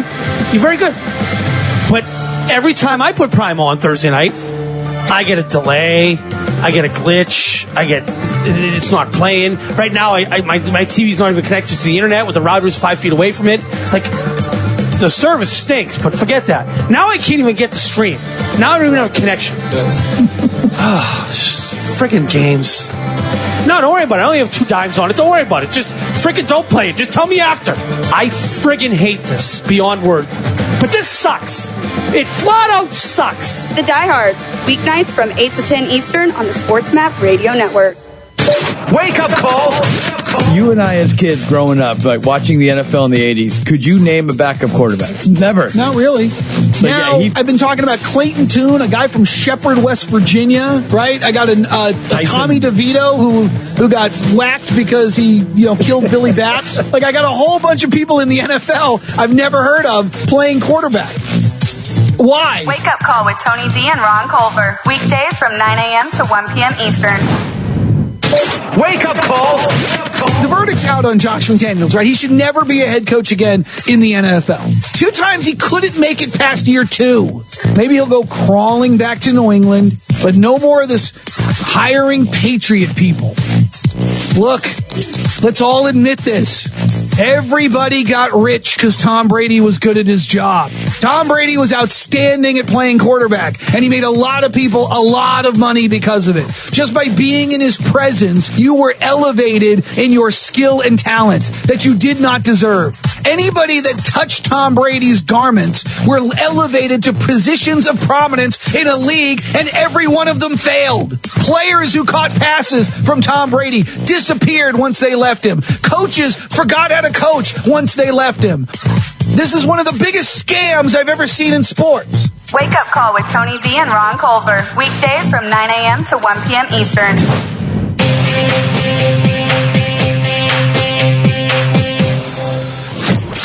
This is Brent Musburger, and you're listening live to VSiN on Sports Map Radio.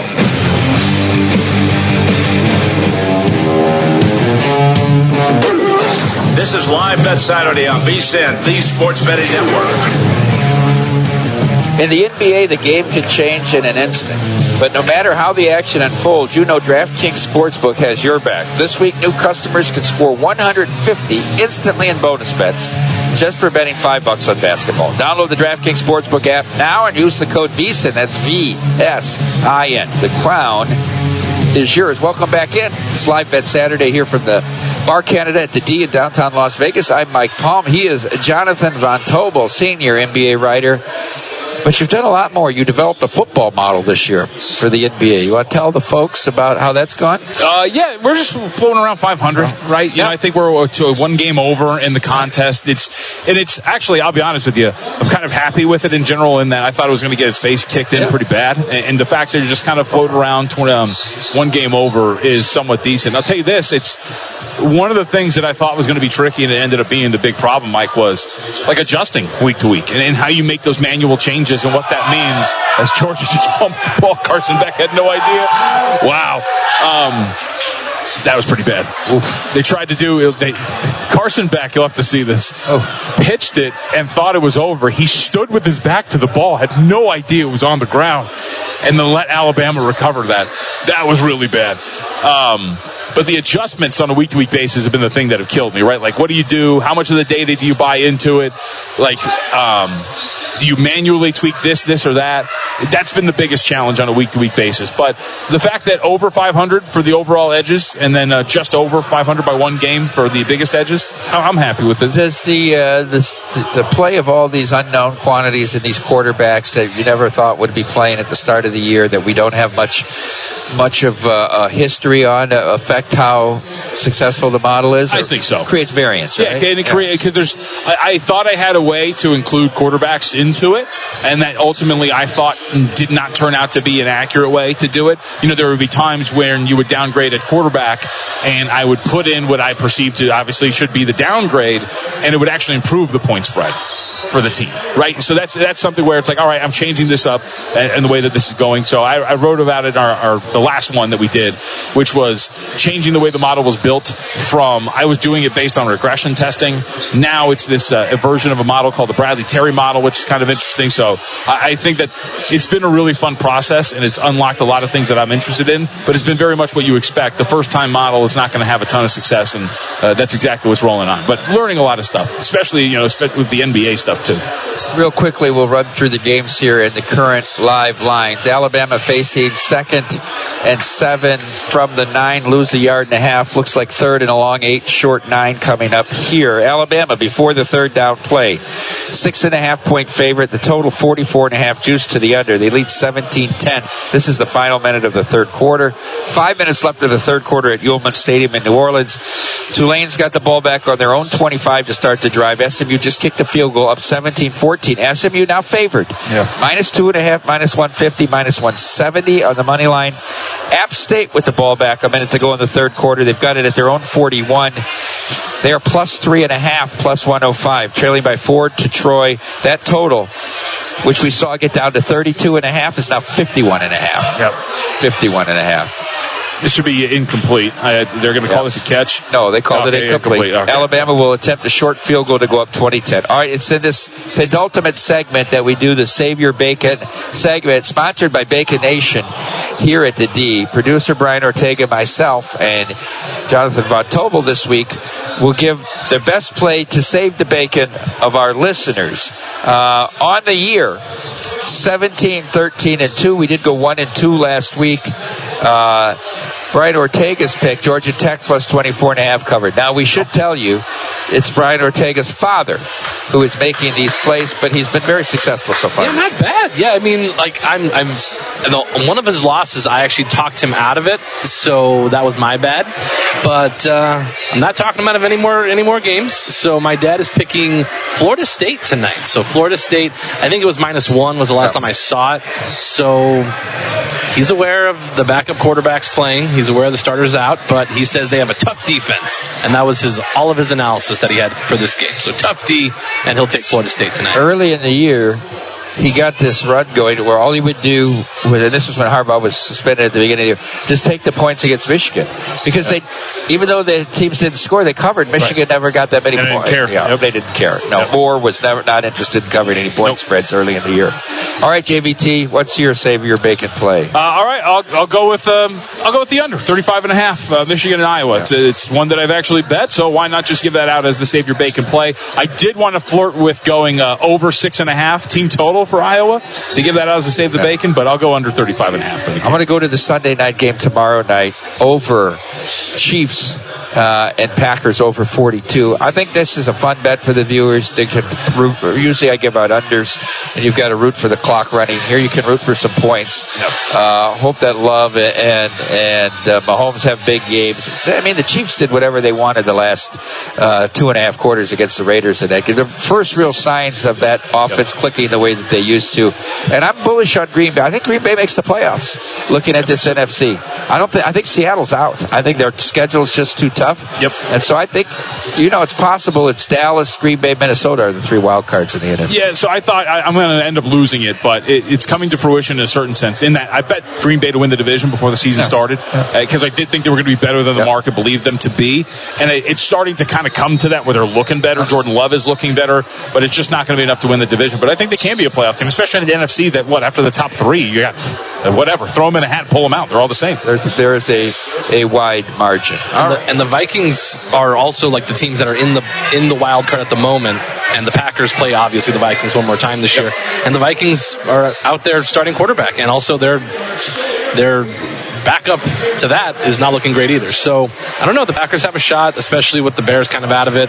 Might sneak into the wild card. So hey, there you go, and hit their win total. Maybe I think it was 7.5 when the year started. So they're close. So we'll see. I want to pick JVT's brain on some more NBA games, Brian, because while we have him here, and then we'll hit all the games that are going on here in football in the final segment, the final updates. This Pistons team is really, really bad. I mean, are they going to win 10 games this year? They're 2-17. The talent is better than what they've shown. Like, Cade Cunningham is a good player. Asar Thompson is an awesome rookie. The talent's better than what they've shown, but here's the problem with them too. First off, they also have quite a few veteran pieces that are like awesome trade candidates. Like, they're going to ship them off for like first round picks and be able to get something back from them. So the talent depth is going to get a little bit worse. And I like Monty Williams a lot as a coach. But, like, there's some things with him, Mike, where it's like he's a little bit of a hard ass, and it does turn people off. It happened with DeAndre Ayton, right? He lost DeAndre Ayton and mentally in that locker room with Phoenix, and he's already starting to do little things like that. Like Asar Thompson, the rookie, has been absolutely incredible. He benched him the other night for some reason. Like, it's kind of an odd thing. They are definitely not playing well. And their lineup configuration, they play Jalen Duren and Isaiah Stewart together in the front court. It's essentially 2 centers, and then they have Asar Thompson along the wing. Thompson's shooting like 20% from 3. So you got 3 guys up front that can't shoot. Your shooting guard, Jaden Ivey, doesn't shoot particularly well, and neither does Cade Cunningham. So I think he's got to figure some stuff out. They're bad, though. They are hosting the Cavaliers tonight. Cleveland laid 9.5 points in Detroit with a total of 225.5. I mean, Cleveland's capable comfortable doing it, especially with that front court. They're going to be able to shut them down, barring injury. I'm going to pull up the injury report really quickly, make sure nobody's out here. Yeah, the injury of note for Cleveland is Karis LeVert. So I think from an in-game standpoint, because LeVert's been awesome off of the bench, once you start to get into the possessions where Donovan Mitchell comes off the floor, might be a time to come in on an inflated number on Detroit, because the bench isn't going to be particularly good for Cleveland. Thunder are in Dallas tonight taking on the Mavericks. Thunder come in at 12-6. The Mavs at 11-7, although I think that's somewhat smoke and mirrors. Well, I've watched Dallas play a couple times. They beat up on some weak opponents early. OKC, a 4-point favorite on the road here. Yeah, I would say it's unplayable at this point only because we don't know what's going to happen with Kyrie Irving. He is listed as questionable. That's obviously the guy that changes the number for you.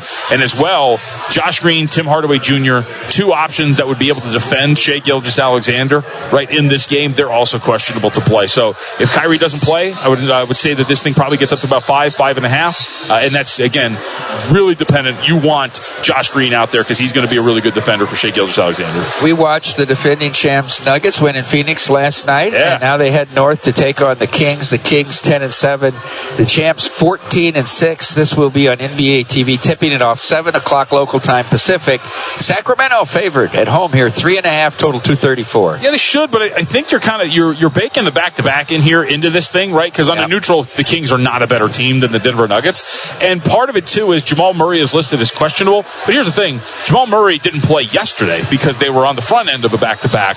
I would expect that he's going to play. So if you're kind of reading the injury report or trying to read the leaves, I think you're grabbing 3.5 here with Denver because Jokic is not in the injury report. You expect him that he's going to be able to play, as is Jamal Murray. This probably closes just under 3. Speaking of a game like the Pistons game, do you ever take moneyline plays in the NBA with a favorite that's like 9.5 and lay 360 or whatever that number is and put them in a parlay or something like that? I think a parlay every once in a while I'll do that. I like to play like some of these short but some of these short underdogs money lines, like plus 120 or so instead of taking the points. Alabama 20, Georgia 10. We're going into the fourth quarter. Live line, Alabama minus 4.5, a total 44.5. When we come back, we'll wrap it. I'm Jackie, and a little thing I love about the Chick-fil-A chicken biscuit is the chicken. It is golden brown, so juicy, so delicious. It's the perfect savory start to my day.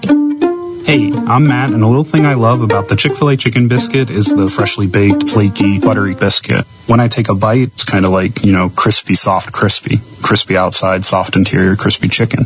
There's really nothing like it. Order a Chick-fil-A chicken biscuit and Simply Orange Juice on the Chick-fil-A app. Real guests paid for their testimonials. Here's a message just for the attorneys out there. So you passed the bar, joined a firm, or even built your own. Now are you finding out that you're doing more administration than actual law practice? Lexicon can help. Lexicon is a legal technology provider with over a decade of experience streamlining administrative tasks like timekeeping, billing, and more, so you can focus on maximizing billable hours and increasing client satisfaction. Call 855-4-LEXICON or visit lexiconservices.com/go to learn more. The diehards. What's the deal with the beware of moose signs every 5 miles? I didn't see a moose. The moose moved out long ago. They're like, this place is freezing cold. I don't like it. There's no moose in Maine. It's a hyperbole. It's an exaggeration. There's no moose. When I saw those bumper stickers, I thought it was a joke. Like, beware of moose. Like, imagine that. Imagine if you saw an animal living outside in this Arctic tundra. I thought it should be like, beware of penguins. The Diehards, weeknights from 8 to 10 Eastern on the Sports Map Radio Network. Sports Map tonight with Luke Morrow. Doc Rivers, quote-unquote, hired Dennis Rodman to come babysit his kids when they were both teammates in San Antonio in the mid-90s. What athlete would be the worst or best babysitter? Of all time, any sort. Obviously, I think you say Tim Tebow would be a great babysitter. But if I needed a babysitter in a pinch and I had to choose an athlete. I'm with you on Tim Tebow for a great babysitter. I know probably who the worst would probably be. Who would you say? I'm definitely thinking Antonio Brown. Absolutely. I feel like Russ might be the most boring babysitter. Oh, that's another good one, too. Speaking of phony. He'll come with all the cliches. Yes, he would drive you nuts. He'd probably do a good job, from the parents' perspective. He'll make sure the kids are okay. But yeah, the kids probably would not like it. They'd be, putting things in his shoes and stuff. He'd be like the substitute teacher that nobody likes. Exactly. They're throwing things at him when he turns around, sticking signs on his back. Super responsible, though. Oh, he'd be a great babysitter, but the kids just wouldn't like it. Sports Map tonight, weeknights from 10 to 1 Eastern. Children are the greatest joy and our best hope for a better future. Friends, they are the future. But did you know that millions of kids are facing hunger every day? Food is not just food. It's energy, health, confidence, hope, and even love. Yes, love. Thank you! Learn more about how No Kid Hungry is helping end child hunger in America at helpnokidhungry.org. Did you know you can go to a trade school college that has you learning as an apprentice in a real radio station, culinary kitchen, film studio, or in a recording studio? Stay out of debt and out of a boring college classroom and learn on the job in the real world. The Radio Connection puts you in a real radio station. The Recording Connection trains you in a real recording studio. The Film Connection has you learning under a real filmmaker. And CASA has you learning one-on-one in a real restaurant. It's your life. Amplify it now and learn as an apprentice in a unique way to get a career as a broadcaster, podcaster, chef, music producer, or filmmaker. Just visit one of our sites, radioconnection.com, recordingconnection.com, filmconnection.com, or casaschools.com. Or call 1-865-413-5724. That's 1-865-413-5724.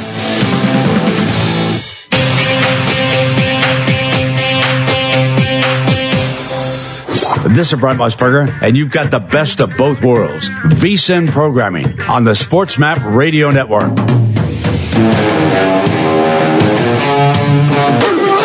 This is Live Bet Saturday on VSiN, the Sports Betting Network. If you're looking for a betting edge this college bowl season, the VSiN experts have got you covered. Become a VSiN Pro subscriber with an introductory offer of only $9.99. VSiN Pro subscribers get access to our daily recap of the top plays made by VSiN show hosts and guests. Tools like our betting splits so that you see where the money and the bets are moving every game.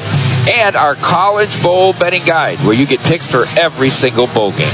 Don't miss out on this limited time offer. Visit VSiN.com/subscribe today to sign up for only $9.99 and become part of the Sports Betting Network. That's VSiN, VSIN/subscribe. Welcome back in.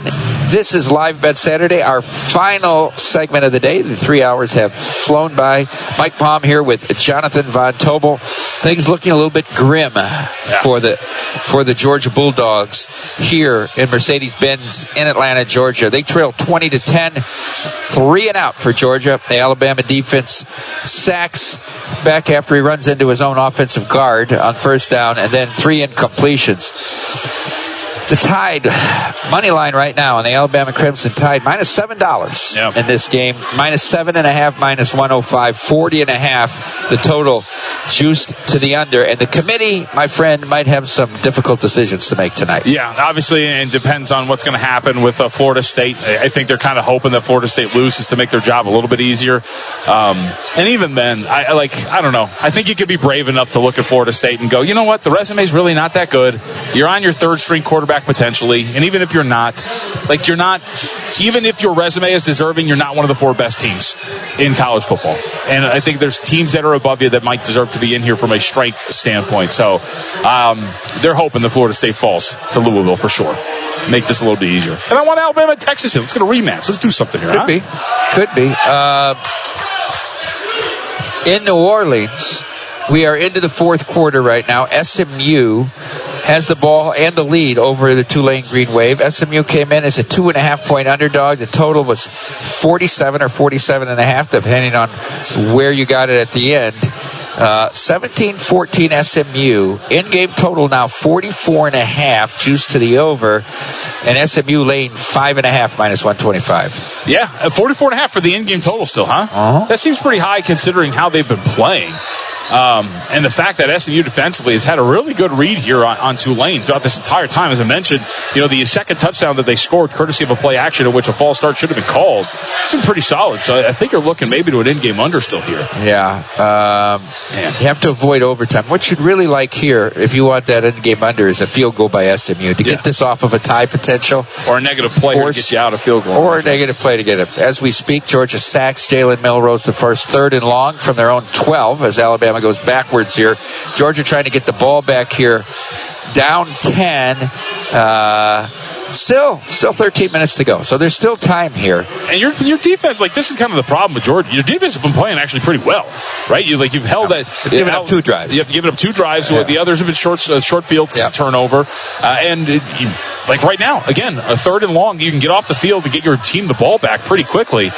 But this is like now, you've got no room for error. It's, all right, get the ball back. You need points on this next drive. You're down 10, and you're probably only going to get the ball 3 more times, right? So, exactly. Do you get cute here? If you're somewhere that offers like these instant flash props, right, which is like result of the drive, instead of betting Georgia in like a plus whatever or money line, do you bet Georgia score this drive? Because it's obviously correlated to that. I wonder what the price difference would be, but that's where you're going. If you think they're live, they're scoring this drive. You got no choice. Drive results locked right now, obviously, until they see the field position. Yeah.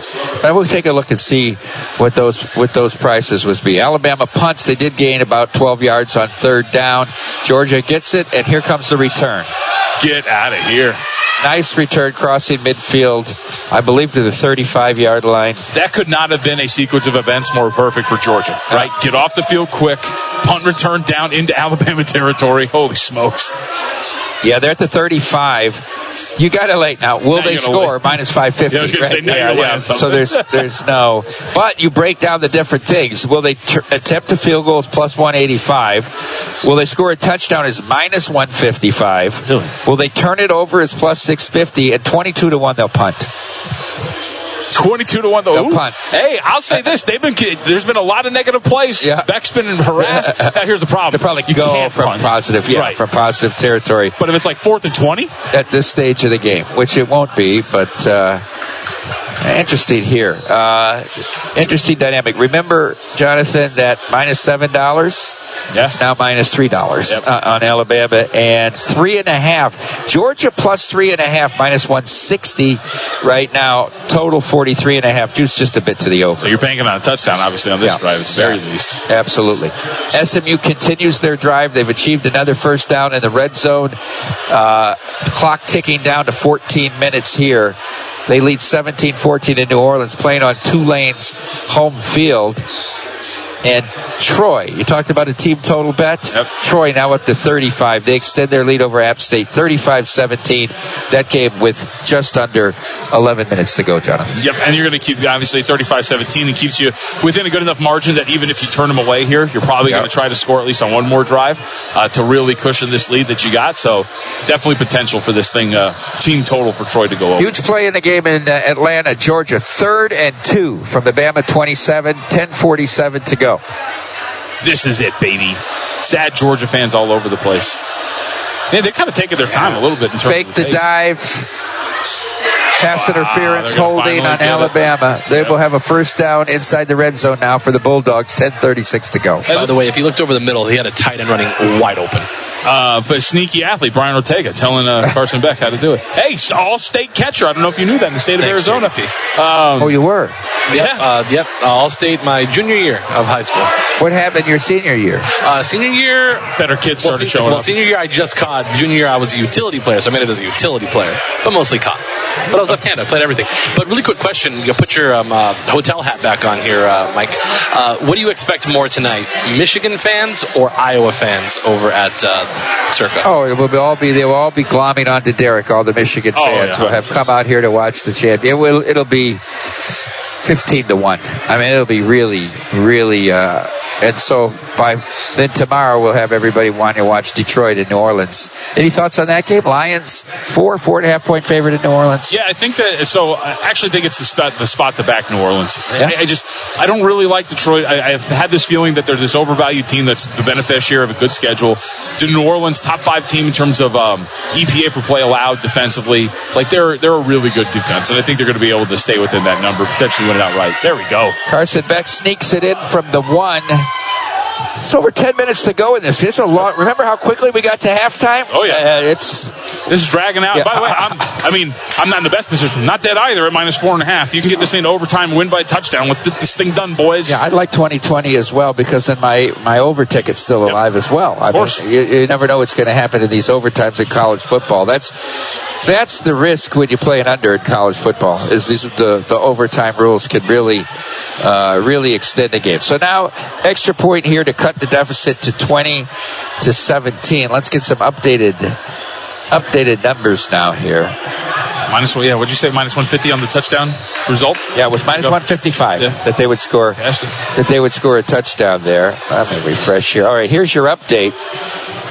Alabama -2.5, -180. Your total's 44.5. Money line, Bulldogs +135, tied -170. I think if you're not involved, I'll say this: I think you're taking Georgia money line to win the game. Yeah, to win the game, because you defensively again, they have held up their end of the bargain. They are containing Alabama. So now it's just whether or not this offense can actually do something. You saw on that drive, they got a short field, but they punched it in pretty quickly. They just got to they got to stop making mistakes. That's the thing. So if the negative plays. Yep. I think you're playing Georgia money line there. Yeah, absolutely. Tulane, their way to break, they will face a 3rd and 7. SMU will, from the Tulane 15 when they come back from commercial. That number is still sitting at 5.5, 44.5 now, juiced sitting under as it's 3rd and 7. As we mentioned, Troy 35, App State Mill Creek Golf 17. Course has been the Valley's leader for golfing fun since 1928. It features 36 challenging holes designed by the legendary Donald Ross and was voted a top 30 municipal facility by Golf Week in 2012. The Mill Creek Golf Shop is a certified Callaway Golf custom fitting center and is stocked with your favorite golf apparel and accessories. Mill Creek Golf Course is now booking tee times for this year's golf season. Please call us at 330-740-7112 or online at millcreekmetroparks.org. Want to know what I like best about high school sports? I love watching my son run on the field. I love the fact that since he's been playing high school sports, he's making better decisions. And I love knowing that with the proper equipment, education, conditioning, and coaching, high school sports here in Ohio are safer than ever before. And that's something I really love. This message presented by the Ohio High School Athletic Association and the Ohio Interscholastic Athletic Administrators Association. You're listening to Western Reserve Radio at westernreserveradio.com on the Live 365 network and the Live 365 app. You're behind on your mortgage payments? Does it seem like the bank has no interest in helping you save your home and you feel like you have nowhere to turn for help? Then we have good news for you. Foreclosure Protection Services can help save your home as they specialize in foreclosure assistance. That's all they do. If you're behind on your mortgage payments, being threatened with foreclosure, have been denied a loan modification, or been the victim of a predatory loan, it's critical that you call Foreclosure Protection Services now at 800-500-2021. Their network of attorneys and their agents are available to speak to you now. If you're behind on your mortgage payments, Foreclosure Protection Services can help stop the foreclosure process. Call today before it's too late. New laws are in effect that may save your home. Call Foreclosure Protection Services now at 800-500-2021. 800-500-2021. That's 800-500-2021. Wake up, Cole! You guys want to kick field goals all game? Is that what the league is coming down to now? Do you know how many box scores I look at where I see a kicker kick 4 field goals in a game now? It happens all the time. The offense seems to be able to move the ball in their first 50 pretty easily. Exactly. Once they get past the 50, everything gets stalled. But now you have kickers where it's like, oh, let's go for the 50-plus yard field goal. He's consistent. At this rate, kickers are going to start making $20 million a year. It's a kicker's league, Tony. Wake up call with Tony D and Ron Colbert. Weekdays from 9 a.m. to 1 p.m. Eastern. Wake up, Cole!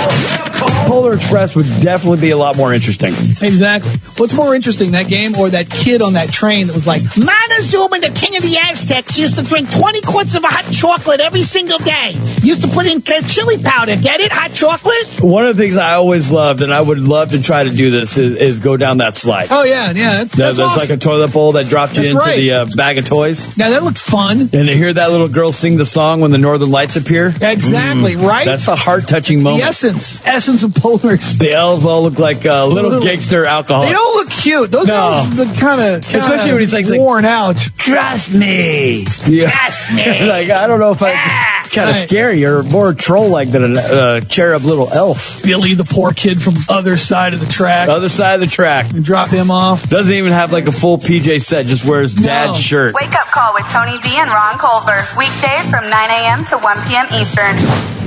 College football is in full swing, and the American Heart Association's Paul Bear Bryant Awards campaign has begun. The campaign honors the legendary Alabama football coach who died of a heart attack just 28 days after his final victory in the Liberty Bowl. What better way for Coach Bryant's legacy to live on than by recognizing other remarkable college football coaches? Go to BryantAwards.org, then click on Fan Vote, then cast your vote for your favorite college football coach. Who are you rooting for? That's BryantAwards.org.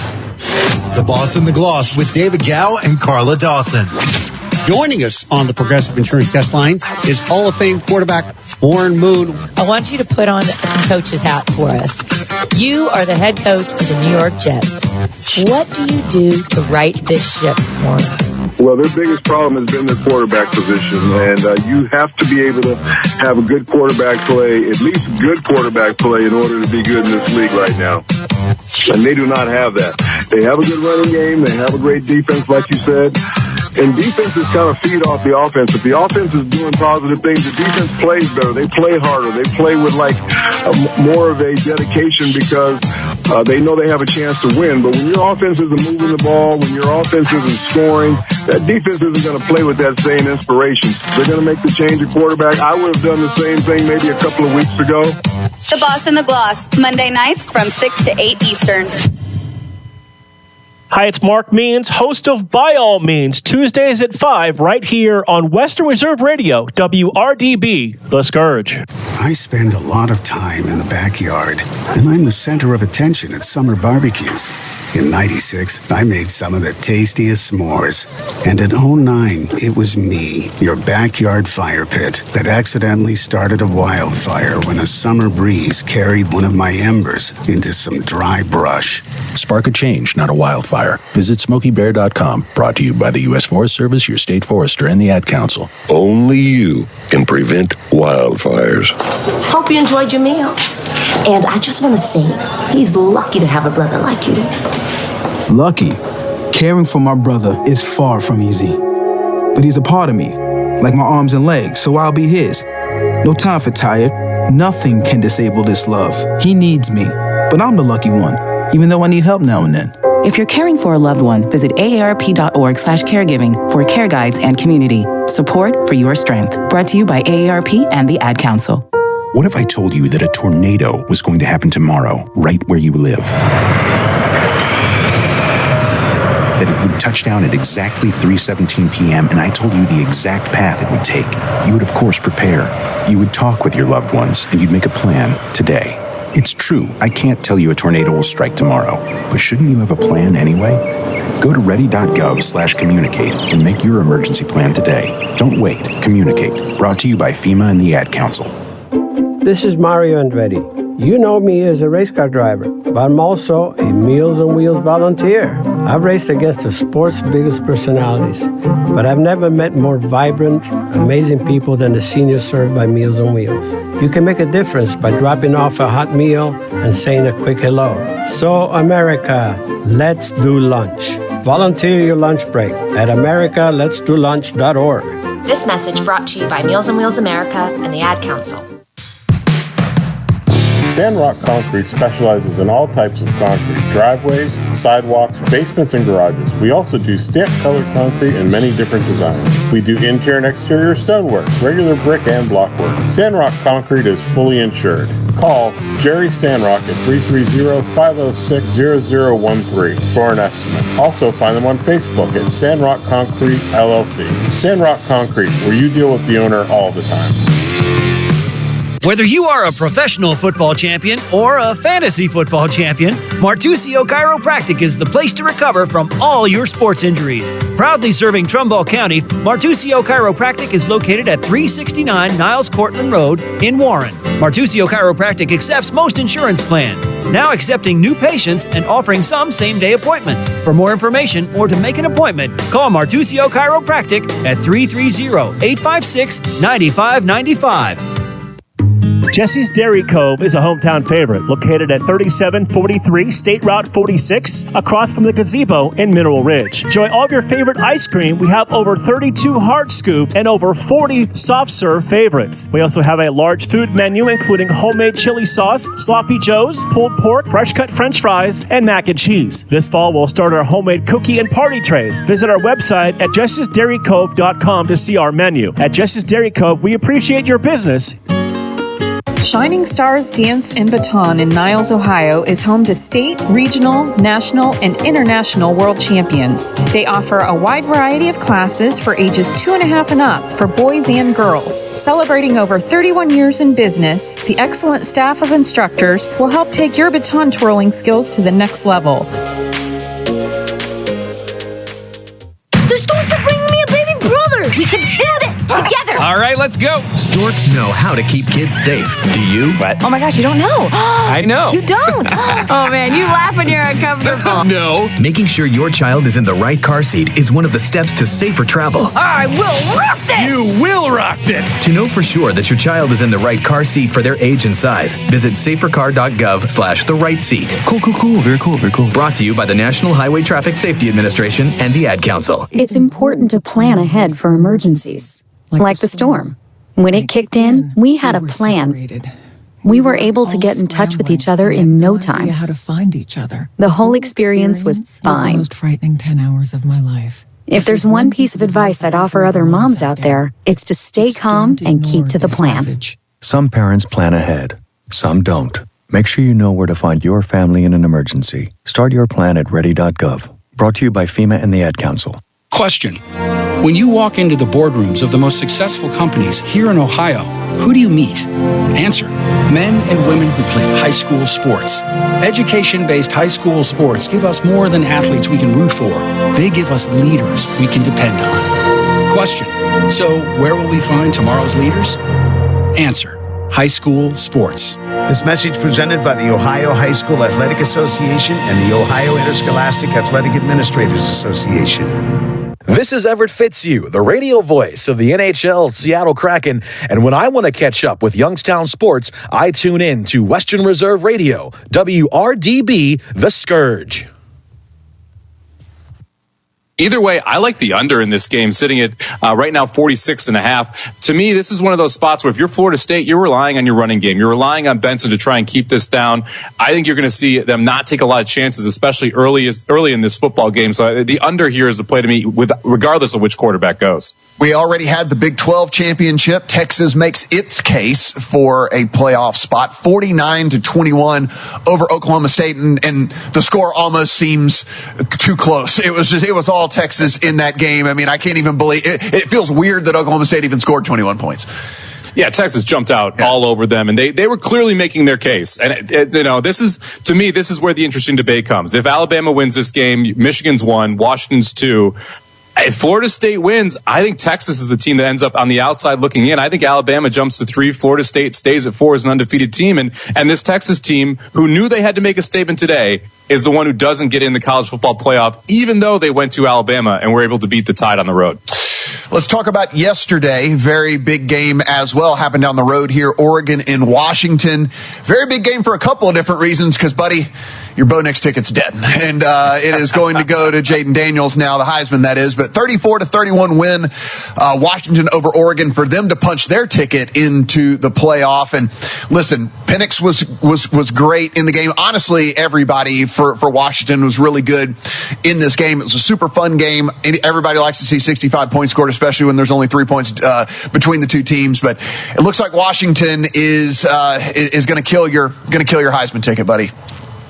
Yeah, I was fortunate. I bet some Washington plus 9.5 before the game as my hedge, because I figured if Oregon covers 9.5, Bo Nix wins the Heisman. Mm-hmm. So that was the easy way to say, okay, if they win by 7, they win by 3, he may still win the Heisman. I can cash the Washington ticket, not have to worry about it. So took some Washington 9.5, and then I was live tweeting the Heisman odds throughout the game. Absolutely wild. If you're over on DraftKings, there was one Bo Nix run where he ran for about 40 yards, and he went from plus 125 to minus 150 on that one play to win the Heisman. It was essentially going with and against as the money line went. It would go from one player to another. Looks like it's definitely going to be Daniels now. But hey, I can still hold out hope, Matt. Yes. Wilder things have happened, and Bo Nix still winning the Heisman. It is. I think it's one of those deals we were saying. It was a 3-loss team. That's why Daniels can't win. But now a 2-loss team. What's the difference, right? And 2-loss team, what's the difference, really? Especially if Alabama goes on to win this one of the losses to Alabama. So, again, it is unfortunate for those holding those tickets out there. We have one other game that is going, if you do care, SMU and Tulane. That is SMU 20-14 over Tulane right now. 6-point lead, but SMU is in the red zone. So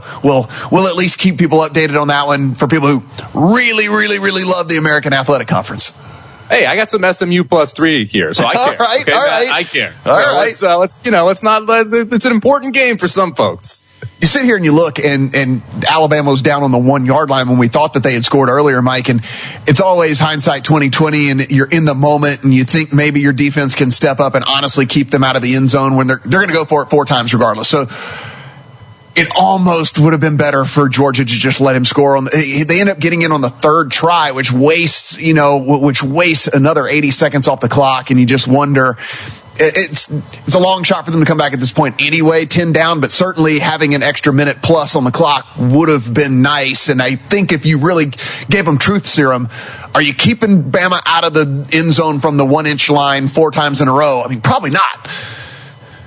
Yeah, probably not. That time is probably more valuable than the opportunity that maybe you keep them out.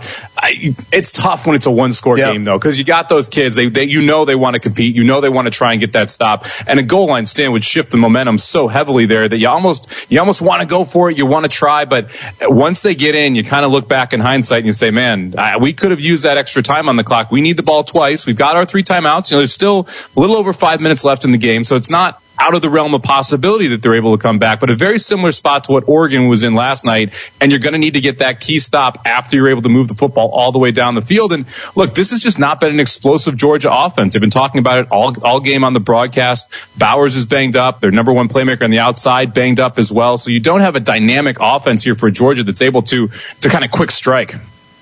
If we are looking, we were talking about those Heisman odds. It is out to Jaden Daniels minus 1,200 now at DraftKings. And actually, Nix falls to 3rd in the betting market. Penix at 9-1, and then Nix is at 15-1. So seems like the market at least has spoken. But hey, listen, like you said, I mean, voters are voters, right? I mean, they can do whatever they want to, but it seems like the market definitely thinks it's going to go to the quarterback from LSU. Yeah, the market has made its decision. This was as far out as minus 1,800 at one point this morning as well. So there has been some buyback on Penix specifically as the person that people are saying, hey, look, you mentioned it. You're making the case for Bo Nix. He wins the Pac-12, one-loss team. Well, guess what? Penix, undefeated Pac-12 champion, and he is the other main candidate. So you've seen some of that buyback today. You could get Penix at 10-1. He's been down to 7-8-1 most of the day. That's where the buyback is coming, not on the Bo Nix side. I think it's really tough to beat the Jaden Daniels stats at this point, though. I mean, just with what he was able to do over the full body of the season, and the fact that, Bo Nix was the other person that you could say from his stat perspective was right there with him, set the record for completion percentage the regular season in college football.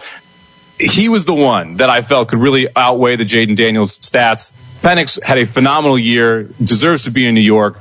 I don't think he has the counting numbers to get there. All right, Mike, let's assume a Michigan win. It's Michigan, it's Washington, it's the winner of this game. Who's the 4th team? If Florida State wins, they're in. Oh, boy.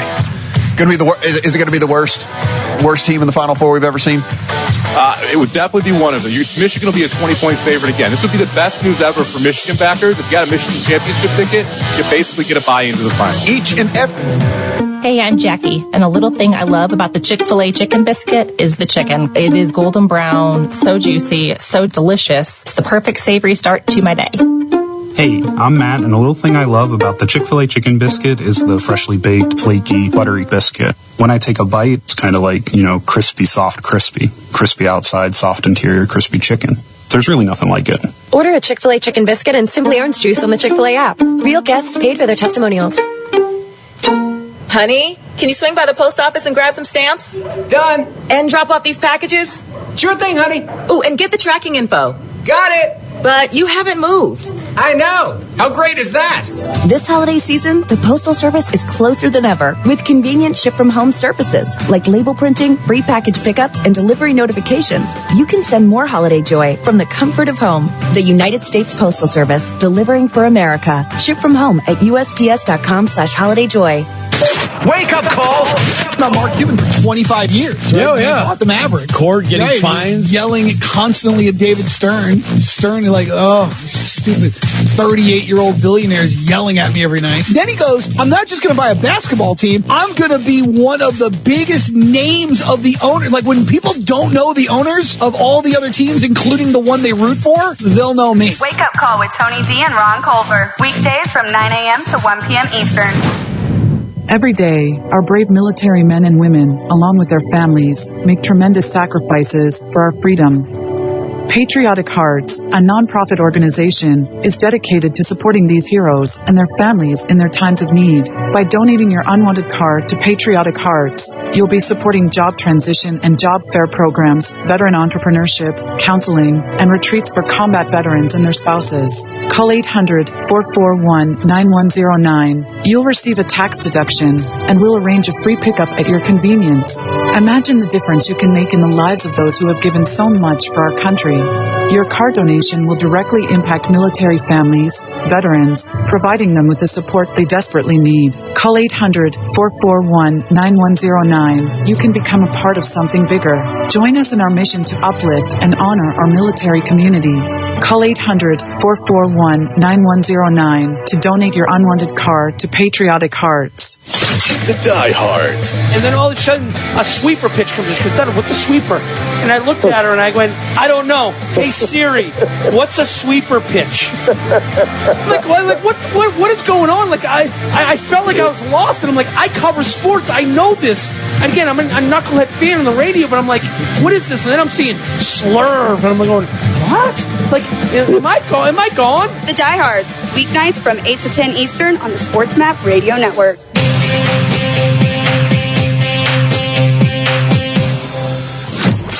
This is Brent Musburger, and you're listening live to VSIN on Sports Map Radio.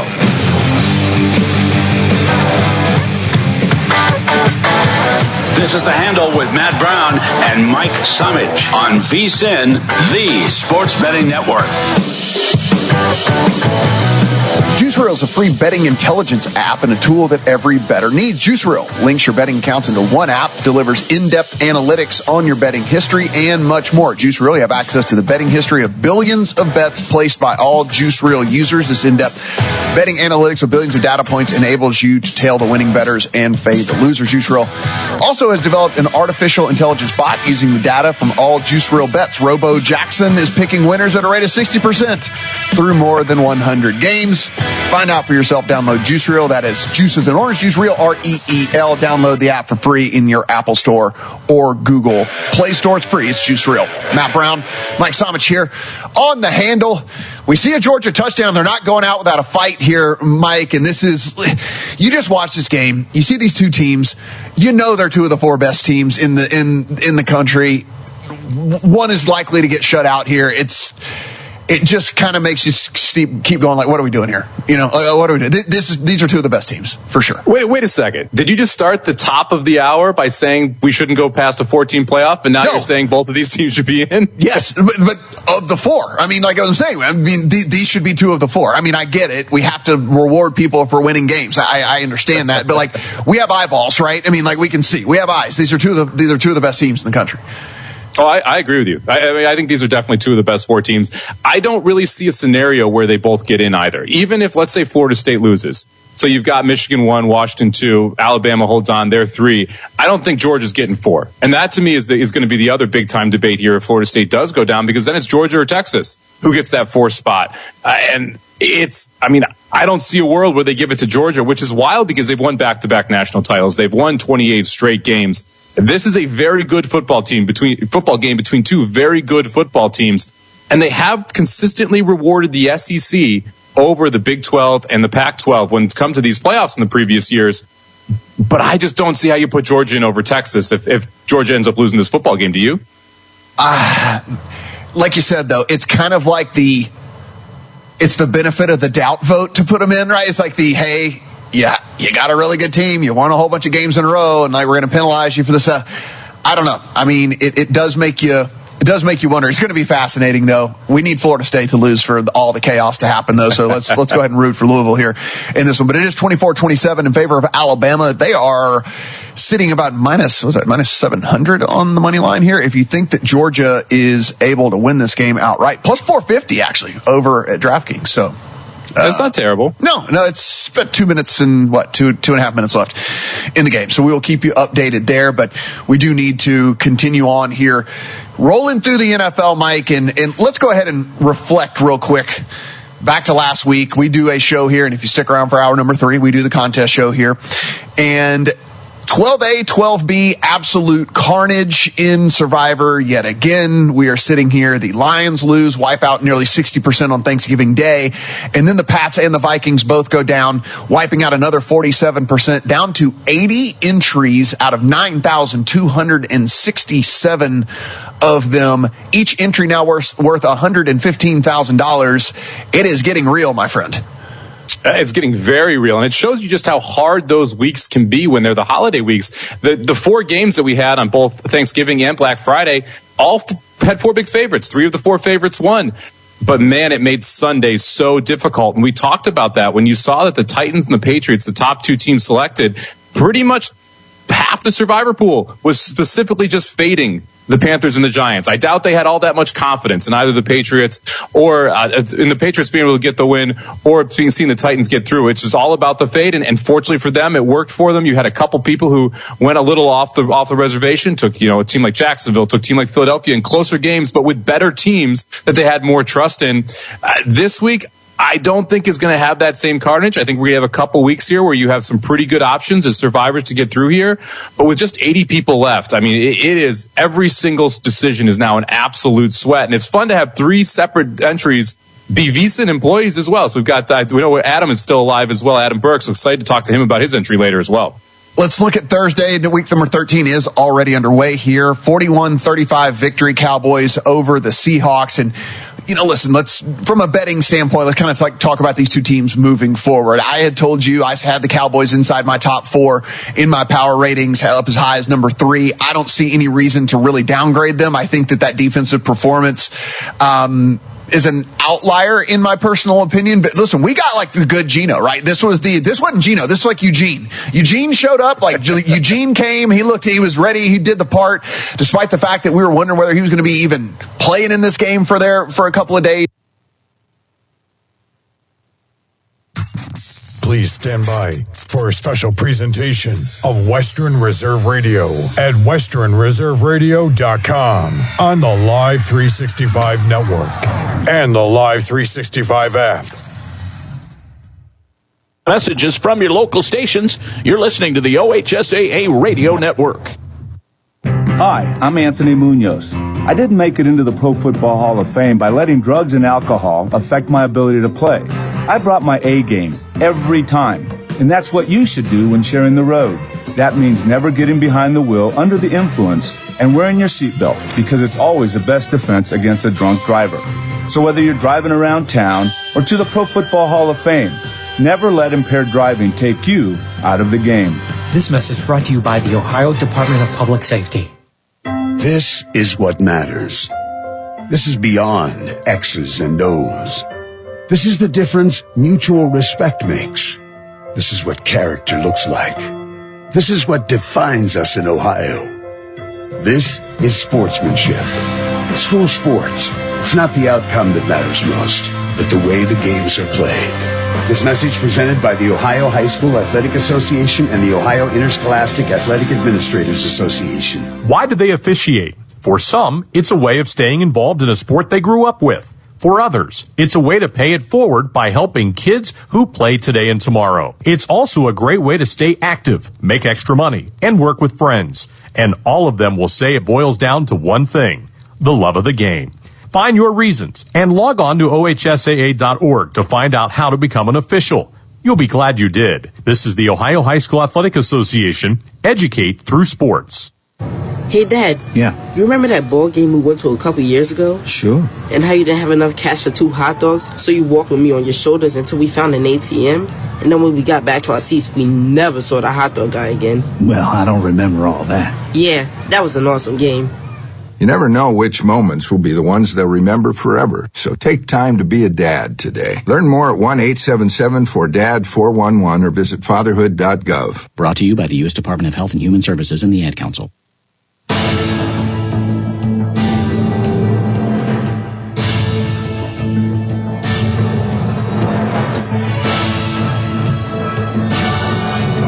The Division IV state championship game is upcoming from Canton, Ohio. We'll have all of the play-by-play for you in just a bit. The Glenville Tarblooders will have the ball to start the game. 12 wins, 3 losses on the season, coached by Ted Gint Sr., the legendary coach who last year led the Tarblooders to their first state championship in the sport of football. Gint talked to reporters earlier this week and started out by lauding the great exploits of his Tarblooders offensive line. Yes, we're fortunate enough to have 4 of the 5 linemen back from last year. You know, they worked hard. They're a good unit. It's probably the focus. I mean, they're the key to our offense and just the key to our team, period. You know, just with the brotherhood and the working together there. So we only had to replace one guy. And, you know, that's kind of, you know, where you can look at Deshaunte, but you got to look up front, you know, and those guys put the work in. Well, Ted Ginn talking about his offensive line, led by Freddie Johnson, the 6'5", 285-pound junior who is headed to the University of Louisville. He anchors that very effective offensive front 5. One of their top players will call a lot tonight, Damarian Witten. He's headed to Ohio State. He's a wide receiver with 45 catches on the year. And again, waxed eloquent about the virtues of Damarian Witten. You know, I think every year a kid matures a little more, and he has done that. But as far as his talent, you know, we really have never reached his full potential to me yet. He'd probably be once he go off to Ohio State because he's just so talented. But, you know, I've only seen 3 guys in 50 years come through the Glenville area just like him. He can play 7 different positions and be a pro at all of them. So, you know, we still think that he hasn't reached his full potential. He's just too talented for high school. That's high praise from Ted Ginn Sr., who has coached a lot of great players, and he says Witten among the best of the ones that he has coached. The Tarblooders are coming off a 42-21 win last week against previously unbeaten Canton South in their state semifinal. We'll continue with more from the stadium in just a moment. Right now, let's pause for these messages from the OHSAA. You're listening to the OHSAA Radio Network, brought to you by Delicious Chocolate Milk. Welcome to today's game. This is Paul Keels, and you know how much I love broadcasting the Buckeyes, but I also love high school sports. On behalf of the OHSAA, let's all do our part to set a good example and make this a fun and safe experience for the kids involved. I know this game means so much to the players, coaches, and fans, but high school sports are about much more than the wins and losses. They teach life lessons that will be with the players long after their playing days are over. Good luck to both teams, and remember to respect the game. The year was 1907. The Cubs won the World Series and the Ford Model R hit the assembly line. While here in Ohio, school administrators came together to form the Ohio High School Athletic Association. One thing that hasn't changed since 1907 is the dedication of the OHSAA to education-based athletics in Ohio. School sports teach responsibility, sportsmanship, and life lessons that stay with students long after their playing days are over. The OHSAA seeks to prepare students not for the next level of sport, but for the next level of life. Welcome to the home of Gridiron Legends, the newly renovated Pro Football Hall of Fame in Canton, Ohio. Walk among the immortals of football inside the Hall of Fame gallery. Here you can stand face to face with the men who built America's game. Relive the greatest moments of Super Bowl history in the Lamar Hunt Super Bowl gallery and stand before the Vince Lombardi Trophy, while the NFL Today gallery is home to the NFL's most recent record-breaking moments. Plan your visit to the Pro Football Hall of Fame today at profootballhof.com. You practice hard, you play hard, you're always reaching for your goals. You reach for the next point, the next yard, the next win. And after the game, reach for low-fat chocolate milk. It has the fluids to rehydrate you, the right mix of protein and carbs to refuel you, and the vitamins and minerals to help you build strong bones and bodies. Fuel up with chocolate milk. For more information, visit drink-milk.com. The following is a broadcast presentation of the Ohio High School Athletic Association. Welcome back, my friends, to Tom Benson Hall of Fame Stadium in Canton, Ohio, adjacent to the Pro Football Hall of Fame and the I-77 interstate. And the lights are on. It is fairly warm as we get ready for the Division IV state championship game between Glenville and Alter. Ryan Cavanaugh, we heard from Ted Ginn in our last segment. The Tarblooders, a 26-6 victory in the state final game a year ago. They've played a tough non-conference schedule this year, taken a couple of defeats, but Ted Ginn has always said, we learn more from losses than wins sometime. They are seasoned and ready to go tonight. So I'll tell you a quick story. I'm not sure where I heard this from, but I know it's a fact. Ted Ginn scheduled St. Ed's for a scrimmage in the preseason, and the reason why is he said his team was smelling himself a little bit. They felt like coming off of last year's state championship, they were going to just walk through D4 and get back here, and he said, we got to humble our guys a little bit, and the only way to do that is find the bigger kid on the block to beat him up a little bit. So they scrimmaged St. Ed's, and you talked about that scrimmage. The schedule they had, including IMG, a national schedule. That's where Glenville's at. What I always say is this: if you're talking about Ed's or Glenville or Springfield, that sort of thing, the schedule prepares you for the tournament because your hope is you go national with your schedule. It gets easier when you get to the playoffs, except you play against Archbishop Alter in the state championship, and it's not easy anymore, David. All right, got about a minute left in this segment, guys. Let's go around the horn, starting with Ryan.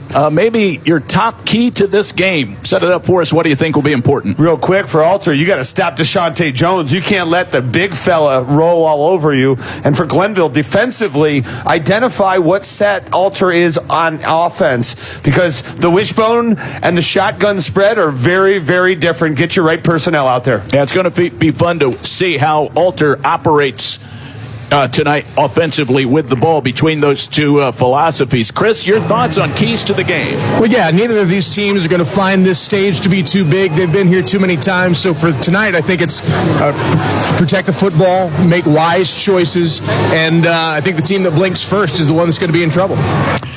All right, we are about 6 minutes away from play-by-play. When we come back, we'll have more from the stadium and get this one going. Let's pause for these messages from your local stations. You're listening to the OHSAA Radio Network. You may think seatbelt laws are no big deal.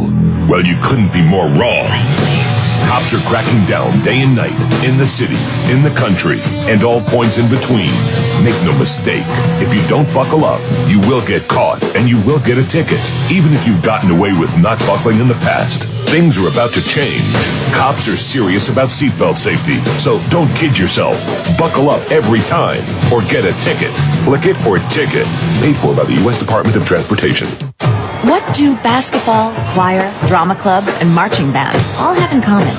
They're all high school activities that offer learning opportunities not necessarily found in the classroom. They take up just a fraction of a typical Ohio high school's budget, and they go a long way to giving young people the tools they need to thrive. High school activities, they're more than extracurricular. They're extra important, too. This message presented by the Ohio High School Athletic Association and the Ohio Interscholastic Athletic Administrators Association. Hey, it's Kirk Herbstreit from ESPN. Football has played a big part in my life, but football's also a lot more than just big plays, wins, losses, and championships. Football teaches young people about dedication, sacrifice, teamwork, and overcoming adversity. So let's respect the game and get out and support your local school. You'll be amazed of all the good things you see happening at Ohio schools. This message brought to you by the Ohio High School Athletic Association and the OHSAA Radio Network. Did you just look down at your phone?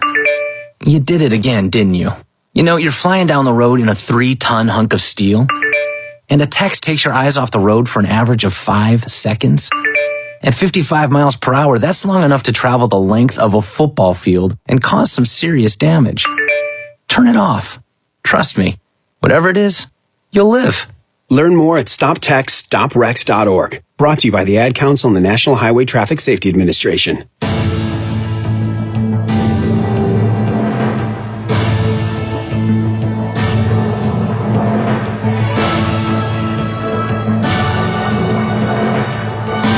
Along with our producer and engineer in the booth, Ryan Baker, David Wilson, Ryan Kavanaugh. Our spotter is Greg Wilson, Chris Sawicki on the sideline. Our halftime host coming up this evening, Aaron Cassidy. We are back here live at Tom Benson Hall of Fame Stadium, just a few moments away from the kickoff of the Division IV state championship game. Teams are on the sidelines. The fans are rising. We are close to the performance of our national anthem. That will be delivered by the Altar Band.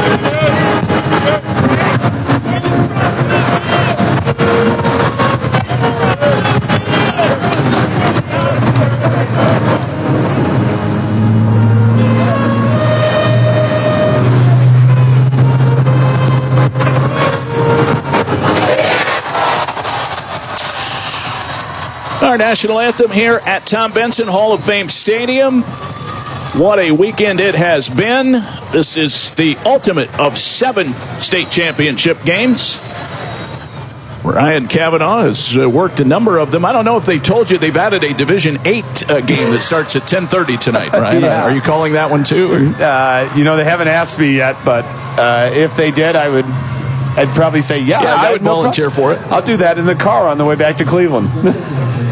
Friends, we want to welcome those of you listening around the world and around the state on some of our great radio affiliates on the OHSAA radio network, including WHLO in Akron, 640 AM. In Dayton on Fox Sports, WONE AM 980. Also listening in on 2 great affiliates, Fostoria's WFOB, a longtime partner of the OHSAA radio network, and in Oberlin, Ohio, WOBL 107.7 FM and AM 1320. The Altar Knights in their gold helmets, gold pants, yellow, their primary color, brown numerals on white jerseys. Glenville in their black uniforms, tops with white numbers, black pants, black socks and shoes, and dark helmets. Glenville trying to do something, Ryan, that is very difficult to do. That's win back-to-back state championships. Well, it took them so long to get the first one. That was last year, and now they're back here. And I'll tell you what, Dave, there's an old adage, look good, play good. If that holds true tonight, Glenville's going to play great because their unis are looking very good. They're about to tee up the football. Archbishop Alter's kicker is Tony Arcuri. The primary return men, Myquan Gravely, Jamari Townsend. For the Glenville Tarblooders, Glenville will move right to left as Ryan and I view the field.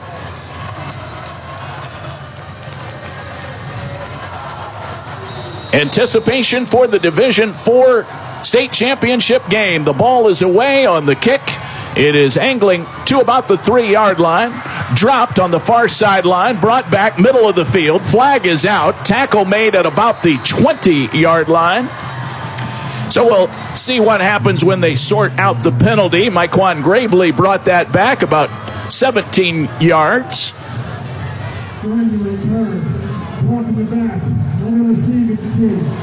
So an immediate personal foul penalty, block in the back against Glenville on the return. And just like any other big game, Ryan, it's going to come down to taking care of the football and staying away from penalties like that. Yeah, it's so true. And that's unfortunately something that has plagued Glenville throughout the years is penalties. That time, what I really think on that, Dave, is that the timing was mixed up because the return man dropped the football and his return mate was trying to help him out, and he got caught with his hand in the proverbial cookie jar. So there we go. First play from scrimmage. Glenville's Royal Tomlinson is the quarterback. He slaps his hands, takes the snap, hands it off to their featured tailback, Deshante Jones, but he gets swarmed over by the Alter defense. Jones will be a marked man tonight. First man there for Alter, I believe, was Henry Riefschneider. Also got help from Nolan Ogburn, the defensive end. And so no gain on the play for Deshante Jones, a 2,000-yard rusher on the season. Just an incredible talent. The senior, 256 rushing yards last week in their state semifinal. Second down and 10 to go. The football on the Glenville 8-yard line. Tomlinson running for it. Turns the corner, 10, 15. I think he stepped out of bounds. He's still running. A flag is out on the play. He is all the way down the left sideline, taking it in for a touchdown. It looked to me, Ryan, like he clearly stepped out of bounds at near the 25-yard line. A flag came out. I didn't see any definitive actions from the officials. They're calling a holding penalty against Glenville. But it looked to me like he went way over the boundary line. Yeah, I don't even think the officials are blowing the play dead because they knew it was an offensive holding penalty and it was coming back. So I guess you can say Tomlinson is loose now after about a 90-yard sprint. I was watching him running, and I'm like, I always think about that during a game when you know there's a flag behind the play, it's a hold, and you're like, you know what, I'm still going to do a 90-yard sprint. I probably would have just dipped out of bounds and saved my energy.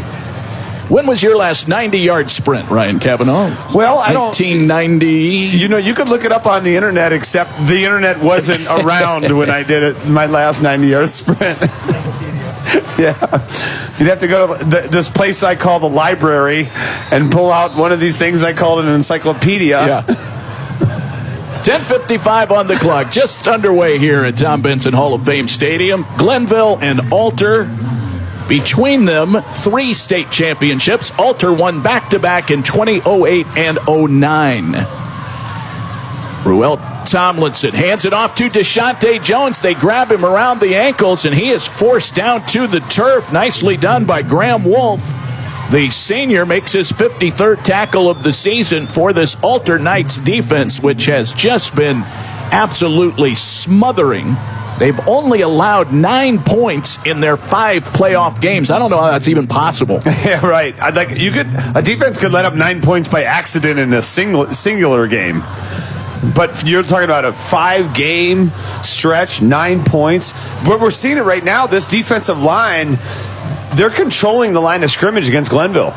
Third down and a long 7 to go from the 10-yard line. Here's a pass. It's caught at about the 18-yard line, short of the line to gain. And so then the tackle made and receiver pushed back.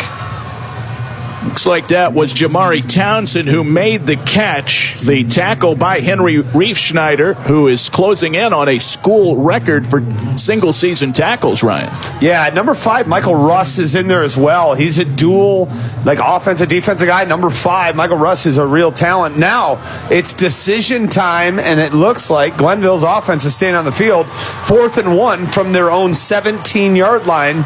This might be the earliest big-time decision in championship weekend. No score, first quarter. Deshaunte Jones plowing straight up the middle. He has the first down as he crosses the 25-yard line. A 4th and 1 at any part of the field, Ryan, has Deshaunte Jones' name written all over it.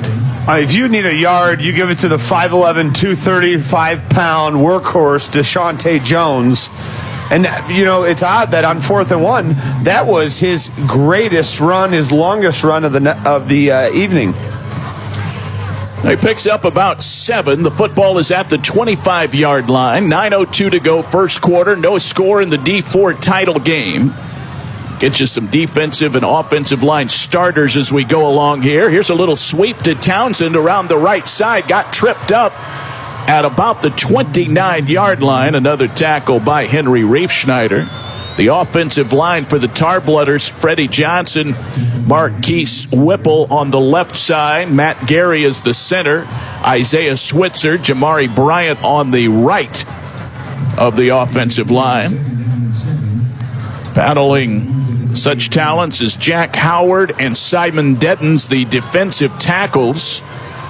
And the defensive ends for Alter Nolan Ogbarn and Okemdi Eze.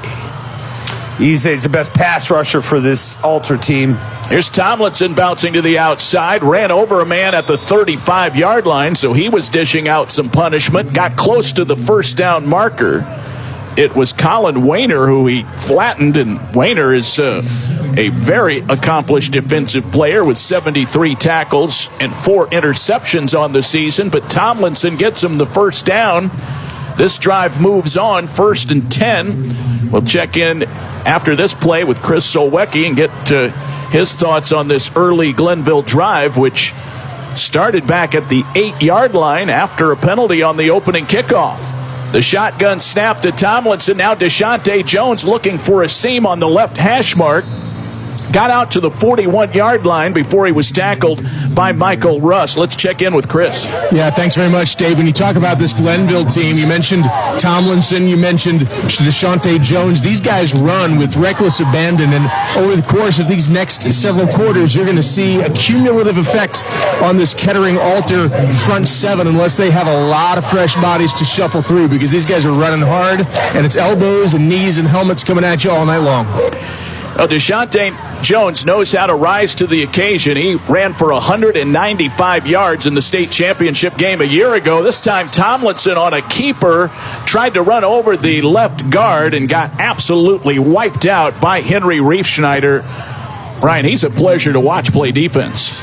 Well, he came into this game needing 4 tackles to be the all-time leading tackler in Alter history, which means something. And we are about almost 6 minutes into the game, and he is officially the all-time leading tackler in Alter history because of what he's done in the first 10 plays. The guy's a tackling machine. Right now, 3rd and 1. There's Jones bouncing to the outside, showing that speed, 50, 45 to the 40, and gets run out of bounds over on the far side of the field. Incredible run by Jones as he takes it all the way into Alter territory to the 36-yard line. That's a pickup of about 20 yards. Run out of bounds by Russ and Colin Wayner. Hey, Dave, the guys that size aren't supposed to move like that. You know, that's the conundrum for opposing coaches and scouts and players. Jones can run you over just like we saw earlier on the 4th and 1, and he can just flat out fly when he turns the corner and gets some open space. Right now, it is 1st and 10 at the 36-yard line. He'll get the give again and rumbles right in between the tackles, picks up a couple of hard-earned yards. That was Michael Russ, the safety, who came up in run coverage and laid out Deshaunte Jones. We were talking a moment ago, Ryan, about Jones in the state championship game last year.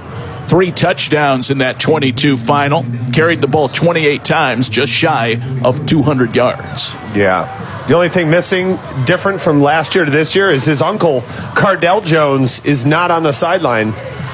He had other obligations, so he won't be here, but sure he's listening to us. All Jones grabbed from behind. They got him around the waist, dragged him down at the 30, so he picks up about 3 more. That looked like it was Nolan Ogburn just holding on for dear life, the sophomore, saying, I've got him, maybe. Yeah. Said nobody ever. Maybe Henry would say, I've got him. He could bring him down. But one normal human being in high school, it's hard to find a guy who could bring Deshaunte Jones down. He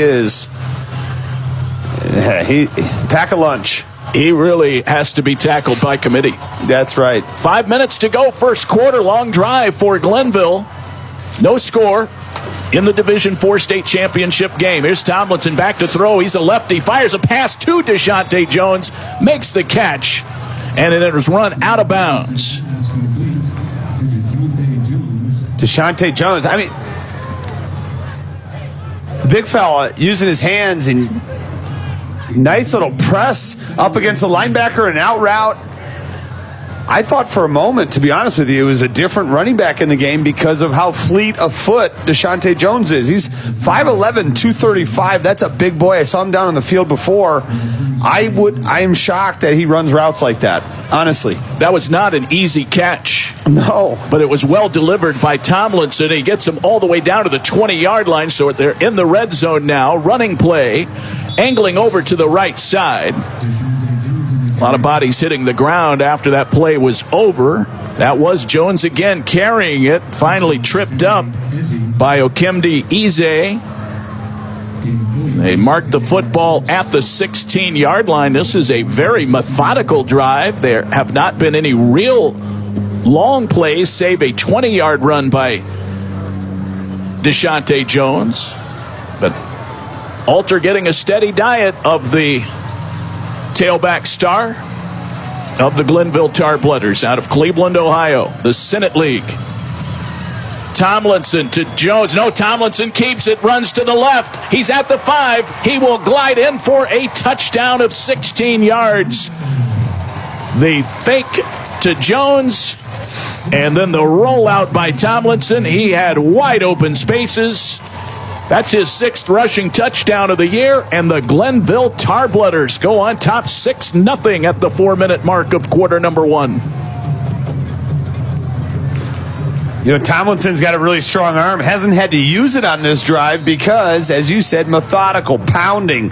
Give it to Deshaunte Jones. Let's see how many times the big fella can carry the mail tonight.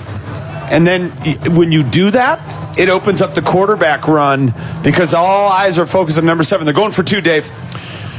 Here's a pass, a line drive to the left side of the end zone.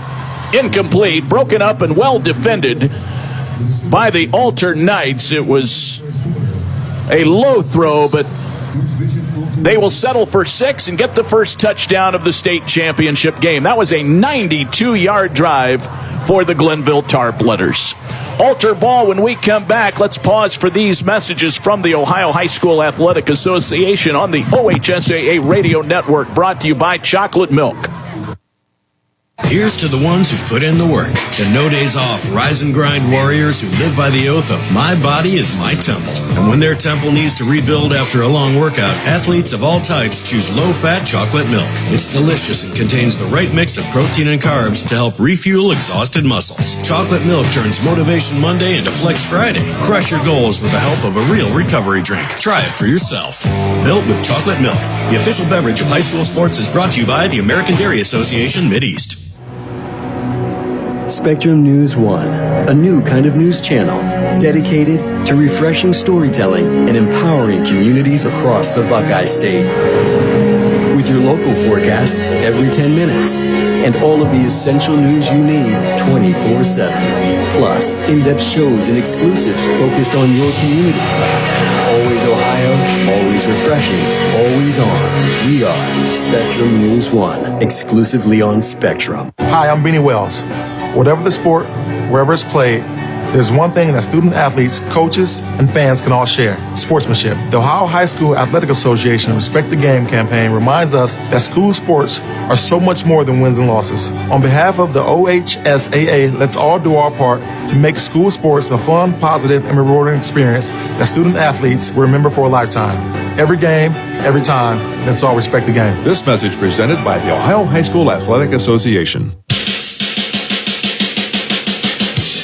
Get state tournament photos, programs, apparel, DVDs, and more in the OHSAA Fan Guide. Find it at ohsaa.org.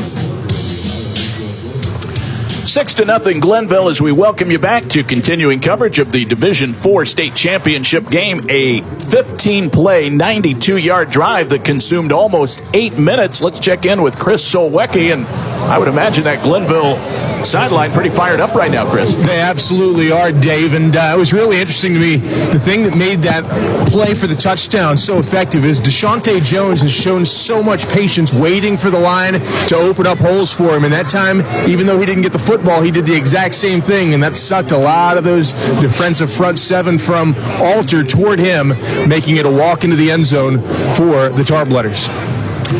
Well, the Knights will have a chance to answer Ryan, and right now you have to think, let's do our thing, let's run the ball ourselves, we can move the ball too. Well, patience is the name of the game for Alter. You can't throw hazard to the wind because they drove down and scored on you, no matter how efficient Glenville was on that offensive drive. I mean, these are heavyweights, Dave. I mean, they're going to punch each other, and you got to, in games like this, you got to figure out how to respond, and let's see what Alter does. They catch it at the 15. So it's a short kick brought back across the 30, 35, near the 40-yard line. I think that was Russ who brought it back and was knocked over by Jermaine Agee. So a nice return of about 25 yards. And they'll mark the football just short of the 40-yard line, I believe. We'll wait to see them spot it here. In fact, it's at the 41-yard line. Good field position for the Alter Knights. They're 12-3 out of the Greater Catholic League. They were last here in the state championship game in 2018. The quarterback is Gavin Connor, and they set up in the wishbone formation. First play of the game is blown up, or the drive rather, blown up by the Tarblooders. They handed the football off to Rod Owens. Glenville has the ball, David. Okay, it was a fumble and recovered. So the ball coughed up. Philip Sains made the hit. I'm not sure if he recovered it, but he forced the fumble from Rod Owens. And Glenville gets it back at the 40-yard line. They'll take over in Alter territory. There's a pile of bodies there as there was a big crash. Yeah, it was Cornelius Harris that stripped the football. Philip Sains was in there as well. I think you said he recovered it. I think you're right on that. But it's not the punching back response I was expecting from Alter, turning it over on the first play. So that Glenville offense, which generated a 15-play, 92-yard drive. They're back out on the field now, leading it 6-0. Tomlinson steps back to throw, looking downfield. There goes a long pass. It's incomplete, but flags come out. 2 flags fly. So, David, Glenville takes over at the 40-yard line, and every time I call a football game and there's a sudden change, a turnover in the team who has the ball in their end of the zone, what do offensive coordinators do? They take a shot deep, and Glenville went there. Tomlinson's pass was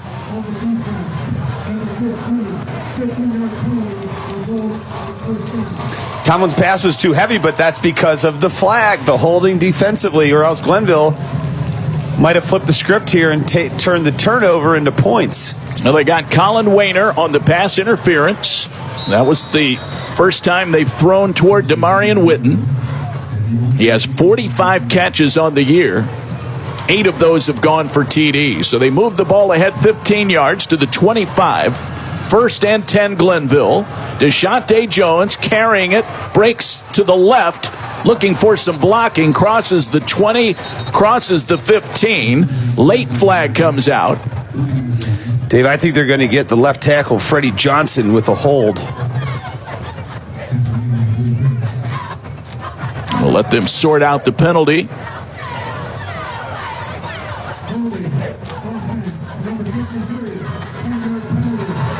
Well, you're right on, partner. Freddie Johnson gets called on the hold. That'll wipe out a nice run by Mr. Jones. By the way, the Archbishop Alter primary running back is also a Jones, Noah Jones. So we've not yet seen him get the ball in his hands. Alter fumbled on their first play from scrimmage. So Demarion Witten, the wide receiver they threw deep on first down, David, when we got the holding, is another Ohio State commit, but he's being recruited as a tight end. We're going to see him tonight primarily at wide receiver. They'll also line him up at tight end, but at the next level. And this is a guy who Ted Ginn said one of the best players I've ever coached, and that 26 years of coaching, that means something. He's coached some good players.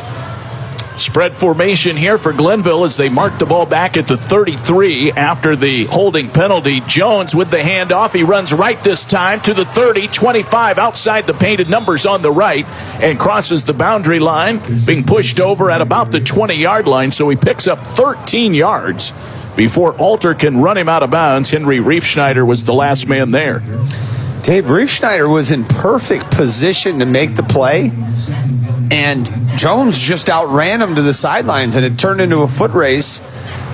But I think there's a little bit of sudden, surprising speed out of Deshaunte Jones, considering his size, and Riefschneider's going to have to get used to that as this game goes on. It's an adjustment they're going to have to make very quickly.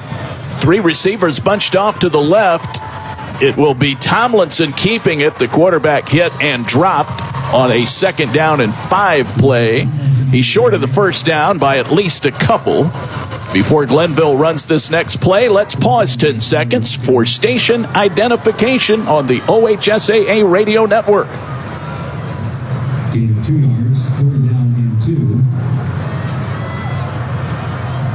Ball's marked at the 17-yard line. I don't make a lot of requests, but can we get some? 3rd down and 2 to go for Glenville. 2:38 to go here in the first quarter. There's Jones bouncing to the outside, puts his head down right along the sideline, trying to get to the 15. That was the line to gain. Tackled inbounds. The clock will keep moving. And we'll see if he made it or if he's a little bit short. I think he might be about a foot short. I think so. The ball came flying out at the tail end of that as well, David. So I don't know if, but as you said, the clock keeps rolling. 4th and 1. You know, if Glenville only had a 235-pound running back to give the ball to, he'd be ideal in a 4th and 1 situation. Looks like Glenville will take a timeout here and talk things over. 4th down and 1 to go. Let's check in on the sideline with Chris. Standing on the Alter sideline, I was talking to some students before the game started. I asked them for predictions. All of them said their team was going to win, but one young man said, you know what, I'll give you some numbers. 20-14 us. And so the kid right next to him said, no, 21-14. It was a classic Price is Right move. A lot of fun from these guys, having a blast at the state championships. So a showcase showdown of sorts over in the Alter cheering section. While they talk things over, Deshaunte Jones, 11 carries already, 63 yards. I'm expecting him to get somewhere between 25 and 30 carries, and depending on the pace of this game, he might get to 35 because he's not only is the primary, he's almost their only running back. He's durable. There's a few questions I have from this weekend. Number 1, how did Hoban get 6 safeties on the season? Number 2, how did Kirtland recover 2 fumbles in the end zone for touchdowns? And number 3, why does Deshaunte Jones not have any Division I offers? And where are you searching for these answers? What sources are you going to? My partner, okay. you. I didn't know if you were looking at me or not. I've got nothing. I've got nothing. 4th and 1 for the Tarblooders. Alter needing a big stop, and they run it right up the middle with Jones. Looks like he got it. Very difficult to get a stop there when they only needed about a foot or so. Ball will be marked at the 14-yard line. The Tarblooders are leading here in the Division IV state championship game by a score of 6-0 on a Ruel Tomlinson 16-yard run. Alter has had the ball for all of one play, and they turned it over on a fumble. 1:41 on the clock, and the time dwindling away here in the first quarter in Canton, Ohio. Here's the snap. Tomlinson calmly hands it to Jones, tucks it under his right arm, angles to the right, got a nice block, and about 4 yards before they can get him down to the turf. Simon Deddens, the defensive tackle, made the stop. He's got some gaudy numbers, 81 tackles on the year, 8 for a loss. We hit the 1 minute mark of the first quarter on a rather mild night here in Canton. The Tarblooders looking for their second consecutive Division IV state championship. Second down and 8 to go from the 12. They can get a first down at the 4. Tomlinson in the pistol, rolls left, fires a pass to the end zone, and it's incomplete. A little out in front of his intended target. That was Paulie Sadler trying to catch it, the sophomore. That had a little bit of a zip on it coming out of Tomlinson's hands. A little bit too much sriracha, Dave. Maybe a little touch might have been appropriate in that situation, but Tomlinson was rolling left. The defensive end came upfield, and he had to get rid of the football. Perhaps that was why. You know, I talked to their coaches down on the field before the game, and they said, this kid can throw some darts. And he's got a strong arm. But, you know, sometimes you don't always have to throw the football through the brick wall. Little touch. 6 on the board so far for Glenville. Third down and 8, and the play was snapped off, but a false start called, and so they whistle that play dead before any other action can happen. The Knights defense has been playing at an elite level in the playoffs, only allowing 9 points in their 5 playoff games, but Glenville has already scored 1 touchdown. And if they are able to punch it in here, they will exceed the total of all of Alter's playoff opponents combined. And we're not yet through the first quarter. 45 seconds left. 5-yard walk-off leaves it at third down and 13 from the 17-yard line. Tomlinson back near his own 20 or the 25-yard line, fires a pass to the end zone. It's caught. Touchdown, Glenville Tarblooders. Demarion Witten. Demarion Witten was double covered. He ran a flag route from the tight end position, and Townsend threw one of those darts right into the number 1 of the jersey of Demarion Witten. It's almost like that 5-yard walk-off gave him just a little more room to operate, Ryan. Yeah, I mean, it literally made no difference for what they were doing. That's his 9th touchdown reception of the year. Tomlinson's 11th touchdown pass, and it's 12-0 Glenville. It looks like they will line up to go for 2. They failed on a 2-point conversion earlier. Glenville with the early 2-touchdown lead. Here's a pitch, and it's Deshaunte Jones. Thought about throwing it, and he'll be spun around, and he did fire it to the end zone, and it's knocked down. He was able to offload that ball before he was thrown out of bounds by Simon Deddens. The conversion attempt fails, and Glenville will settle for a 12-point lead, 12-0, 37 seconds left here in quarter number 1.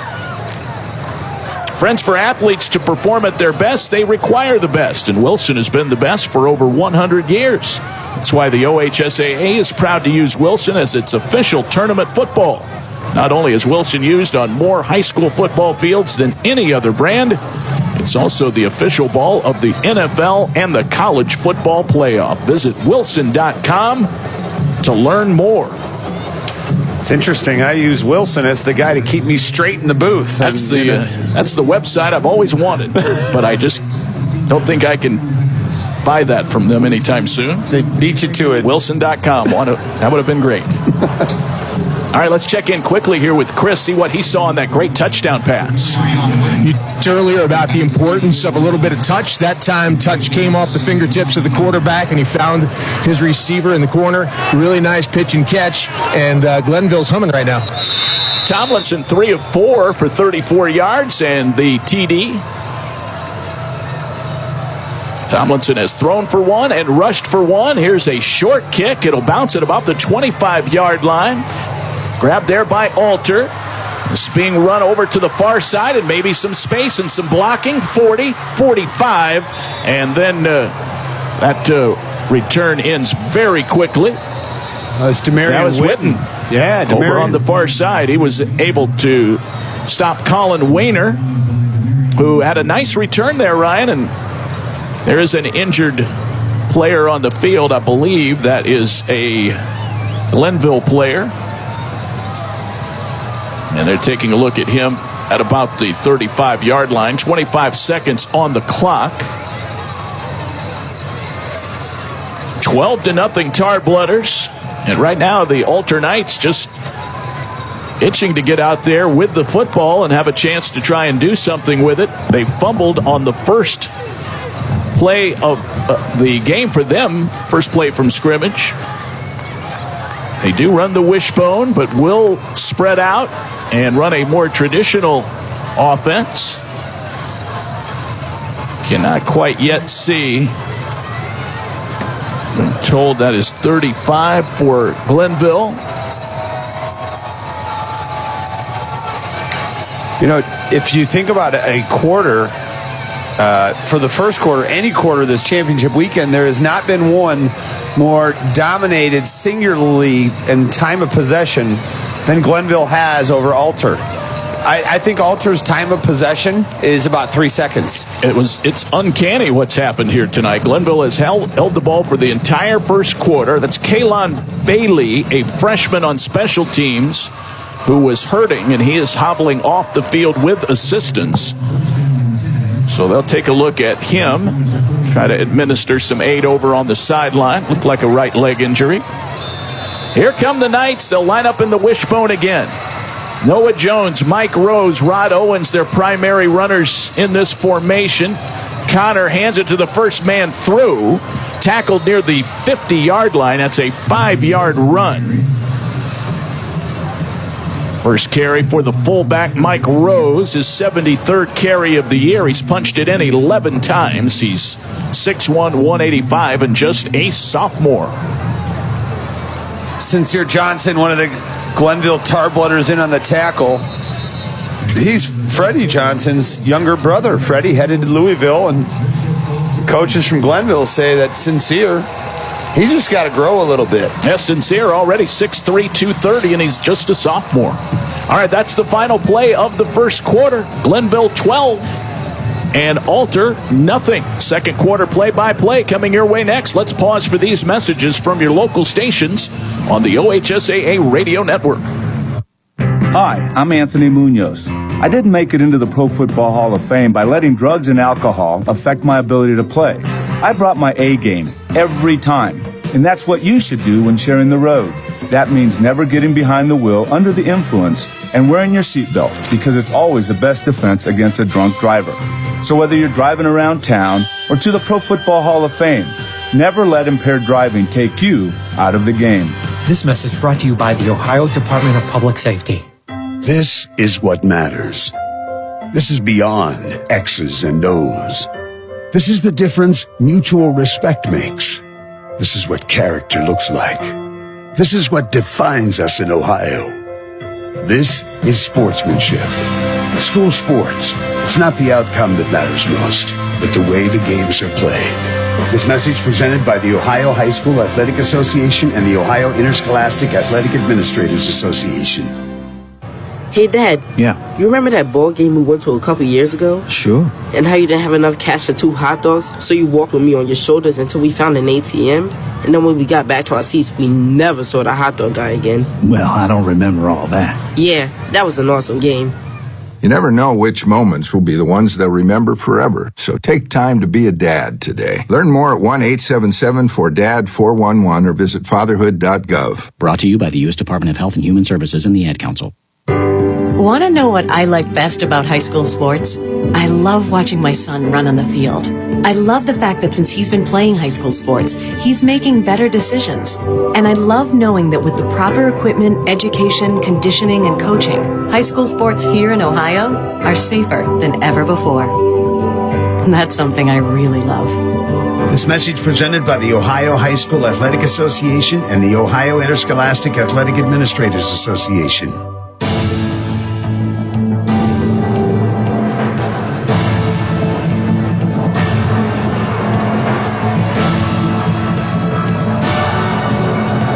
We thank you for joining us tonight for coverage of high school football state championship action from beautiful Tom Benson Hall of Fame Stadium in Canton, Ohio. David Wilson along with Ryan Kavanaugh, all of our crew along the network. We thank you for joining us all weekend for some of these great football games. Massillon, Kirtland, Toledo Central Catholic, St. Edward, Marion Local, and Perry all winning their respective divisions.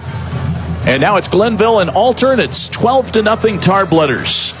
It is Alter ball to start the second quarter. Number of plays, Ryan Kavanaugh, in the first quarter. Glenville 23, Alter 2.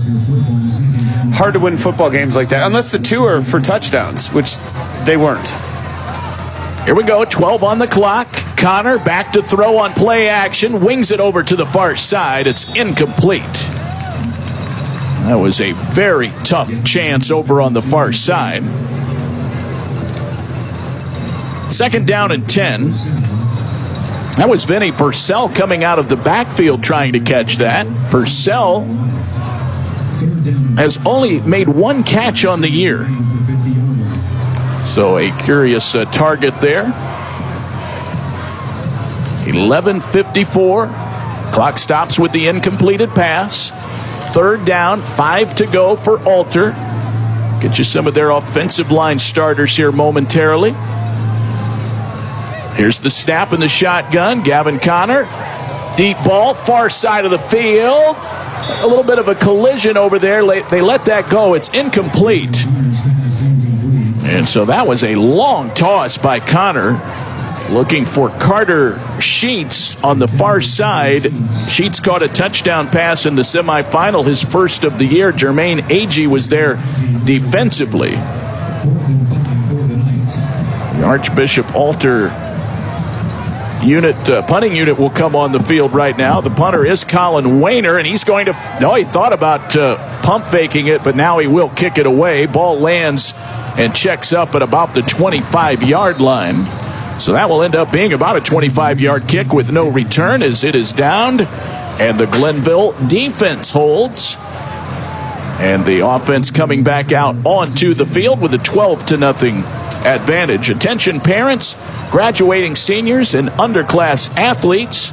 Do you love football, have a desire to stay close to the sport, and want to contribute educational experiences to the student athletes?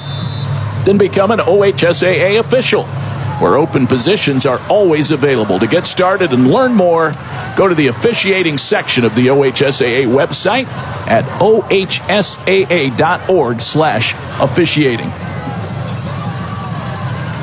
11:37 to go, second quarter. Glenville with the ball. Here's DeShante Jones. They love running that little diagonal run to the right side of their offensive line. It yields great results. That one out to the 26-yard line. Tackle made by John Keikley, the defensive back, comes up and makes his 75th tackle of the year.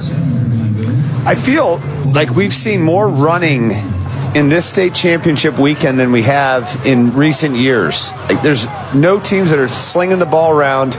Right now, Tiger Laverty and Kirtland are very impressed with Glenville's offensive game plan. Already 109 yards rushing. Jones up the middle this time and just pushes the pile forward out across to the 32-yard line. That's a pickup of 6, even though he was bottled up right at the line of scrimmage. Keikley was there first for Alter. And so that run will leave the Tarblooders looking at about a 3rd and 1 from the 32-yard line. So they need to get to maybe a yard and a half here. Alter trying to dial up a defensive stop. They shut out Steubenville last week 48-0. Tomlinson takes the snap. Jones a little stutter step and then dives forward. It'll depend on the spot. He was tackled by Okemdi Eze of the Alter Knights. Will they eyeball it here, Ryan, or will they just call it 4th down or a 1st down? Oh, we're going to... I don't know how many measurements I've seen this year. They're Not very many. rare. Not many. Yeah. We may see one right here. I mean, what happened? Remember, they used to bring the chains out all the time. This used to be one of my favorite parts of football, with the suspense building, and they pull the chain out there and see if it's a 1st down or not. So they're going to measure it. This one is close enough. They don't want to take a chance and get it wrong in the state championship game. I really like this. I think he got it. No, he didn't. No, they say just short. Yeah. Good news. Well, we're 7 stories up, Ryan. Well, listen. I didn't say anything. You know what? I thought they got it too, Dave. I'm with you. You're not alone on this one. Chris Solwecki had a good look at that. Chris, that was close. Yeah, looking right down the line. That was a chain link or less. It was very, very close, and they will undoubtedly go for it here on 4th down and inches. Yeah, let me repeat myself from earlier. If only they had a 235-pound running back to give the football to when they need a half a yard. They'll break huddle. 10-12 on the clock, 2nd quarter. There's almost zero chance number 7, Deshaunte Jones, gets the football here. This is almost a gimme for the Tarblooders. Tomlinson. They stack the box on the altar side, and Tomlinson tries to sneak it. Somebody lost their helmet. So that was a little bit of a departure from what was expected. Tomlinson just tried to dive over the left tackle. I think Tomlinson will have to leave the game. He had his helmet pop off. Yeah, they're going to bring in Arvell Nelson, the sophomore quarterback, 6'3", 170, for at least a play. It is a 1st down, so Tomlinson got the job done. Lost his helmet in the process.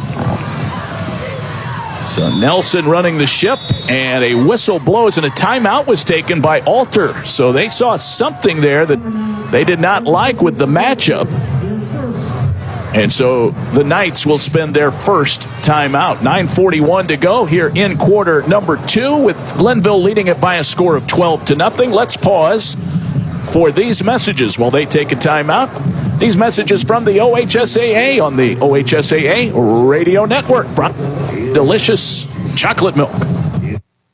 KidsLinked.com is a one-of-a-kind family resource for parents to find local kid-friendly activities, family events, cool deals, and fun things to do. Kids Linked publishes helpful print and online family resource guides, hosts their signature Kids Fest family festivals, as well as the Columbus Children's Festival in June and the Learning Rocks Education Expo each November. Check out KidsLinked.com for all the information parents need in one convenient place. That's KidsLinked.com. Practice hard, you play hard, you're always reaching for your goals. You reach for the next point, the next yard, the next win. And after the game, reach for low-fat chocolate milk. It has the fluids to rehydrate you, the right mix of protein and carbs to refuel you, and the vitamins and minerals to help you build strong bones and bodies. Fuel up with chocolate milk. For more information, visit drink-milk.com. This is the sound of a popular American motorcycle. It's the sound of freedom, the open road, really good times. And this is what it sounds like with a drunk guy in it. How do you like the sound of that? Cops are cracking down on drunk motorcycle riders. If you ride drunk, you will get caught and you will get arrested. Drunk riding, over the limit, under arrest. Paid for by the U.S. Department of Transportation. This is former Buckeye Tyvus Powell. You're listening to the State Football Championships on the OHSAA Radio Network. Oh, yep, 9:41 to go here in the 2nd quarter. Glenville leading Archbishop Alter out of Kettering, Ohio, 12-0. It will be a 1st and 10 for Glenville following this Alter timeout. Each team has used a timeout here in this first half. We are in the 2nd quarter. By the way, I want to say hello to good friend Karen Appel, listening in to our OHSAA radio network broadcast in Kirtland, Ohio. She's very happy with the result from earlier today. Kirtland Hornets capturing a state title. Well, the teams are back on the field, Ryan, and again, it's this Alter defense that their reputation precedes them, but they are still, it appears, trying to adjust to the speed and the power of this Glenville running attack. Well, Glenville's kind of flipped the script on Alter. Alter usually wins at the line of scrimmage, but this offensive line of Glenville's imposing their will. Nelson still in. He hands it to Deshaunte Jones, cuts it up the numbers on the outside, got across the 45, ankle tackled and knocked off his feet at about the 50-yard line. That's a 16-yard run. Yeah, well, Alter's very lucky that John Knightley was there to trip him up, because Deshaunte Jones took it up the left and then cut to the right, and he would have been gone if not for an arm tackle that brought him down.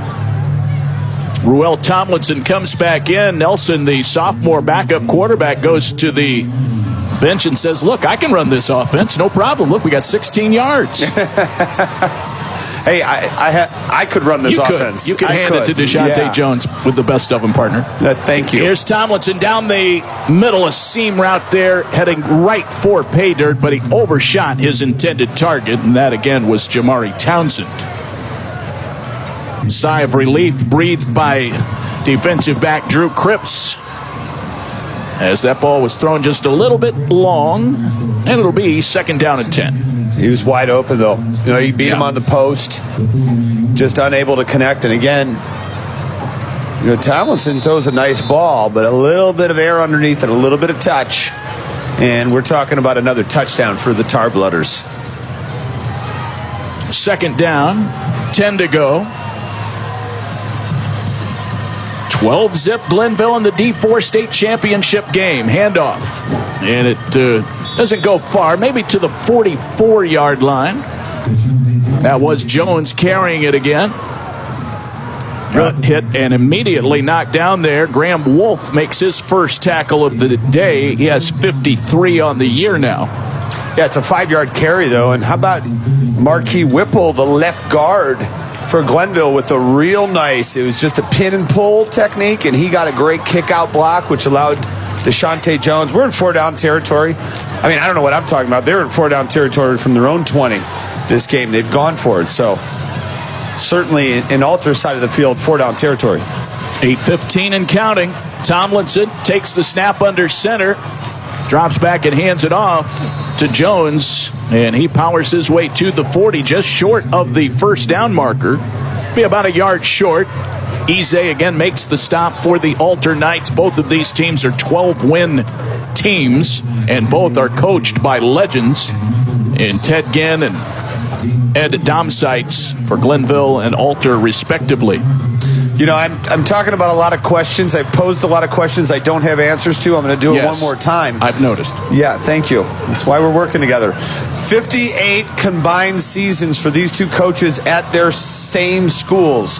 Has there ever been a state championship with that many years for two opposing head coaches?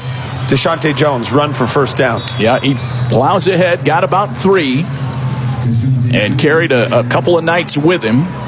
He was tackled by Connor Watkins. I just always admire those guys, Ryan, when we cover these state championships and you see these coaches in all different sports that have dedicated their entire careers to one school, just becoming part of that ethos of that community and that program. Just very, very impressive. Well, you walk up and you see the statue of Tom Benson, and I feel like there should be one of Ed Domsites at Alter. Play action. Tomlinson ready to throw. There it goes. Witten is wide open. Caught at the 10. Runs to the 5 and on into the end zone for his 2nd touchdown reception of the night. 18-0 Tar Blooders. 6:48 to go in the 2nd quarter. David, that route was unfair. Demario Witten was split out to the right. He ran a stagger like he was going to come inside. He broke outside and went back in, and the defensive back was headed towards the sidelines. Witten created the space. Beautiful dime from Townsend right in stride. Look at this. I mean, that is just a nasty route. Demario Witten is a special, special talent. They'll set up and go for 2. Witten now with 10 TD receptions on the year for Roel Tomlinson, his 2nd of the night and 12th of the year. And the Tarblooders have an 18-0 lead. And still, in terms of total number of plays, Alter has only 4. 2-point rushing try, and Jones has no chance to turn the corner. The Alter Knights come in waves, and they run him out of bounds. And so 0 for 3 on the 2-point converts tonight. That's been the only negative. There's a flag on the play. There was some pushing and shoving as Jones went over the boundary line. It was away from where Jones had the ball.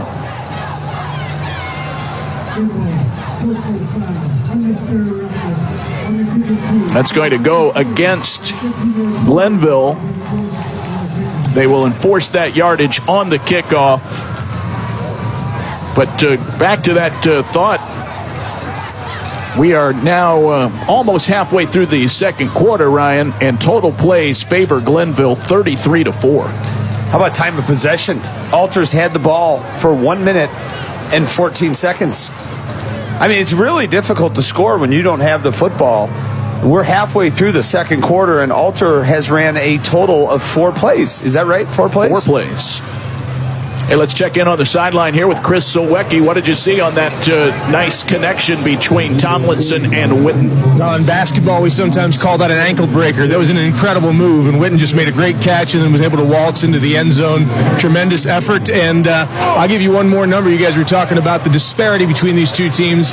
Let me say yards after contact with the running game for Glenville. They are getting hit, but they are bouncing off and plowing forward, and that young man, Deshaunte Jones, is the real deal.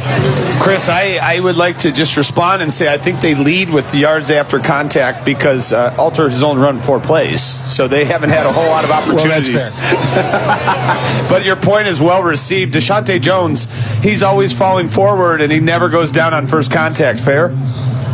You know, I thought that was a great point because the Alter Knights are clogging the box. They know it's coming. They know Jones is going to get the ball, but he is able to run guys over. Here's a short kick, and it's caught at the 40-yard line on the kickoff.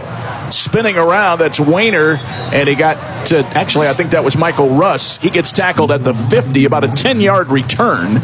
And so good field position for the Knights. Speculation on why the short kick there. Well, they just trust their defense. Why would, and also I don't think it's like a choice. I think that's how far Glenville's kicker kicks the football. I don't think there was a whole lot of, Also, they did tack on the penalty yardage there, so that. Where would we be without producer Ryan Baker? That's a good point that he made. 6:41 to go, second quarter. Wishbone, first carry of the night for Noah Jones, the sophomore. He dives ahead, gets about 3 yards. Noah Jones over 1,100, make it over 1,200 yards on the season now. 18 touchdowns. He punched it in twice last week. He also has 12 catches. He is a playmaker for Alter. But again, they just have not had the ball long enough to get anything going and start mixing it up with some of their top offensive threats. Gavin Connor is the quarterback. Another running play by Jones. He is caught at the line of scrimmage and thrown down. Philip Sains, who had a big defensive play earlier, helping to cause or recover that fumble that led to a Glenville TD. He makes the stop. 3rd down and 7 now. I was talking to the defensive coaches from Glenville down on the field before the game, and they said that Philip Sains is the hardest hitter. He's versatile. He can play linebacker, defensive line. He can play safety if you wanted him to. And you saw it right there. Incredible first step, getting into the offensive backfield and taking down Alter for a loss. 6'1", 235. Sains is senior. 3rd and 7, passing down here. There's some movement all over the place. And it wasn't about the movement. They did not get the play off. Delay of game against Alter. That'll make it 3rd down and 12. Well, Alter cannot afford to shoot themselves in the foot. I mean, it's really tough sledding to get any yardage right now. This is a team that scored 48 points last week, and right now they're struggling to get a first down. We are 5 minutes shy of halftime. Back to throw Connor here, Ryan, as he rolls to the right. Man is wide open downfield at the 40. It's caught. A tackle at about the 38-yard line. Nicely done. Connor hooks up with Andy Duplain, the senior wide receiver. His 11th catch of the year. He was wide open. Yeah, he was. I think Coach Domsites is like, Ryan, could you talk more about how we can't get a first down? And then we'll convert on 3rd and long. Andy Duplain just found the soft spot in the zone right in the middle of the field, and nice job by Connor to deliver a strike. Gavin Connor does complete almost 60% of his passes on the season. He's in the shotgun now. There goes Noah Jones, running room to the 30, bounces to the outside, 25, 20, and then ridden out of bounds by the Tarblooders. That's a peel off of about 17 yards. Jermaine Agee finally got him over the boundary line. Nice run by Noah Jones. We were talking him up a moment ago, and we saw a burst of speed right there. Love that. So Noah Jones is the hammer, and the other running back, Red Owens, is more of a glider. But that time, that first step suddenness from Noah Jones was really impressive. Right now, 4:38 to go. Clock stopped when he ran out of bounds. They'll stay in the shotgun formation. 3 receivers off to the left. Alter with the ball, but trailing Glenville by a score of 18-0. There's Jones. Same play, running to the 15, out of the 10, and an ankle tackle knocks him down before he can take it on into the house, but he's at about the 9-yard line. That's a 9-yard run for Noah Jones. They ran that play back-to-back. Yeah, they're finding some success over the right side of that offensive line. Great pull block. My goodness. Coming across from Alter, number 55, Jackson Wright. Good kick-out block. Jones cuts in right off his backside. Alter's cooking. Jake Noga is the center. I'll give you the rest of the offensive line guys for Alter. They just have not been on the field very long for us to identify them. Here's the snap to Gavin Connor. It's Noah Jones. Tries to bounce that way again. Hustles maybe to the 6. That's a 3-yard pickup before he was grabbed up high and driven down to the turf by Myquan Gravely. The left tackle, Nate Fussnecker. C.J. Epps is the left guard. Noga at center. Jackson Wright at right guard. Noah Marquez, the right tackle. And these guys have to be on point, especially when you factor in they run the wishbone about 50% of the time. We haven't seen it on this possession. They're running the spread offense. 1st and goal from the 7-yard line for Alter. It's Connor on a keeper, and he gets tripped up. I think the ground caused that fumble. It bounced loose, but he is down at about the 10. That's a loss of 7, and right there was Sincere Johnson. That guy is playing some football today. You mentioned he's Freddie Johnson's younger brother, and the Glenville, their sideline calls him a little pup. I'm like, man, this dude is 6'3", 235 pounds, making tackles all over the offensive backfield of Alter. I think he's pretty good. I know he's a sophomore, but what are the expectations for Sincere Johnson? It's like when a guy is like 7'4" and they call him tiny. I got you. Here's the snap to Connor, who seemed a little shaken up after that last keeper. And it's a running play right up the middle, maybe back to the 8-yard line. It's going to bring up a 3rd down and goal to go. Chris, did you see what might have happened to Gavin Connor? Looked like just as he was being tackled on that play prior that got rolled up on a little bit. He's limping a bit, but he's gaming. He's in there. He's going to continue to fight through it. Chris Sowecki on the sideline for us tonight. We appreciate his great reporting work. Ryan Baker, our engineer, here in the booth. Greg Wilson, our spotter. Got a talented crew bringing you high school football championship action. Whistles blow, and a timeout was taken by the Tarblooders. That'll be their 2nd of their 3 timeouts. 18-0 Glenville here in the D4 title affair. Friends, the Ohio Dairy Farmers are proud to sponsor our radio network broadcasts. They encourage you to power your potential with chocolate milk, the official beverage of the OHSAA. Drinking chocolate milk helps you recover for what comes next and helps refuel exhausted muscles from elite athletes to weekend warriors like Ryan. On behalf of the American Dairy Association, We also wish all participants good luck at this state tournament. For more information, visit drink-milk.com. The ADA has been a longtime sponsor of our OHSAA radio network. We appreciate those folks very much. Hoping to get some chocolate milk here in the booth. I'm hopeful. I've DoorDashed it. It hasn't showed up yet. Remember when we grew up, like, chocolate milk was a treat. It wasn't, nobody told me it would help me build strong muscles. So I wish I grew up in this era. Maybe my stats would be findable then because of the internet. Yeah. Or not. It's better if they weren't. We're going to talk to the ADA and get you as a spokesman on some of those chocolate milk spots. Yeah, I would like that. Yeah. We got Jim Lachey on there. Why not Ryan Cavanaugh? There you go. 1:58 to go, second quarter. This is a big possession for the Knights, trying to punch it in. 3rd and goal from the 8. There's Connor to throw right in the middle of the field at the goal line. Overshoots his target. A leaping two-handed attempt by Jimmy Nagel, and it goes off his hands and incomplete. And it brings about 4th down and goal from the 8. And we'll see if they're going to try to get points on the board. Dave, they had trips to the left, and they rolled short left with Gavin Connor. Nagel came from the right side, and he had him. He just overshot him a little bit too high. They're going to go for a field goal. This will be a 26-yard attempt for Tony Arcuri. He's 5 of 8 on the year. This is well within his range. The snap and hold good. The kick is airborne, and it is up and through. No questions asked. Tony Arcuri, a 26-yard field goal, and Alter is on the board here. They cash in with points, and it's 18-3 Tarblooders. So you walk away there. You would have loved to get the 6, maybe 7, Ryan, but they'll take the points and a little bit of a boost of momentum on the Alter side. Well, you're looking at under 2 minutes and a half, and with Glenville's inability to convert on the 2-point conversions, they've now made it a 2-touchdown and an extra point, 2-point conversion type game. So I understand what they're doing when you do start doing the football math. The most important thing right now is to get into the locker room without letting Glenville put any more points on the board. And Chris Solwecki, 149 is an eternity for this Tarblooder team. They may be thinking 2 scores.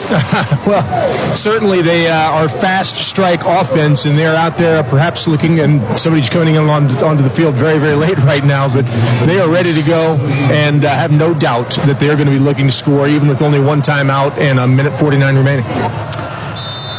Townsend and Gravely back deep.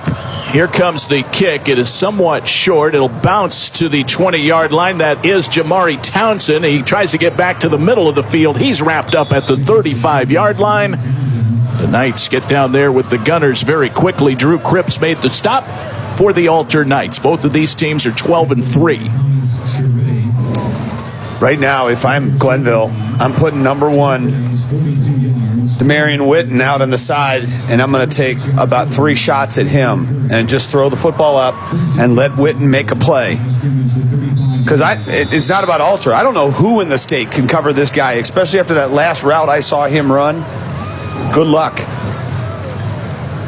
1:42, and it's 1st and 10, Glenville at the 35-yard line. I started to say both teams are 12-3, and both are on 7-game winning streaks coming into this state final.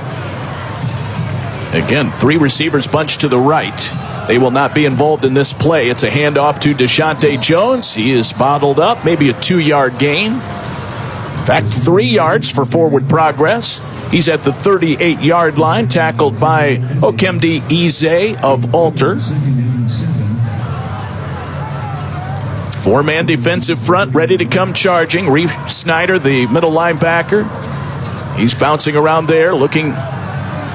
Now it's thrown by Tomlinson. It's caught by Jones at about the 50-yard line, running laterally to the near side, gets to the 45 of Alter and cut down low as he crossed the 45 to the 43-yard line.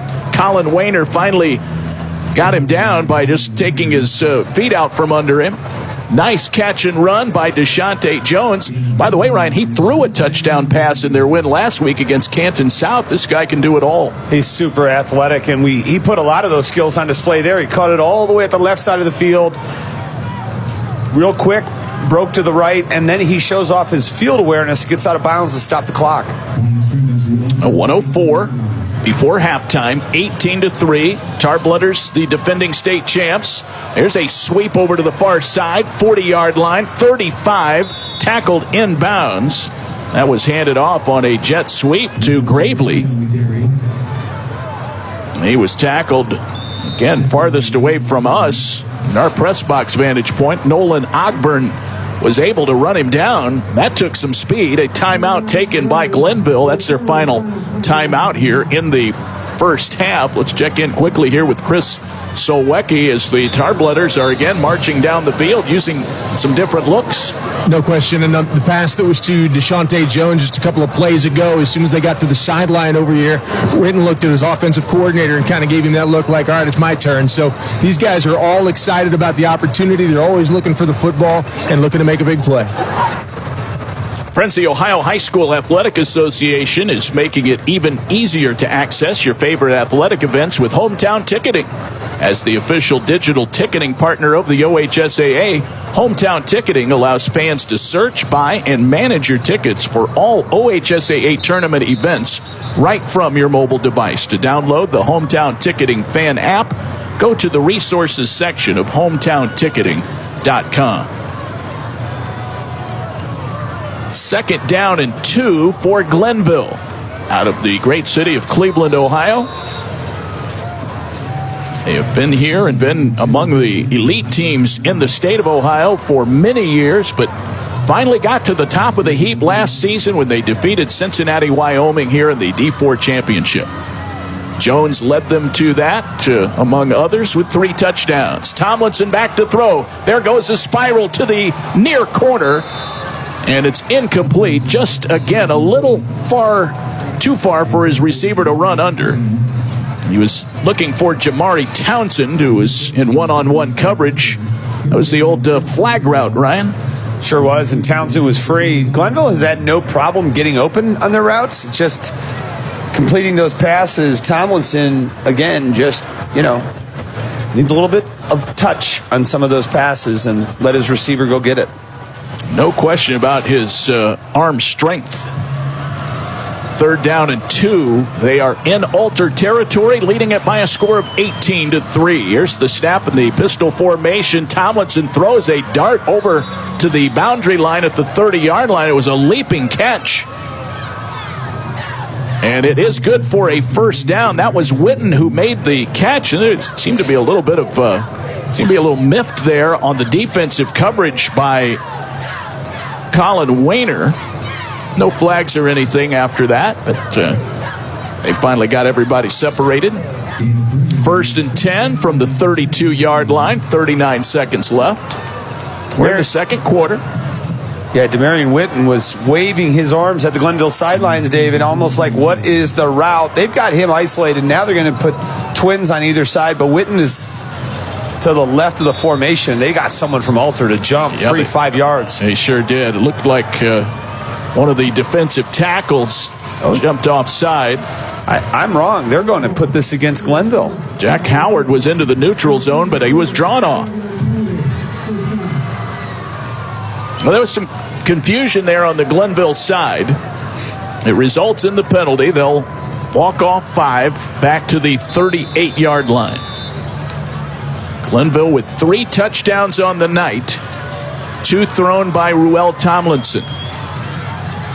Back to throw Tomlinson. Steps away from pressure. Now he's going to run for it to the 30. He's at the 25, 20, and makes for the safety of the Alter sideline. Steps out of bounds at about the 15. 22-yard run for Ruel Tomlinson. Pocket was closing down around him, Ryan, and he just took off running and had some open space. Well, Ruel is a terrific athlete. Their coaches call him a power runner. He's also a standout on the Glenville basketball team, and you could see the pocket awareness and, more importantly, what goes on above the shoulder pads between the ears, understanding time, the clock management, getting out of bounds. I love that play from Tomlinson. 1st and 10 from the 15-yard line. They're back in the red zone. He wants to throw, fires a pass, incomplete. Again, looking for that front pylon on the right side of the end zone. Looking for Quincy Rogers that time, the junior. Well defended by the Alter Knights. John Keikley, the defensive back, was there to short-circuit that play. 2nd down and 10. To your point, Ryan Tomlinson now 6 of 10 for 94 yards and 2 touchdowns through the air, 7 carries and 60 yards and a TD on the ground. Yeah, dual threat is thrown around all the time when you consider quarterbacks, but Tomlinson's putting it on the paper today. He wants to throw. The lefty fires a pass. It's caught at the 10-yard line, maybe to the 9. Caught by Paulie Sadler, the sophomore. So he gets into the box score. The second time he's been targeted, his first catch. 3rd down and about 3 to go as the Tarblooders now have a great shot to put a 4th touchdown on the board before halftime in this Division IV state championship game. Lights are on. About the middle 40s as far as our temperature. Winds are very calm. Here's the snap back to Tomlinson. Line drive pass inside the 5. It's caught. Now they hurry to the line. That was Witten who made the catch. 16 seconds on the clock. They wind the clock now. 14 to go. Tomlinson will run it, and he gets to the goal line. There's the touchdown signal. It's an 3-yard run for Tomlinson after the catch by Witten. And Ruel Tomlinson hurries to the line, takes the snap, runs it in himself, got hit at the goal line, but he broke the plane. Touchdown Tarblooders with 5 seconds left in the half, and it's 24-3. David, they got on the ball. There was no time for Glenville's sideline to call a play. Tomlinson put that ball in his own hands. He said, snap it, and I'll get you into the end zone, and that's exactly what happened. Time was definitely of the essence, and they will go for 2 here as they have done all night. Deshaunte Jones will line up in the backfield with Ruel Tomlinson, who now has 2 touchdowns running, 2 touchdowns passing. He has been the undisputed MVP. They got the ball on the right hash, and Witten all alone on the left hash. That's where the ball is going to go. It's a fade route and a catch over the shoulder by Witten for the 2-point conversion. He was on a dead sprint toward the boundary line on the far side. Tomlinson put it right on the money, and Witten, maybe just sensing where the ball was without seeing it, brought it in with 2 gloved hands.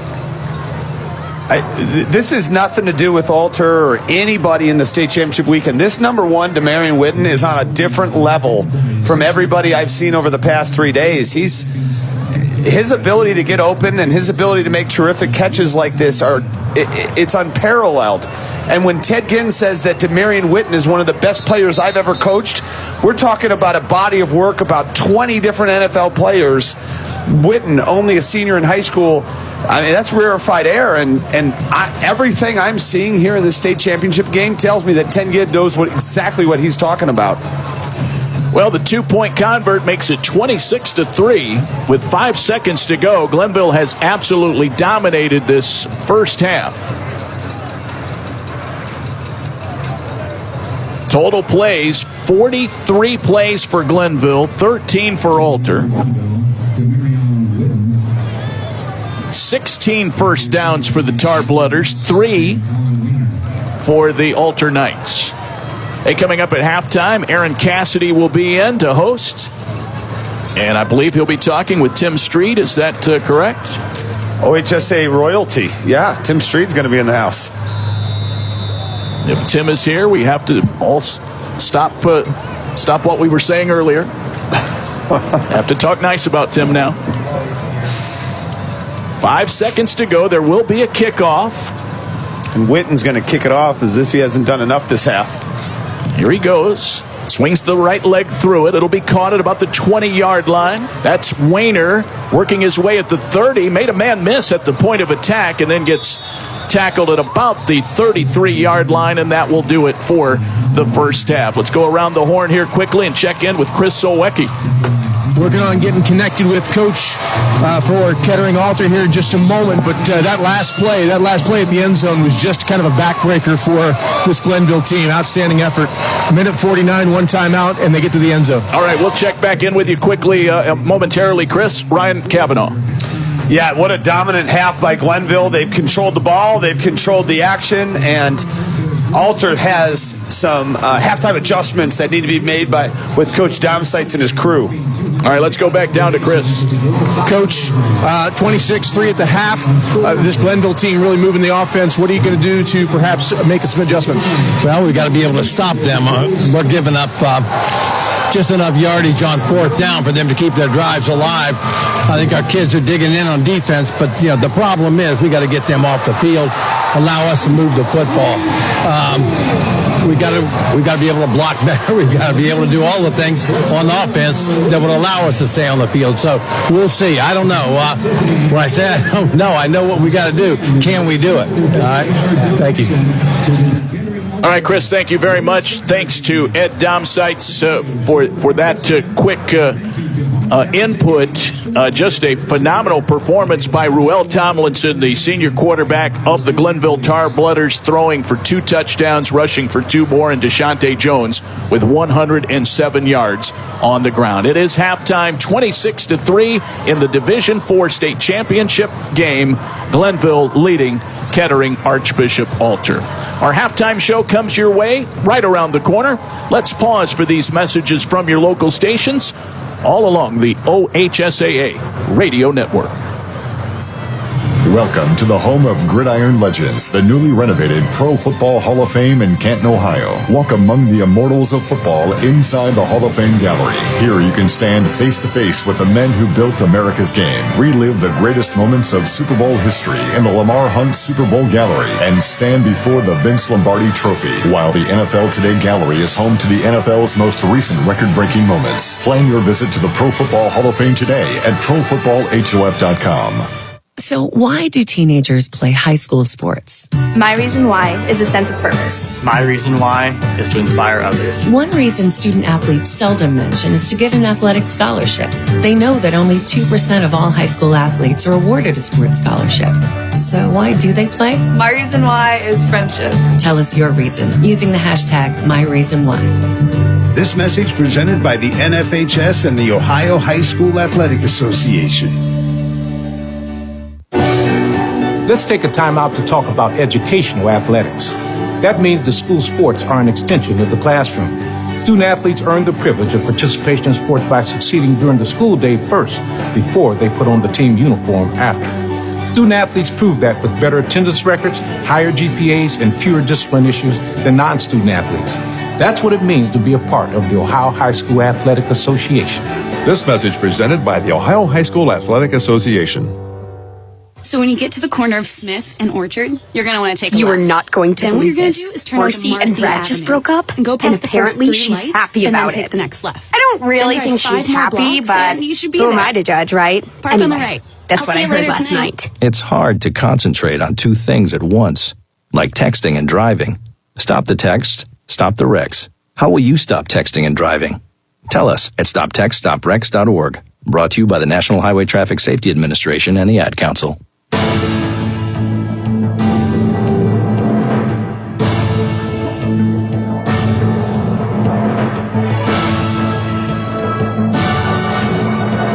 Back here at halftime, it is the 7th game of the weekend here, and it is Glenville on top of Alder 26-3 in our final game of the weekend. Before we get into statistics and our halftime guest, Tim Streed, let's pause 10 seconds for station to identify themselves on the OHSAA Radio Network.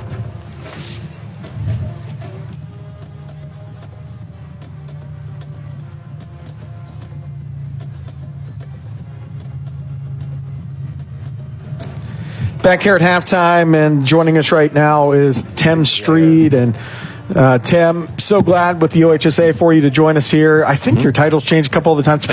Sports Information Director, right, here at the OHSAA. So it's good to see you. I feel like you and I wrap every football weekend on a Saturday night, so it's always good to see you. I try to do that intentionally, just to thank everyone for the whole weekend.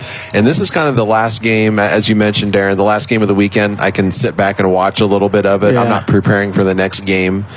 But Glenville's pulling away here, of course. And Ed Domsites is an excellent football coach. I'm going to give their trophy after this game. And they've had a great season, but they ran into a Glenville here team that would probably challenge for the D2 or 1 title. Yeah, how about this? We've had 2 teams three-peat. We're going to potentially have a team two-peat back-to-back this year. But you talked about all that goes in and everything. You said you had a chance to sit back finally. I caught the word finally there. That means there's a lot going on this weekend. Talk about what that is and just the culmination of everything that's coming together. Yeah, and really it starts last Friday night. Yeah. When you have the state semifinals. I was answering that question earlier today. When does all this start? Well, we prepare a lot of it, obviously, the weeks and months in advance. When you look at the state championship program, there's so many pages that we had done weeks and months ago. Okay. But last Friday night, you have the state semifinals, and then you know who the 14 teams are, and you know who the matchups are. And that's when it really kicks into high gear with statistics and roster finalizations or changes, or changes to your starting lineup. We're missing this or that. So that's when we really try to collect all that. The illustration I try to give is, at college level, college football teams have SIDs. Yeah. You do college games too, so you know how valuable they are. I did that for 9 years. That was my previous life. So I know how important that is. Well, most high schools don't have that. So I am that for these 14 teams. Other than St. Edward, they have an SID, so I love that. But, so I'm that person. I collect all that information and distribute it to all of you. And then and Spectrum and a lot of other broadcasters that are here this weekend. So, but I enjoy doing it. That's what I enjoy takes you doing. back to your roots a little bit. It does. So I enjoy doing that, and it makes the event so much better for you all, for the other broadcasters, for Spectrum, because they know they can get that from me, and that way 14 coaches are not all being contacted by everybody. So it's one of the things I enjoy doing, but it's exhausting. Someone asked if I was going to be exhausted, and shut her down late tonight. I'm exhausted now, but it's what we do. We run state championships, and we love doing it. So it's all worth it. It's so worth it. It's hard to even describe it. It's an honor and a privilege to be a part of it, and can't wait till next year already. Do you have to reintroduce yourself to your wife when you get home? I do. She's out in Eastern Ohio this weekend. She's in a wedding, and I think she's coming. I don't think it's her wedding. I haven't been told otherwise. So I'll get home tomorrow afternoon and get to see my kids and see her, and hopefully have a quiet rest of December. Still busy with a lot of various projects, but looking forward to that. One of those projects is basketball. We'll get to in a second, but I want to talk about Canton, another 3-year deal, and be able to host here. And what a job they do. It's almost seamless in some ways, from where we stay and from the hospitality that we get from everyone here, from a broadcaster standpoint. But I know you guys recognize it from an organization standpoint as well. Yeah, and some people will still say, boy, would other people be interested in hosting? Of course, people ask about Ohio State. And, the thing I say is you got to have two things. You got to have the facilities to host it. That comes with the people as well. There's a lot of people that it takes to run an event of this magnitude. But then number two, you have to be in a place that wants you. Sure. And as you just mentioned, you get the feel all over Canton and in the stadium and the Hall of Fame Village behind us and around Canton that they really want it here. And it just gives an energy, and you have volunteers when you need them. You have van drivers for our board, people working the elevators, people working in credential pickup. They do it right. And so to follow up on your item, though, is that, we are this weekend ends a current 3-year contract, and then we'll start a new 3-year contract next year. And there's actually 2 option years after that by mutual agreement. So It could end up being a 5-year agreement. So, but I just can't think of a better place to have the football state championships. I really can't. And I say all the time, we're so fortunate, lucky, blessed, whatever word you want to say, that the Pro Football Hall of Fame is in Ohio, and it's in Canton, Ohio, and look where we get to play our state finals. So it's a win-win situation. Eric Cassidy with Tim Street here at halftime. And Tim, sounds weird, but we're going to move into basketball. Basketball started, and a new system this year has been talked about a lot, and that is the new ranking system that's going to how the playoffs. It used to be voted on and seeding and all that. This is going to take a little different approach, and it's going to be how teams are seeded. It's going to be a little different. Talk about that. Yeah, so you're right. Basketball season is underway. It's crazy. Here we are, and as we've talked about before, every team makes the sectional tournament in basketball, but your seed in the sectional basketball tournament for a long time has been determined by a vote of the coaches, and new this year, your seed will be determined by your RPI. And people are familiar with RPI, ratings percentage index. It's used at a lot of different levels, mainly the college level. But Max Preps is one of our partner tech organizations, and it'll be similar. Ironically, it'll be similar to the football computer ratings. So everyone's familiar with the football computer ratings. That determines your seed in the regional tournament. But in basketball, it had been the vote of the coaches, and so there's issues that come with that sometimes. So the Basketball Coaches Association made a proposal that we look at using a technology service for that RPI. And we tested it last year in the Northwest District. They liked it. It's a different partner than we used last year, but it's the same philosophy. And so we're going to do it statewide this year. It's Max Preps. In fact, I just was looking at it. I think it's January 13th will be, which is crazy that I already have that on my calendar. That's a really random. January 13th is, I think, our first weekly basketball RPI press release. So it'll be here before you know it. That'll be really neat. Another basketball question, a couple more questions for Tim Street here. A little buzz going around that, there's some talk out there about potentially expanding the basketball divisions or number of teams, right, that get in from 4 to, you go to 6 divisions, you go to 5. You go all the way up to 7. What can you tell us about that? Yeah, so I can confirm that there are serious talks happening right now at the OHSA with our board of directors and with our staff to expand the number of divisions that we have, not only in basketball, but in several sports. That conversation started last spring. A lot of it was informal, but I can tell you that our board of directors right now, and they're elected by our member schools, they want to expand. Yeah. And Doug Ute, our executive director, wants to expand too. So we are on that road. What it will look like, not quite sure yet. Will it be 6 divisions in basketball? Will it be 7? Will Division I be smaller like we do in football? Sure. Those are the conversations we're having now. Thursday, here in Canton, right behind us in the Hall of Fame, all of our district athletic board members, all 67 of them, got together for a big meeting, spent 3 hours talking about it. We're starting to get way far down that road.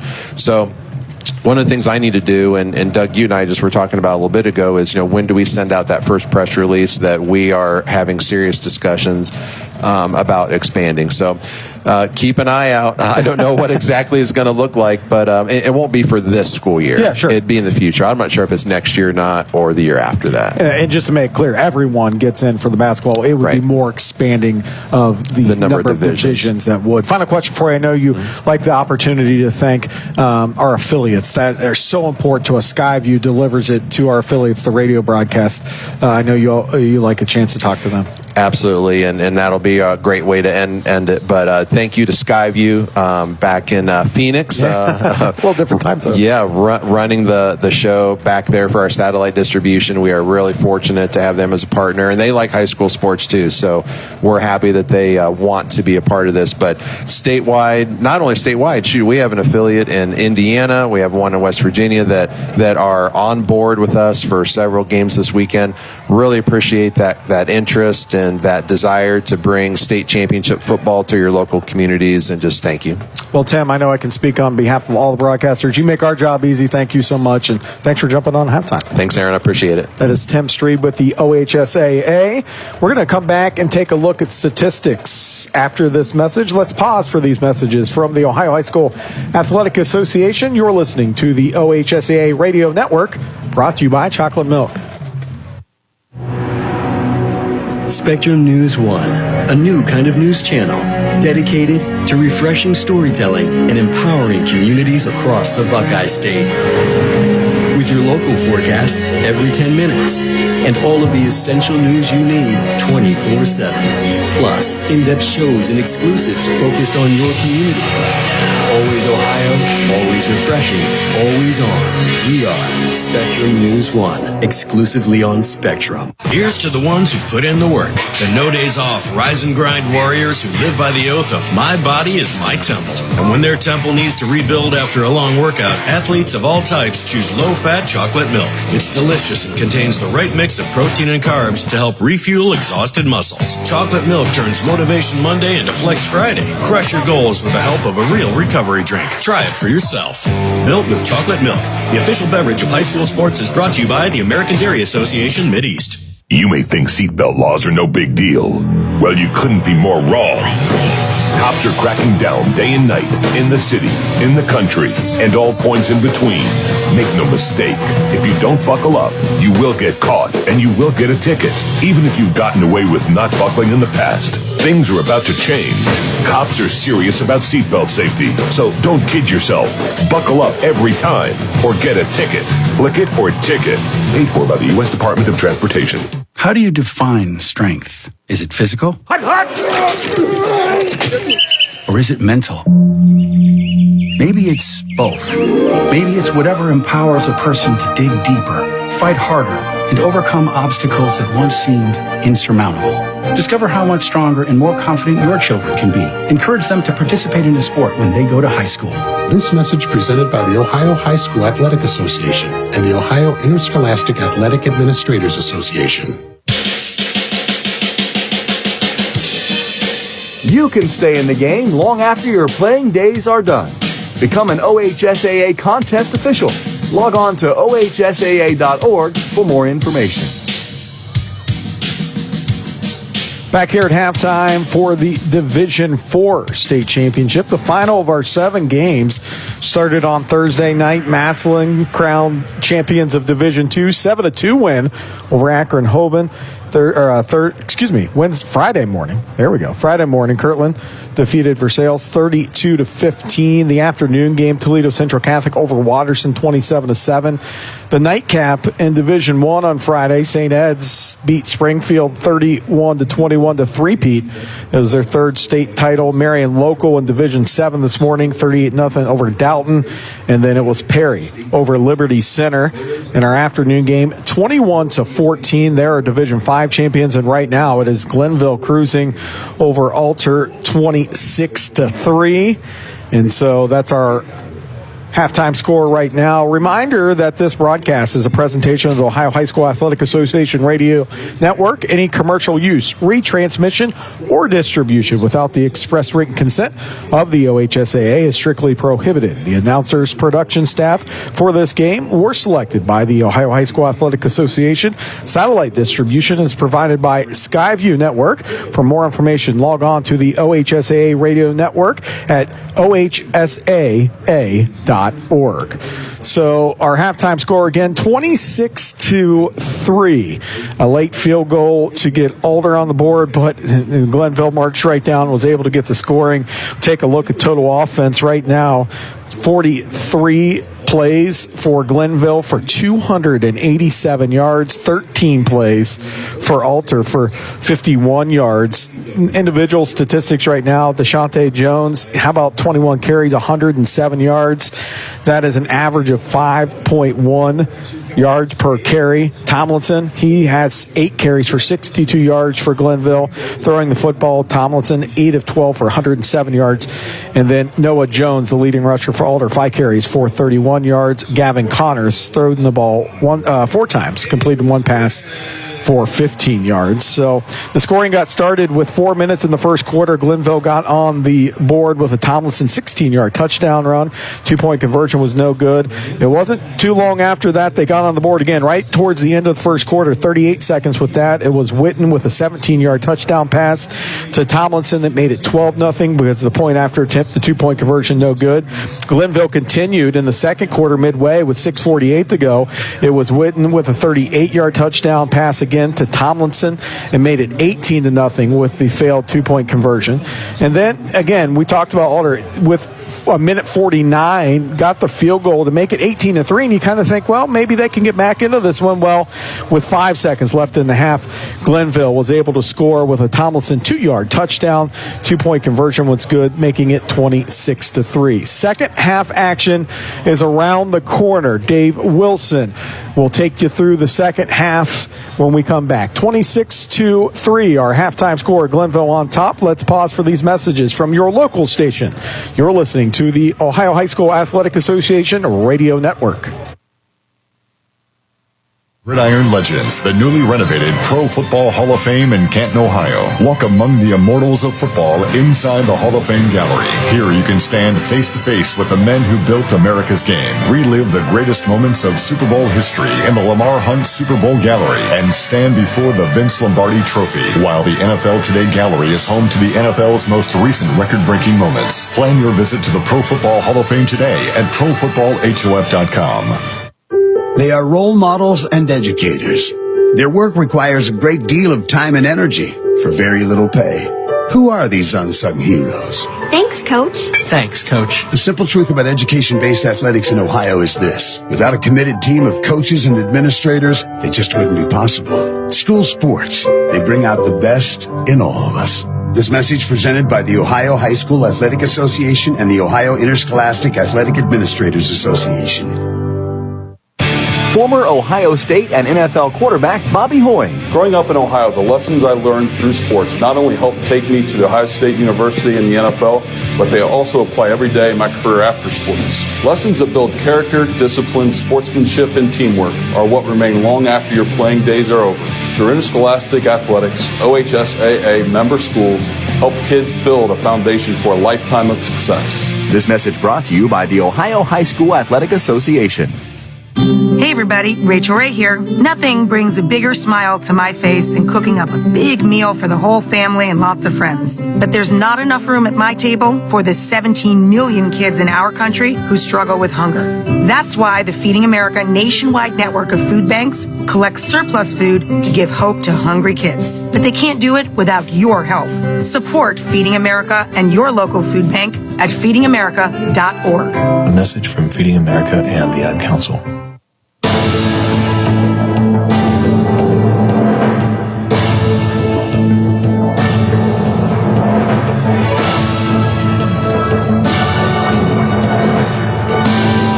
It is halftime of the Division IV state championship game at Tom Benson Hall of Fame Stadium in Canton, Ohio. David Wilson along with Ryan Cavanaugh rejoining you from high atop the stadium.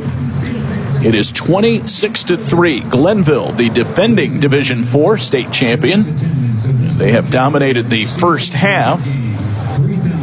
Eric Cassidy was giving you some of the statistical information from the first half, but Ryan Cavanaugh, Ruel Tomlinson, that is really all the description you need in the first half. With all due respect to Deshaunte Jones, who had a pedestrian 107 yards rushing in the first half, it was Tomlinson who marched him up and down the field, threw 2 touchdown passes, ran for 2 touchdowns. He has just been in total command of the game. Yeah, I mean, he's been very, very good. Both. I mean, it helps when you have Witten, right? Like, I mean, Demarion Witten is absolutely. Yeah, it's 4 good. catches, 64 yards, plus a 2-point catch. He's on a different level. Tomlinson, I love what he has, the tools.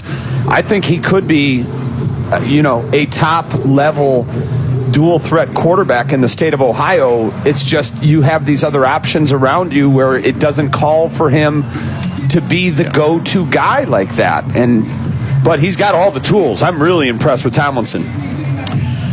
Let's check in with Chris Solwecki if he has rejoined us here. He's on the sideline reporting for us tonight, doing such a great job. Chris, your thoughts on what we might see in the opening moments of the second half? I wasn't able to talk to a coach for Glenville yet, but these guys have come out of the locker room feeling very loose. They're having a lot of fun, as you might expect, with the kind of lead that they have. And so I would imagine they're going to come out of the gates very, very quickly and try to maybe even get us to a running clock here very soon.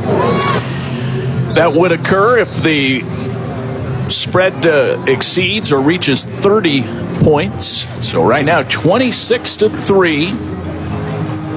as we get ready for the start of the third quarter. Again, 20 minutes and 42 seconds of possession time out of 24 minutes for Glenville. That just shows you. And Ryan, you go back to that first play fumble by Alter.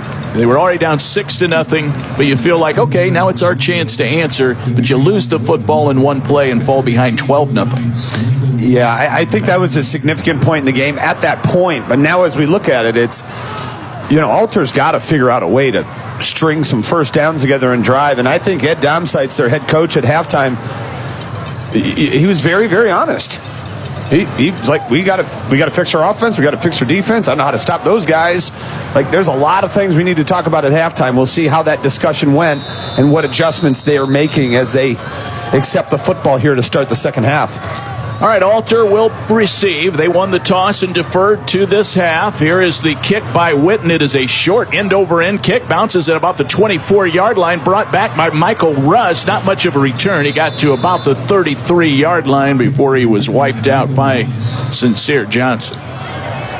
Alter coming out offensively. Third quarter. It's the final game of our state championship weekend. We were joking when Tim Streed came in for his halftime interview, but in all seriousness, we want to thank Tim and all of his efforts over this season and many others in formulating and getting the OHSAA network off the ground, and it's become such a big part of each and every state tournament. Great to be a part of it. Here's Gavin Connor. Lines are down, and the snap comes back. They go to Noah Jones, and to the outside he goes to the 40, turns the corner at the 50, one man to beat at the 40, and they will get him out of bounds at the 40-yard line. 28-yard run for Noah Jones, and he was finally tackled by Jermaine Agee, and he was the last line of defense for the Tarblooders, or Noah Jones would have taken it to the house. This is beautiful job. A beautiful job by the big guys up front for Alter, specifically number 55, Jackson Wright, coming from the left side across with a pancake block to open up the hole for Jones. That's their biggest play of the night. Jones putting some nice numbers together. And goes in motion. That's Duplain. Here's a little flip to Jones running left, and a nice open field tackle by the Tarblooders.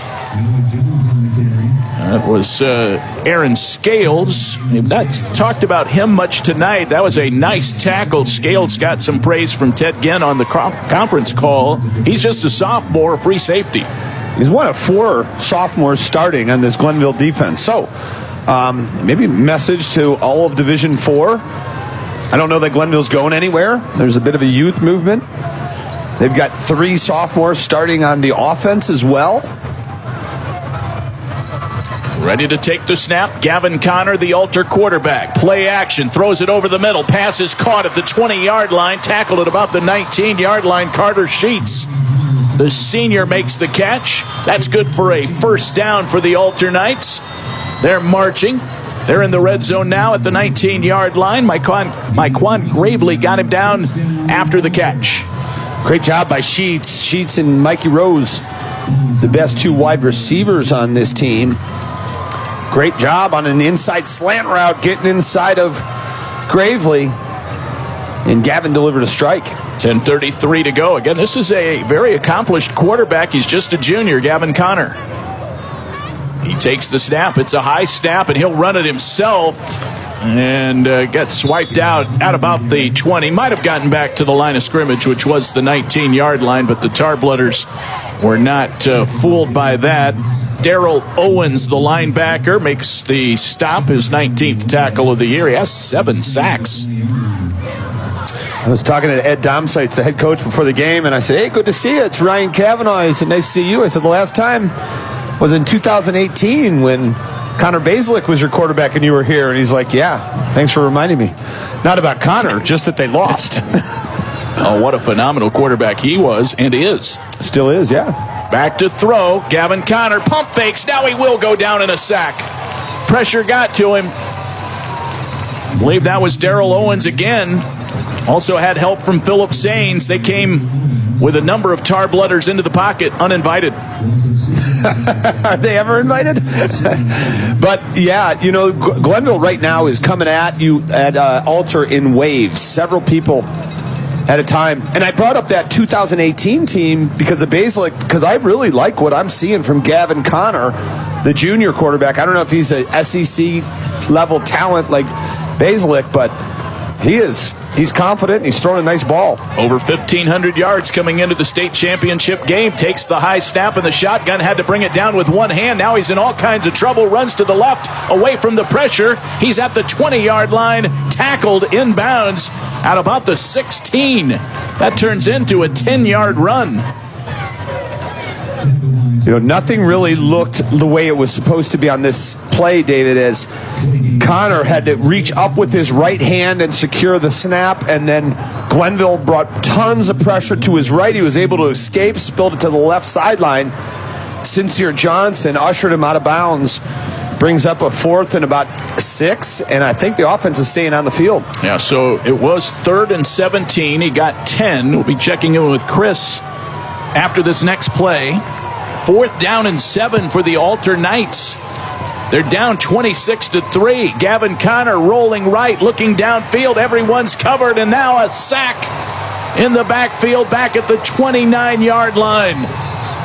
Never giving up on the play, linebacker Darrell Owens. And really, Ryan Owens made a great play there, but it was a coverage sack. No one to throw to downfield.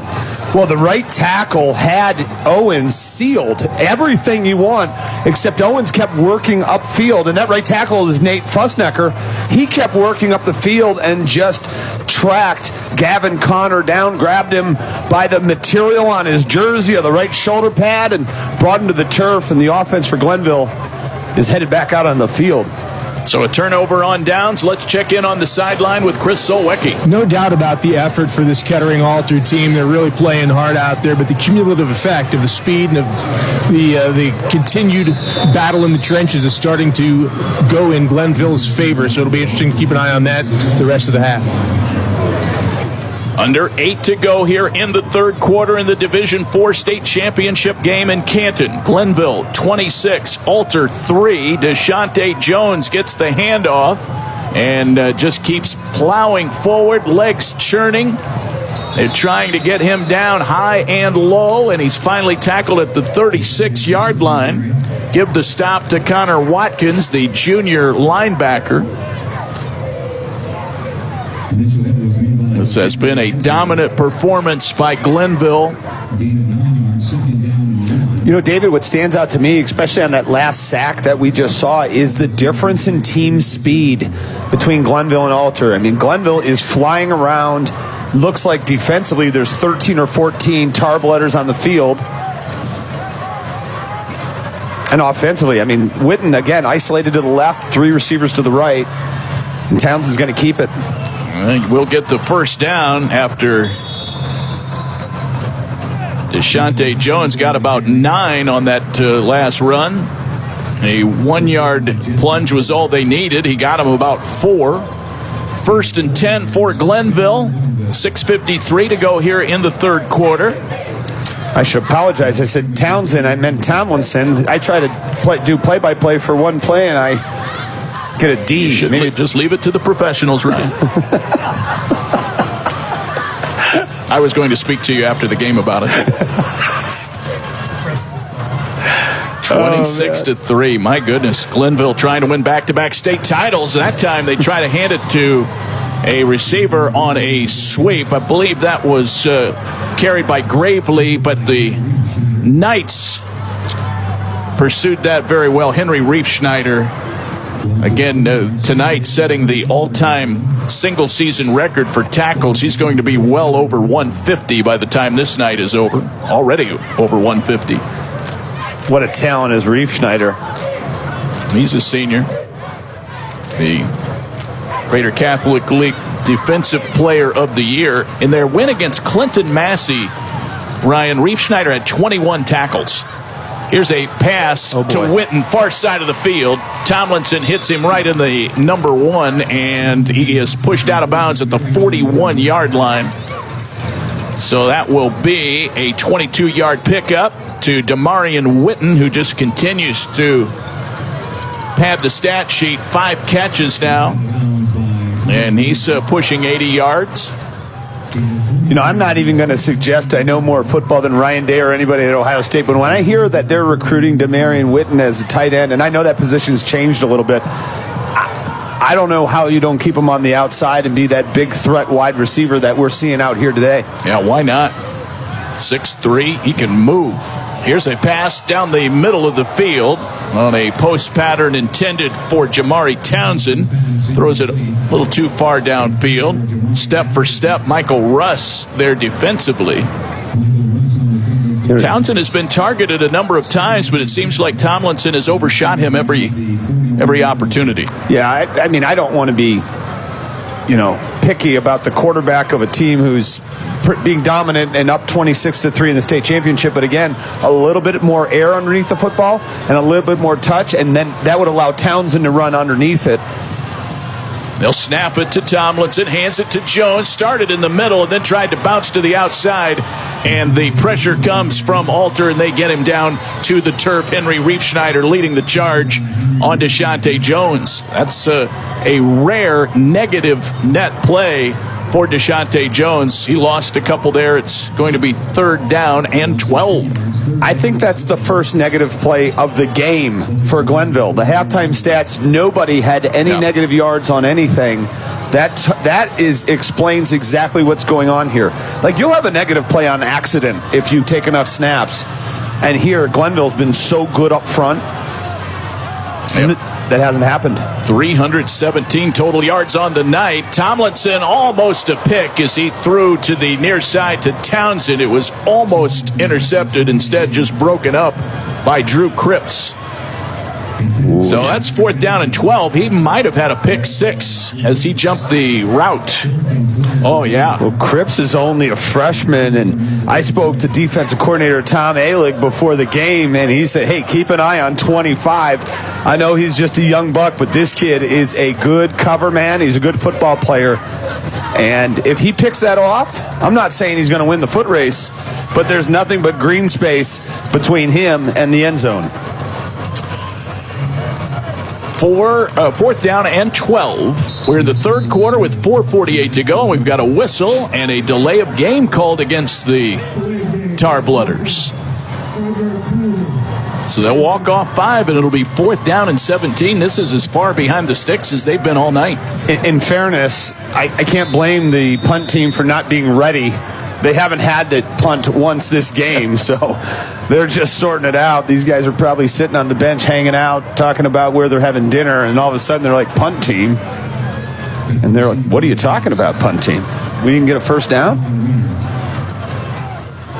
Line of scrimmage is the 48-yard line. Blocked. Almost blocked. I'm not sure if it might have been tipped, but it is shanked off to the right. And a flag is down, and a roughing the kicker is coming up against the Alter Knights. I'm sure we'll see it again on our scoreboard monitor here, Ryan, but they came with some pressure there, almost got the block, but instead the flag thrown. Yeah, it was Jack Howard, and I kind of jumped on you there and I over you and it said blocked because...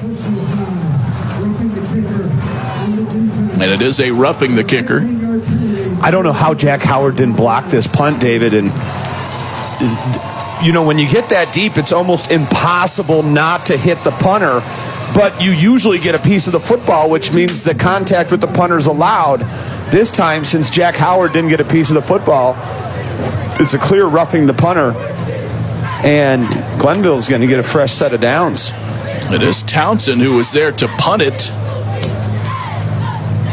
And so it will give the Tar Blooders a first down as if they needed any extra breaks. But they're up 26-3 with 4:40 to go here in quarter number 3. It's the Division IV state championship game, the final of all of our 7 state championship games this weekend. Once Thursday night gets here, man, they move fast. Look for Witten here, Dave. He's lined up as a tight end. Deshaunte Jones carries it right in between the tackles on the right hash mark. Not much running room there. A gain of 1, tackled by Riefschneider. Yeah, to my point, Demarion Witten's been split out wide, all afternoon, and we talked about whether he's a wideout or a tight end. That time they lined him up as a traditional tight end, and it's not something we've seen. I'm looking for a little play action and then go to Witten from the tight end spot. Glenville will take a timeout here, the first of their 3 here in the second half. And so we have a break in the action here in Canton. 4:15 to go in the third quarter. 26-3, Tarbletters leading the Alter Knights. Let's pause for these messages from the OHSAA. You're listening to the OHSAA Radio Network, brought to you by delicious and ice-cold chocolate milk. You practice hard, you play hard, you're always reaching for your goals. You reach for the next point, the next yard, the next win. And after the game, reach for low-fat chocolate milk. It has the fluids to rehydrate you, the right mix of protein and carbs to refuel you, and the vitamins and minerals to help you build strong bones and bodies. Fuel up with chocolate milk. For more information, visit drink-milk.com. Max Preps is your source for high school sports. From schedules to stats, live scores, rosters, video, and photos, Max Preps has it all. And when you download the Max Preps app, you can add your favorite teams and get notified on the go. Have your own personalized scoreboards and stay updated on the latest news surrounding your high school team. As a proud partner of the Ohio High School Athletic Association, Max Preps wishes every student, athlete, and coach out there a very successful season. Jim Lachey, Ohio State football All-American and NFL Super Bowl champion on Achievement. Hi, I'm Jim Lachey. Studies show that students who play school sports tend to have better attendance records, higher grade point average, fewer discipline problems, and are more likely to pursue a college education. High school sports also teaches leadership, character, and provide the foundation for becoming a good citizen. Let's respect the game. Remember to always keep the student first and student athlete. This message brought to you by the Ohio High School Athletic Association. How do you respect the game? Find out how at ohsaa.org/RTG.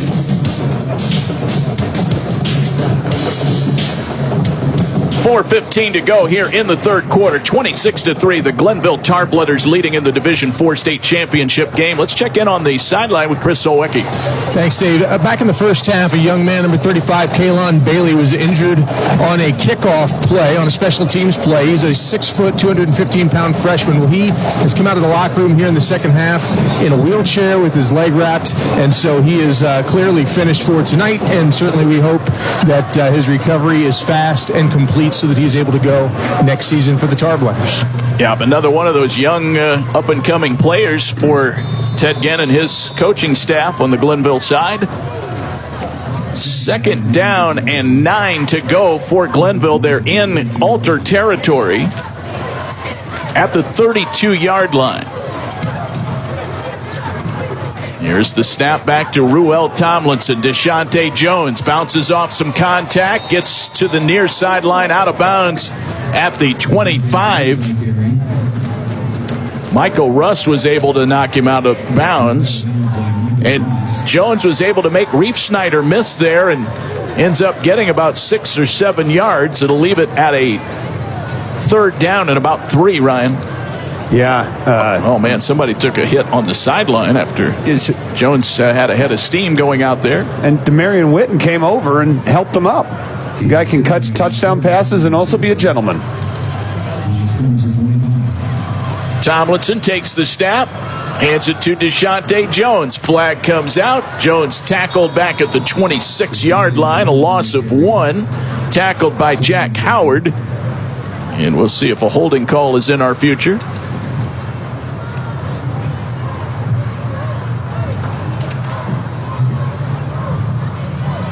Waiting on them to sort this out, make the announcement. It is a hold against the Tarbletters. Yeah, they're going to get Marquis Whipple, the left guard, 6'3", 305. I've been very impressed with this offensive line in Glenville. No question about it, Ryan. You know, I really like the right tackle, 78. It's Isaiah Switzer. He's 6'6", 315, only a junior. And the coaches talk very highly of him. They say he has it all. He's going to be the anchor next year. This year, he's been the most improved. He's been the biggest surprise. They think he's a D1 scholarship-type tackle. And at 6'6", 315, I'm not going to argue. Yep. Those are some good credentials to start with. Back to throw, Tomlinson down the middle of the field. Pass incomplete. He was looking for Quincy Rogers. Defensive coverage by Colin Wayner. One thing about it, Glenville not only has been efficient in terms of walking away with points on most of their scoring drives, Ryan, but they have taken up incredible chunks of time and have just kept the Alter offense off the field. They're doing it again right now. They're looking at a 4th down and 12. Good defense is the one that keeps the other team's offense on the sidelines. Tomlinson will drop back in the shotgun. Pressure is coming, and he's on the run to the far side. 40 to the 30, 25-20, first down, out of bounds without being touched. Ruel Tomlinson continues to dominate this state championship football game. He uses his legs that time, and it's a 4th down conversion. Tomlinson's one of the best Glenville quarterbacks I've seen since the aforementioned Cardell Jones. He is so impressive and so fast. The coaches told us he's a power runner. We haven't seen that, but he's got speed. He's got great awareness as well. Well, looks like Tomlinson is shaken up over on the sideline. The training staff running all the way across the field. He got away from Reef Schneider and Howard, 2 of the best that the Alter defense has to offer. And I'm not sure what happened over there, Ryan. He did not take any contact and just came to a stop after running over the boundary line, but is limping noticeably now as he's walking back toward the Glenville sideline. We'll see if Chris had any extra vantage point there, and did he perhaps turn an ankle or a knee over there? I don't know if that would have been the case, but it looked like just he slowed up very quickly. There's not a lot of room on that side of the field. The stands come out very fast, and so it may be that in slowing up, he maybe tweaked something or felt something pop in one of his muscles. Certainly don't want to speculate. Well, he's getting some handshakes as he gets over to the sideline with some mild help from the trainer. Hard to speculate, Ryan, on what might have happened. Yeah, I'm just happy to see Tomlinson walking off. I mean, he has, like, as you mentioned, mild help, but the non-contact injuries are always the worst. So for him to be able to walk off under his own power is impressive. Deshante Jones in the Wildcat. Yeah, 5 receivers. And Jones will run it. Gets to the 15, shakes a tackle, 10, 5, 4, 3, 2, 1, and a touchdown for Deshante Jones. 18 yards.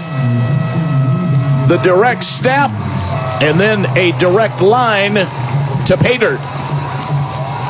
Well, the big fellow was isolated in the open space against the defensive end from Alter, and he just gave him a little shimmy shake, got past him, and then let the speed do the rest. And Deshante Jones with the almost untouched touchdown run. His 31st touchdown on the ground this year.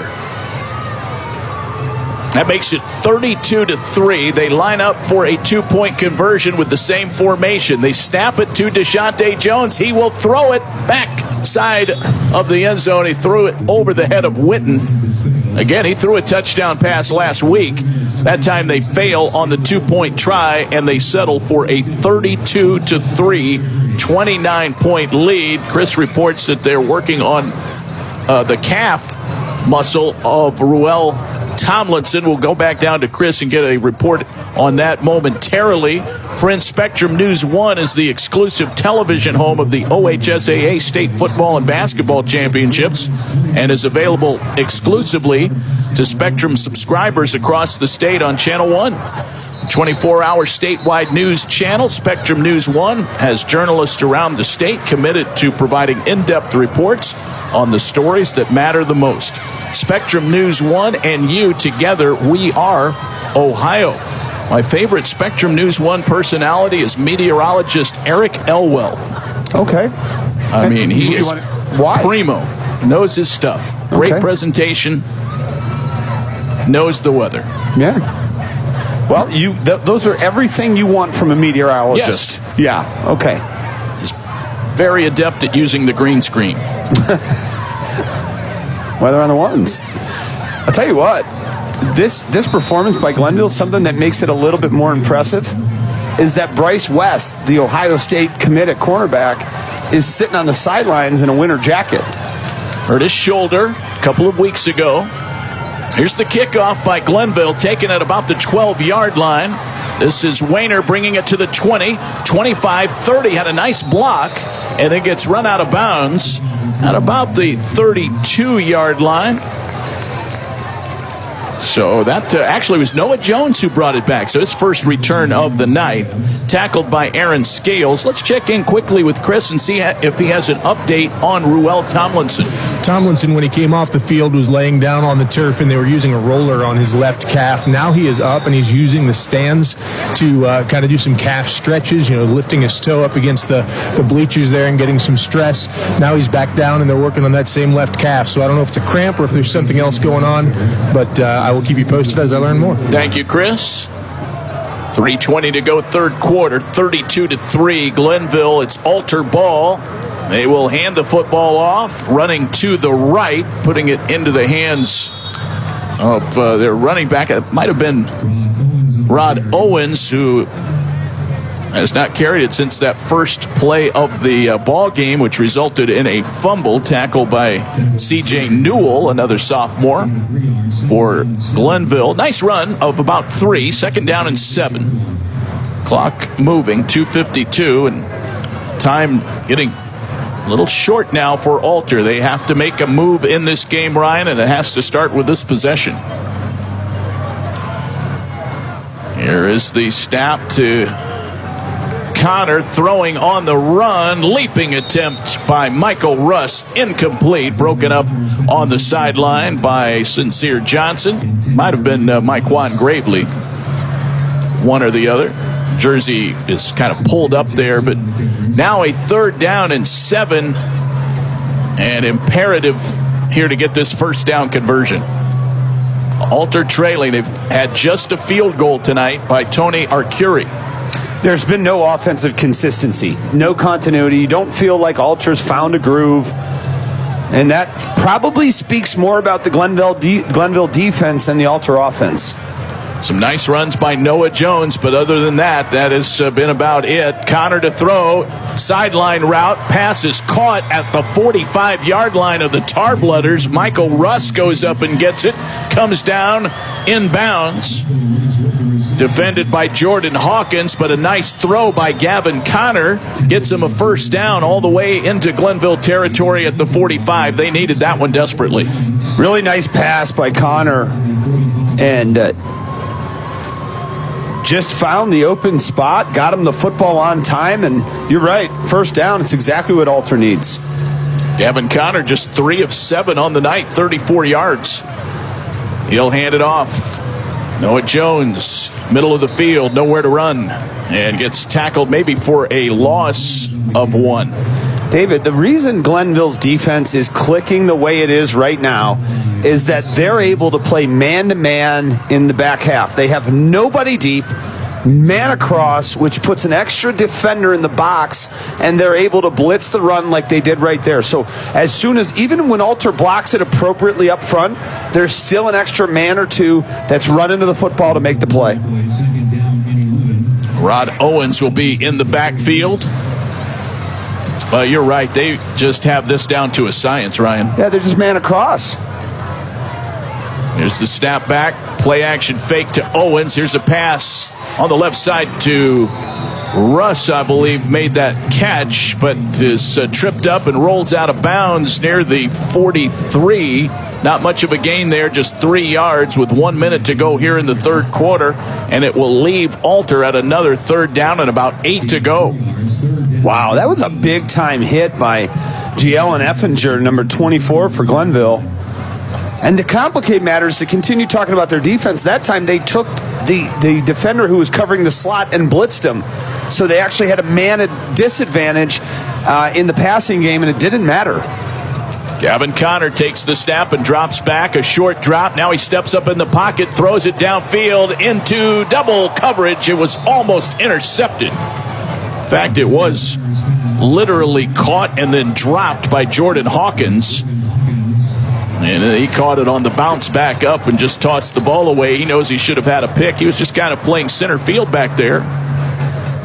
Yeah, I don't want to belabor the point on how good these defensive backs are, but he's covering, and he's watching the quarterback's eyes, and he came, like, it looked like center field. He came off of his guy from the backside and undercut that route. You can't even put, like, they're going to... There's a fake punt. Nope, now they will kick it away. And the little pooch kick takes a nice alter bounce, and they're going to be able to down this at about the 1 or 2 yard line. It's the 1. And it ends up being a 42-yard punt with no return. Nicely done by Colin Wayner. He was looking maybe to throw the ball, but no one was open, to your point, and had to punt it away. And it worked out well. And Glenville is about 100 yards away from the end zone, but they are leading 32-3 with 16 seconds left here in quarter number 3. Well, I see Tomlinson. He just grabbed his helmet from the sidelines. He's jogged over, and he's jogging straight on the field, and he's going to be stopped because Arvell Nelson is going to take this snap. But Tomlinson looks ready to get back there, back into the game, and it just might have to be in the fourth quarter. 16 seconds. The football resting on the goal line. Nelson will stand in his own end zone, about 5 yards deep, takes the snap, runs straight ahead, got across the 5 to the 6 yard line. Well, that was Jones taking the direct snap again. Yeah, he was standing next to Nelson, and the ball went to Jones instead of him, and he took it. And that's going to be the end of the quarter. Tackled by Morgan Montgomery, the defensive end, and that's it. We're 3 quarters into the Division IV state championship game, and the situation has not changed since the outset. Glenville dominating. They're a quarter away from repeating as Division IV state champs. The Tarblooders lead it over Alter by a score of 32-3. We'll have fourth quarter play-by-play in just a moment. Let's pause for these messages from your local stations on the OHSAA radio network. You may think seatbelt laws are no big deal. Well, you couldn't be more wrong. Cops are cracking down day and night in the city, in the country, and all points in between. Make no mistake, if you don't buckle up, you will get caught and you will get a ticket, even if you've gotten away with not buckling in the past. Things are about to change. Cops are serious about seatbelt safety, so don't kid yourself. Buckle up every time or get a ticket. Click it or ticket. Paid for by the U.S. Department of Transportation. This isn't Madison Square Garden. These drills probably won't make anyone a #1 draft pick. But these players are practicing for something important. While they work on their jump shots, they're also learning teamwork, discipline, self-confidence, how to deal with wins and losses. Skills that will make them winners long after they leave the court.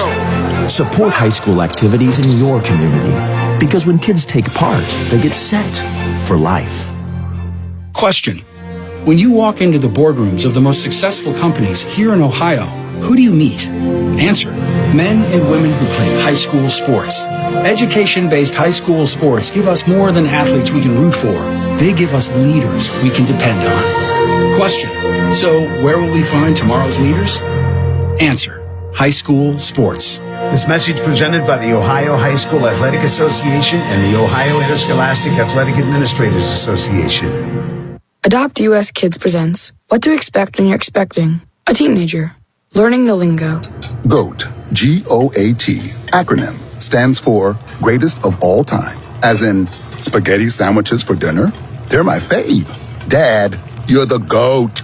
You don't have to speak teen to be a perfect parent. Thousands of teens in foster care would love you just the same. Visit adoptuskids.org. Brought to you by the U.S. Department of Health and Human Services, Adopt U.S. Kids, and the Ad Council.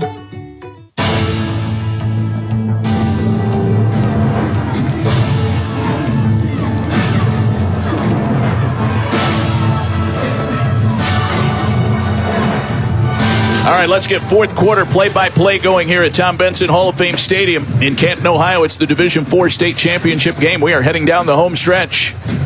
The Glenville Tarblooders have a 32-3 lead against the Archbishop Alternites out of Kettering, Ohio. It has been all Glenville tonight. They have dominated in time of possession, total plays, total yards, and, of course, the all-important section of the scoreboard, the points. All right, here we go. Ball is at the 6, and a second down and 5 for the Glenville Tarblooders. So they have the lead and the ball heading into the fourth quarter. It's an I formation. Ruel Tomlinson is back in. And regardless of the formation, it goes to Deshante Jones. Always a good idea. He gets plowed over at about the 11-yard line. It's good for a first down. He runs for 5. And they'll move the sticks. Henry Riefschneider, another tackle. Jones, 28 carries, $150 on the evening. And I think we are going to get a heavy dose of Deshante Jones in this fourth quarter. Whatever they can do to reduce this 12 minutes, they will take that opportunity, and that's what they've done all night, putting together massive scoring drives. Their first of the night, a 15-play, 92-yard drive. Tomlinson under center, hands to Jones, running right, 10, 15, runs into a pile and still gets out close to the 20-yard line. They say he went out of bounds, though, at the 17. We're a minute into the fourth quarter.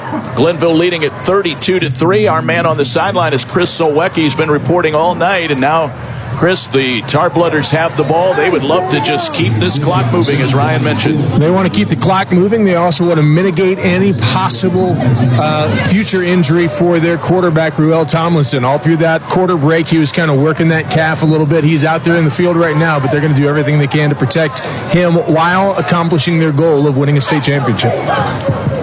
Chris, thank you. Ryan, I noticed they have Tomlinson under center now. They've kind of gone to that I formation. They'll go to Jones in that formation again, running the second back through, and gets across the 20 out to the 22-yard line before he is tackled by Thomas Scheretti. Is that because of the injury, you think? I just think they're going to run the clock. They're comfortable. Their offensive line right now is just blocking whoever's in front of them. There's nothing tricky. There's nothing special about what they're doing. They're going to line up, and they're going to go off right tackle, off left tackle, fullback lead up, and let Deshante Jones bounce off of people and continue to get yards. But he's getting 5, 6, 7 yards of crack. If you do that all the way down the field, you're going to score a touchdown, and there's not going to be much time left in the game. And right now, and they're lined up in the same formation, tight right, twin to the left, I formation. They'll pump fake. Now a pass downfield, and it is caught at the 35 to the 20, down the sideline, 10-5, touchdown, Glenville, Quincy Rogers. 78 yards from Ruel Tomlinson on a play-action pass to the near sideline. Quincy Rogers caught it. No one could catch him. 38-3, Glenville, 9:20 to go here in quarter number 4. First target of the evening for Quincy Rogers, and it pays off. He just runs a go route. Tomlinson drops a dime, and the Alter defensive back misjudged it, jumped up, ball over top of his outstretched hands, hits Rogers right in the old breadbasket, and he's gone. Ruel Tomlinson, his third touchdown pass of the ball game, and he's now over 200 yards. They'll go for 2. Deshante Jones gets tripped up. He didn't make it. 38-3. Riefschneider, his 10th tackle of the night. But that gets us in this Division IV state championship game, Ryan, to a running clock situation. Yeah, I'm going to be a little critical of Glenville here. They're not very good at two-point conversions. And everything else, they are dynamic. They're one of the best teams in the state, except for the whole two-point conversion thing. They're like 1 of 5 now. 1 of 6.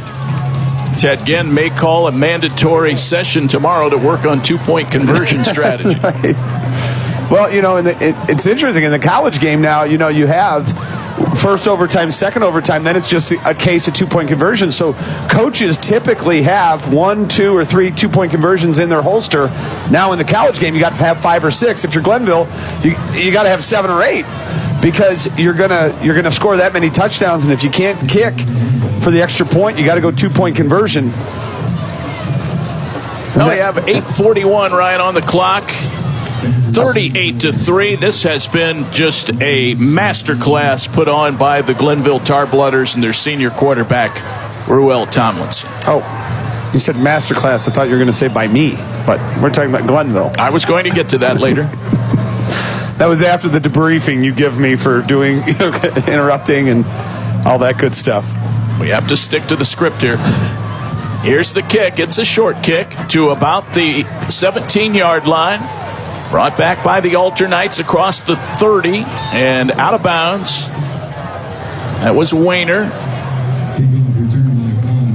So the Alter Knights come onto the field. Obviously a dejected bunch of Knights, but they do have more to play here in this state championship game. They have been one of the best teams in the state. They started their playoff run as a number 4 seed in Region 16. They've run off 7 straight wins, 5 of those impressive victories in the state playoffs. Dave, they only have 116 yards of offense, and they're only averaging 4.4 yards per play. Gavin Connor in the shotgun formation, takes the snap, runs left, fires a pass on the run for Michael Russ. He leaps out, makes a diving catch. That goes for about 5 yards. Let's check in with Chris Zolwecki, see what he saw on that 78-yard strike to Quincy Rogers. Well, I saw that I don't know a whole lot about football because I was right there with you guys. I felt like it was going to be let's run the ball, let's be methodical, and instead they just wound up, and I saw an incredible cannon in the left arm of that quarterback Tomlinson. He's an incredible athlete and has demonstrated that over and over and over throughout the evening.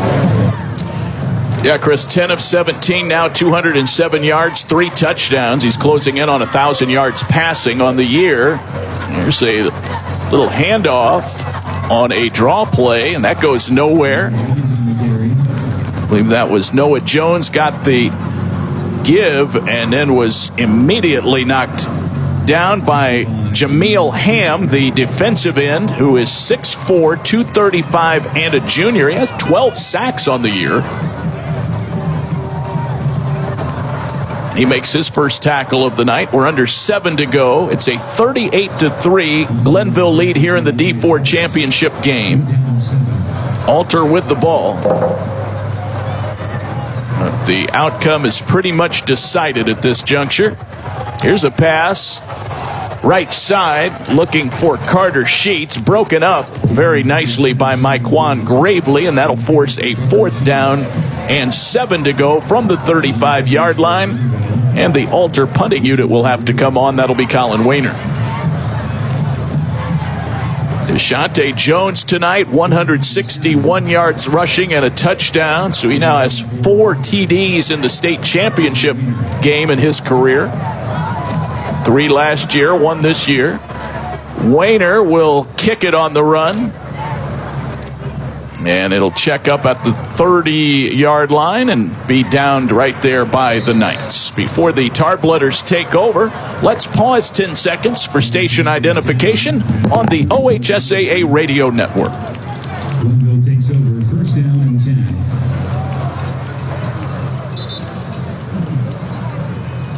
Attention fans, Winter Blitz returns right here at Coming up after the game, stay tuned to our post-game show. Chris Zolwecki will have post-game reaction from the field. We'll carry the presentation of the trophies and have a complete look at the statistical profile in this game.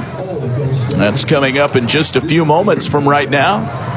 And I believe we've got a timeout, Ryan. Are we going to stay here or send it off for some important messages? It looks like it'll be the latter. Your score 38-3 Glenville, 5:54 to go in the ball game. We'll take a break and we pause for these messages from the Ohio High School Athletic Association on the OHSAA radio network, brought to you by Chocolate Milk. Here's to the ones who put in the work, the no days off, rise and grind warriors who live by the oath of my body is my temple. And when their temple needs to rebuild after a long workout, athletes of all types choose low-fat chocolate milk. It's delicious and contains the right mix of protein and carbs to help refuel exhausted muscles. Chocolate milk turns Motivation Monday into Flex Friday. Crush your goals with the help of a real recovery drink. Try it for yourself. Built with chocolate milk, the official beverage of high school sports, is brought to you by the American Dairy Association Mideast. Spectrum News 1, a new kind of news channel dedicated to refreshing storytelling and empowering communities across the Buckeye State. With your local forecast every 10 minutes and all of the essential news you need 24/7. Plus, in-depth shows and exclusives focused on your community. Always Ohio, always refreshing, always on. We are Spectrum News 1, exclusively on Spectrum. You wanted to be a teacher when you were little, but as you grew up, things changed. Teaching just didn't seem like the best option anymore, so you decided to become something else. But what would your 12-year-old self say? Interesting and innovative things are happening in teaching today, so it's time to put it back on your list. Don't try to convince yourself otherwise. You had it right the first time. Find out how you can make more at teach.org. Make more. Teach. Brought to you by Teach and the Ad Council. Check out the OHSAA on social media. Follow at OHSAA Sports on Facebook, Twitter, Instagram, and TikTok. 5:54 to go. We're in the fourth quarter here at beautiful Tom Benson Hall of Fame Stadium. The Hall of Fame Village continues to grow. They have done a remarkable job here. If you've not been to Canton and just driven around and taken a look, you really should, and also stop by the Pro Football Hall of Fame as well. Sweep for Glenville. That goes nowhere. A flag comes out. Alter strings that out very well. Trying to see who the ball carrier was. I believe that was Le'Veon Reed. He's a junior wide receiver.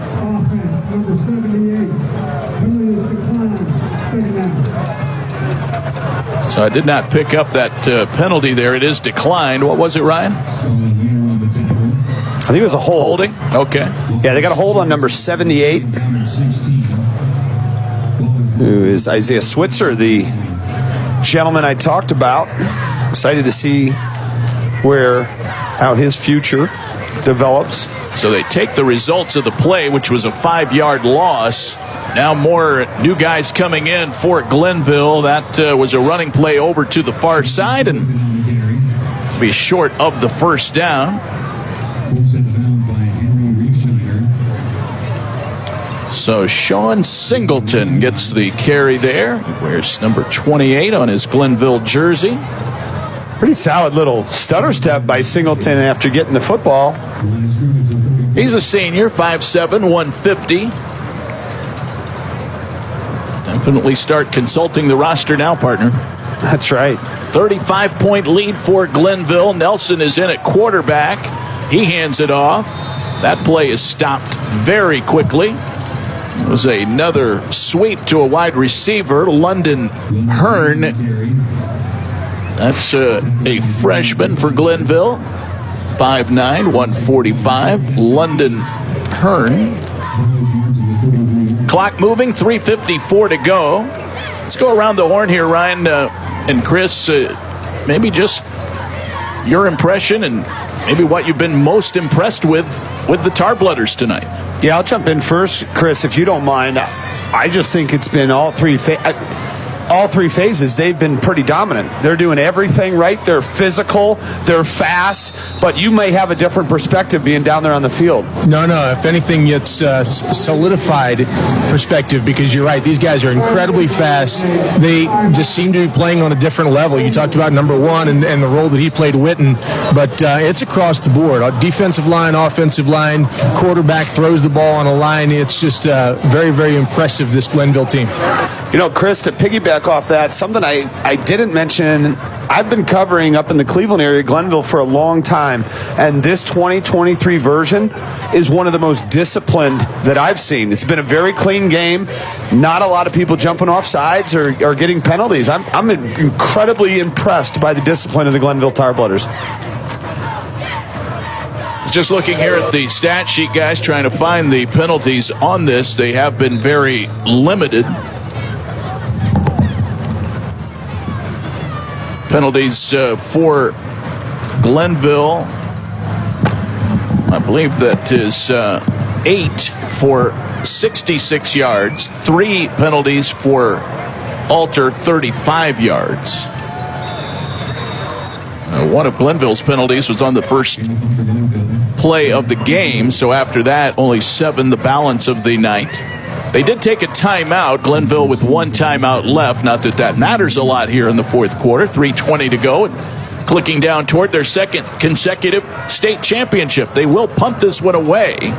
It is a short kick and will bounce just beyond midfield and go out of bounds at about the 48-yard line, so Alter will get the ball back. We get to this point in these games, guys, and we always sort of are a little bit melancholy with one team that has had such a magical run ends up losing in a state championship game, and it is not uncommon for it to be a lopsided final.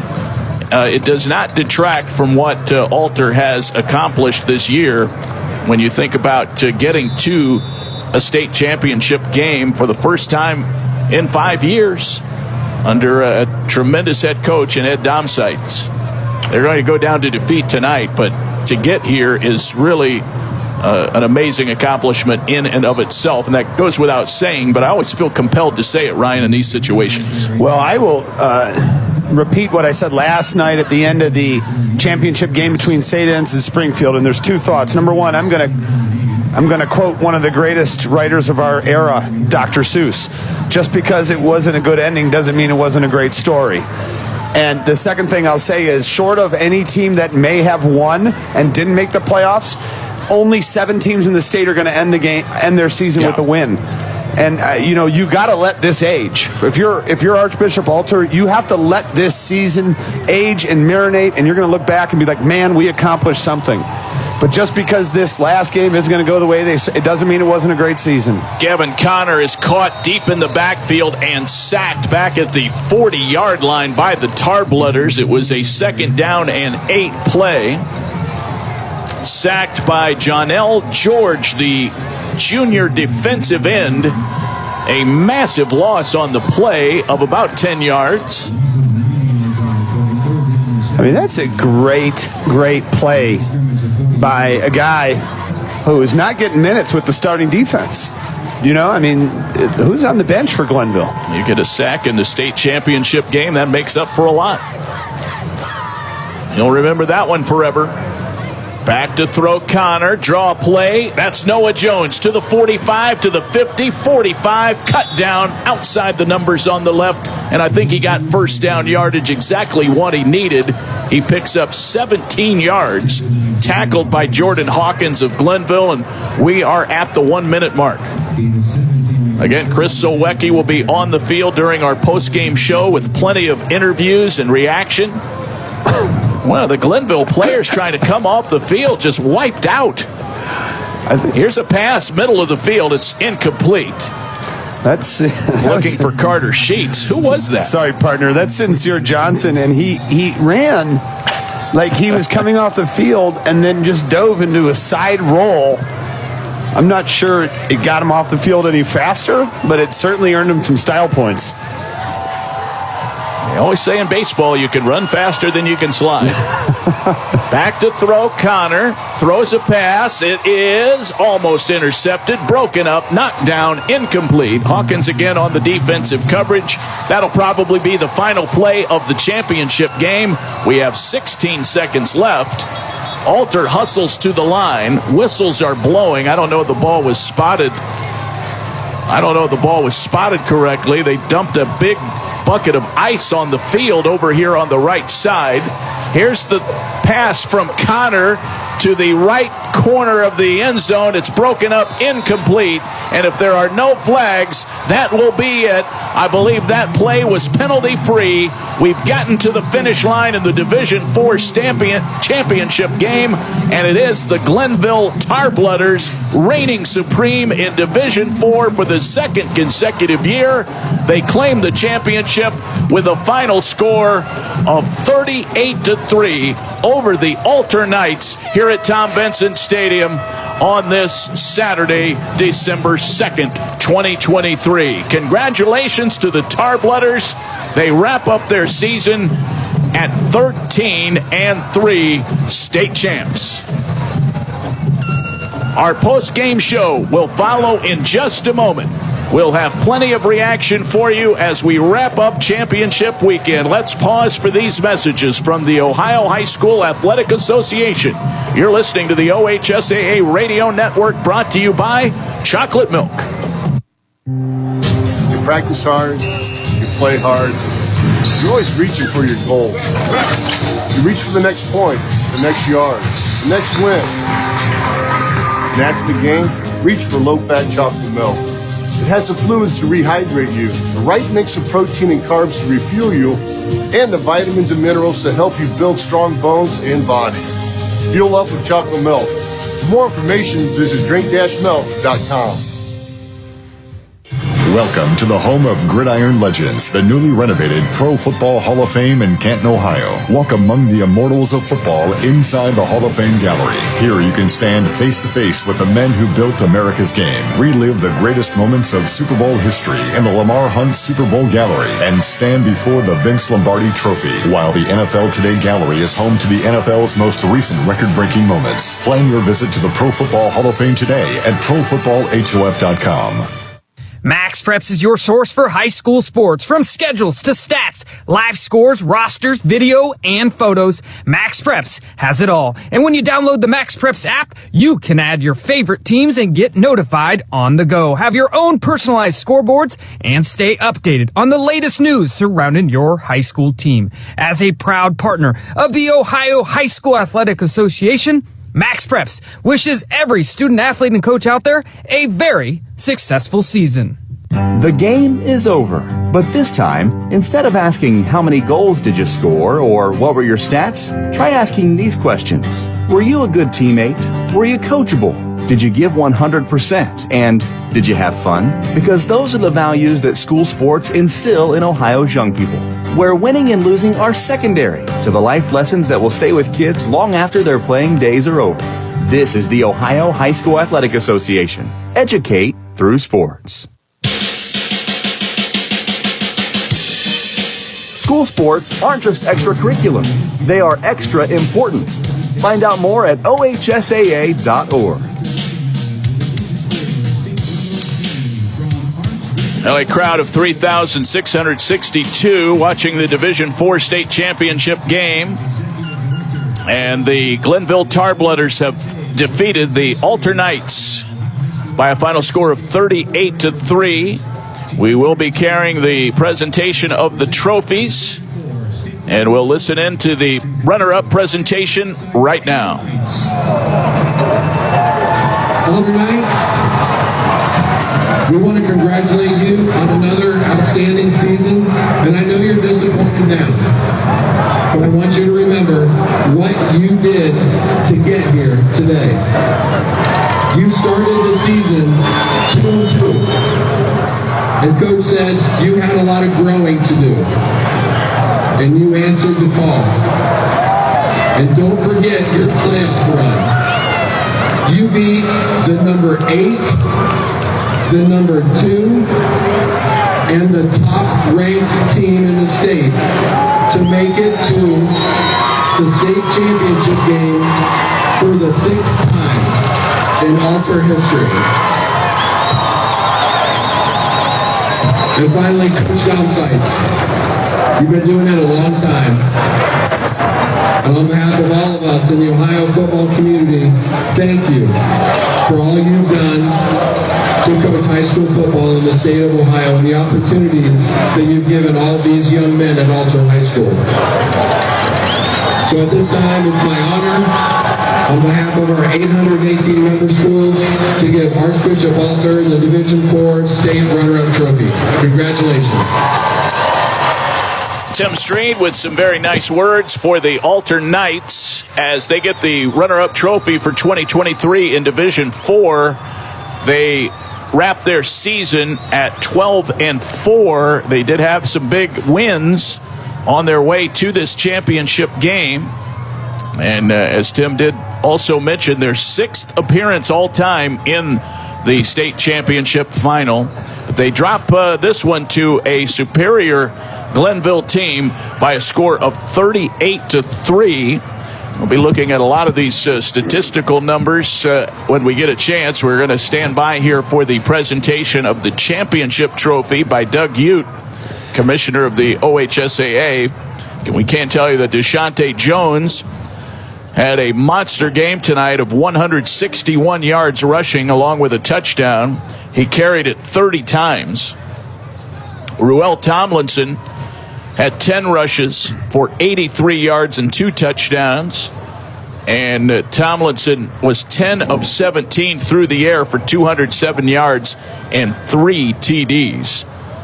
If they named a player of the game in the state championship, it would be Ruel Tomlinson. There's no question. He was just a massive force tonight for the Glenville Tarblooders. The Tarblooders unit, they are taking a knee around the 50-yard line. Doug Ute about to make the presentation for the 2nd consecutive year to the Glenville Tarblooders. They finished the season with 8 consecutive wins. And let's head down and listen in to Doug. I had the opportunity to place a medal around your neck in June last summer for everything that you do from football and way beyond football, teaching all these young men life lessons. Seniors, you entered high school with limited opportunity because of COVID. You're ending high school because of the lessons you learned from Coach Gann and the coaching staff on how to take care and take the best of your opportunities. And here's what you did this year. 13 wins. You brought this program back to the Final Four for the 7th time. But most importantly, you are the class that brought back-to-back state championships to Glenville High School.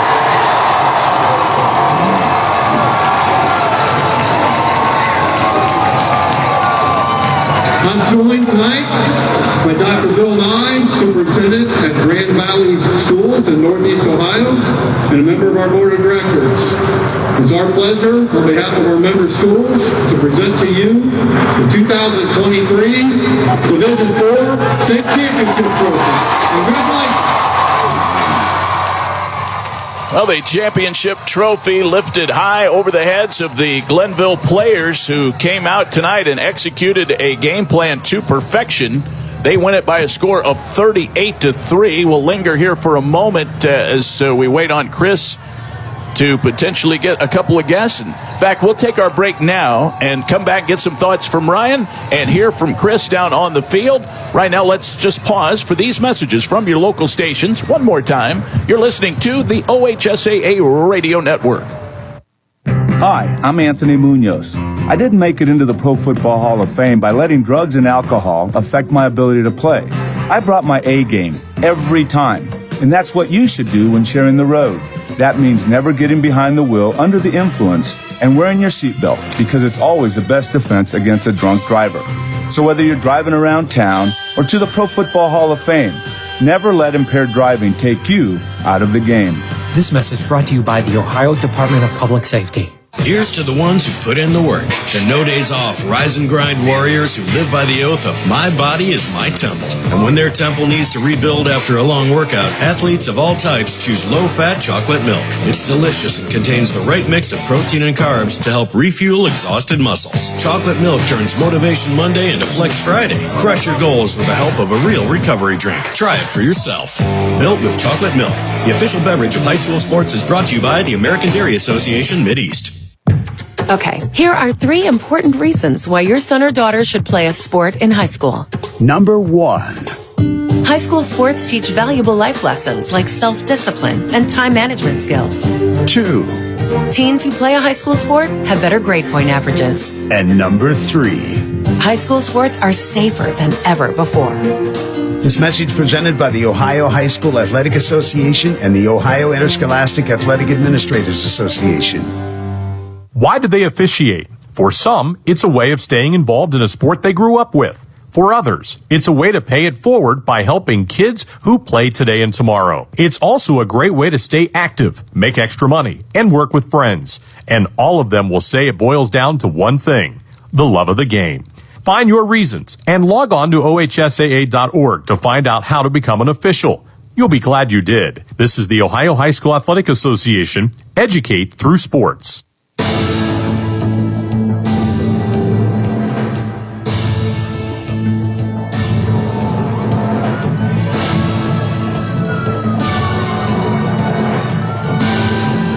Back one final time here at Tom Benson Hall of Fame Stadium. David Wilson along with Ryan Kavanaugh. The final 38-3 in favor of the Glenville Tarblooders. We're waiting on Chris Solwecki to track down some of the members of the Tarblooders and get some of their post-game thoughts.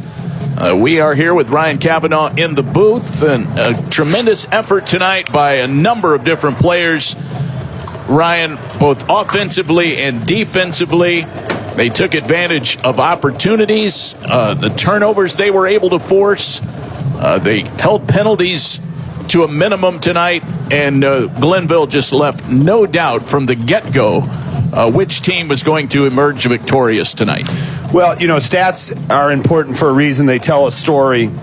Alter had 35 plays of offense. Glenville almost had double that, 63. But if you look at it, Deshante Jones had 30 carries, and Alter had 35 plays. And for Alter, a team that likes to run the wishbone, they never got that going. Right. They never got their pass game going. Gavin Connor was good, but only 5 of 14.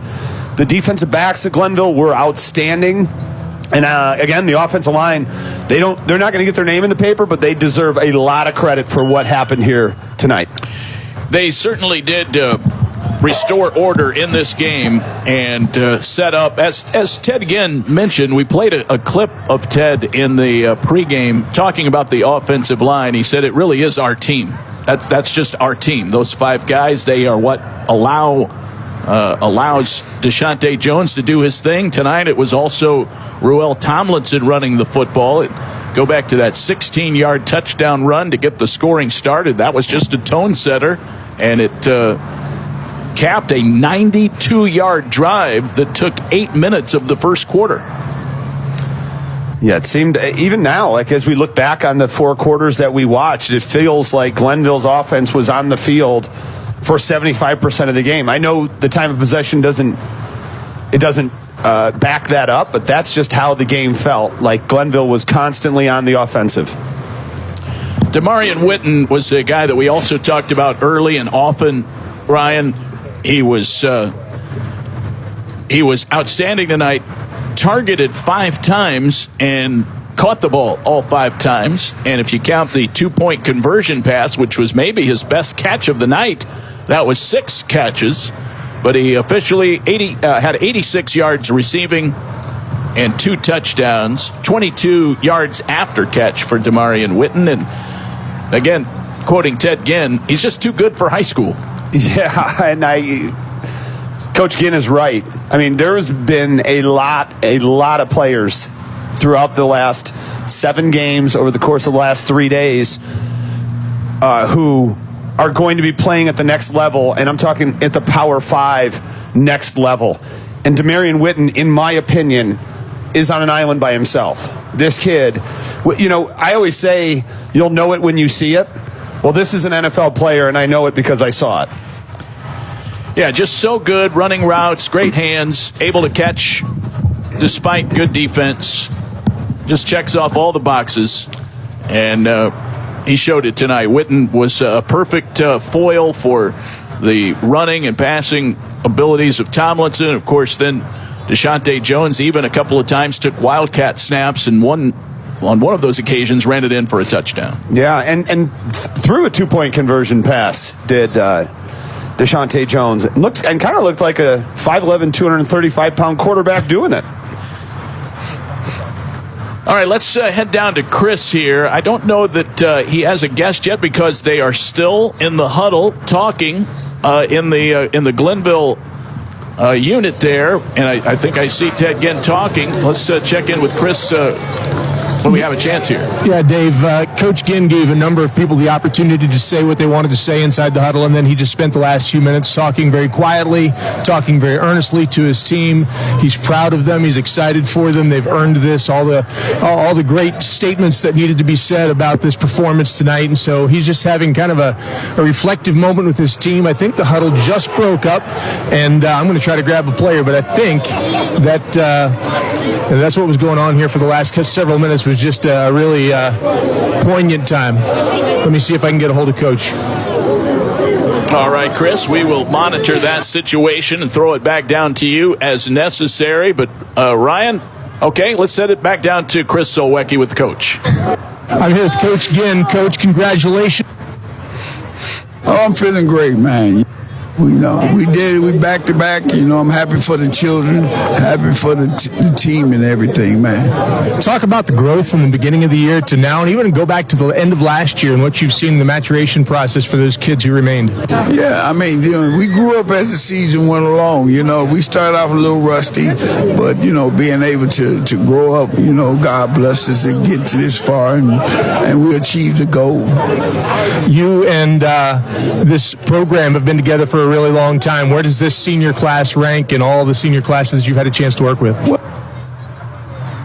One, because of what they have achieved, for winning back-to-back titles. A lot of work and a lot of focus, a lot of dedication, and a lot of sacrifice, and they did it. Well, Coach, congratulations. Really well earned. Enjoy this night with your team. We appreciate your time. Thank you. I appreciate it. All right, we thank Chris Solwecki for all of his fine work, and we thank Ted Ginn for sharing some post-game thoughts here as we wrap things up. Ryan, some final thoughts. Great working with you tonight, my friend, as always, and just great work on your analysis and commentary all weekend on both the television and radio sides. Yeah, that means a lot. I mean that. Thank you very much, David. Every time I get to share a booth with you, it's a special occasion. And speaking of special occasions, I mean, this was probably the most dominant game by any one team this weekend. Glenville never really in doubt, and they were able to do whatever they wanted to do when they wanted to do it. So hats off to Glenville. A perfect way to cap a really special weekend for the communities, the players, and the OHSAA. Ryan, well said. We also want to thank Ryan Baker, our producer and engineer, yeoman's work all weekend here for the OHSAA Radio Network, as well as our halftime host tonight, Aaron Cassidy. Thanks to our spotter, Greg Wilson, here in the booth, and all of the folks who have helped put all of our broadcasts together throughout this great 7-game championship weekend. Once again, our final score in this OHSAA Division IV Football State Championship game: Cleveland Glenville 38, Kettering Archbishop Alter 3. Tune back in to the OHSAA Radio Network this coming March for coverage of the girls and boys state basketball championships in Dayton, Ohio. You can check OHSAA.org for all of that upcoming information. On behalf of OHSAA Executive Director Doug Ute, our radio network executive producer Tim Streed, our on-site engineers Ryan Baker and Aaron Cassidy, and my broadcast partners Chris Solwecki on the field, Ryan Cavanaugh in the booth, I'm David Wilson saying goodbye from Tom Benson Hall of Fame Stadium in Canton, Ohio. Congratulations again to the Glenville Tarblooders, back-to-back Division IV state champs. The preceding broadcast has been a presentation of the OHSAA Radio Network, fueled by delicious chocolate milk.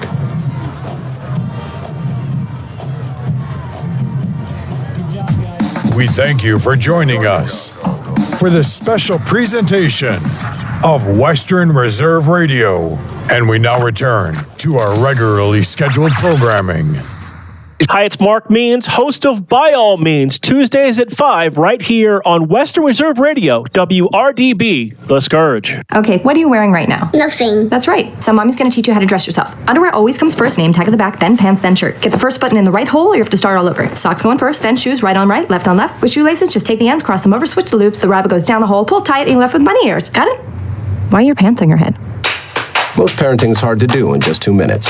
But 2 minutes twice a day making sure they brush their teeth is easier, and it could help save them from a lifetime of tooth pain. Visit 2min2x.org to find out more. A message from the Partnership for Healthy Mouths, Healthy Lives, and the Ad Council. This message is for all of you sitting in the passenger seat. And apologies if it gets a little uncomfortable. But how does it feel to be at the mercy of someone who thinks a random text is more important than your life? Someone who takes their eyes off the road while speeding along in a 3-ton hunk of steel. Freaky, right? Well, why not just ask them to stop? Or better yet, volunteer to text for them. It might be a little awkward, but believe me, you'll live. Learn more at stoptextstoprex.org. Brought to you by the Ad Council and the National Highway Traffic Safety Administration. We are live outside the home of Joe and Rosie Goddard, where a pretty big tickle fight broke out just minutes ago. Sources say their father instigated the laughter. Let's go inside for a comment.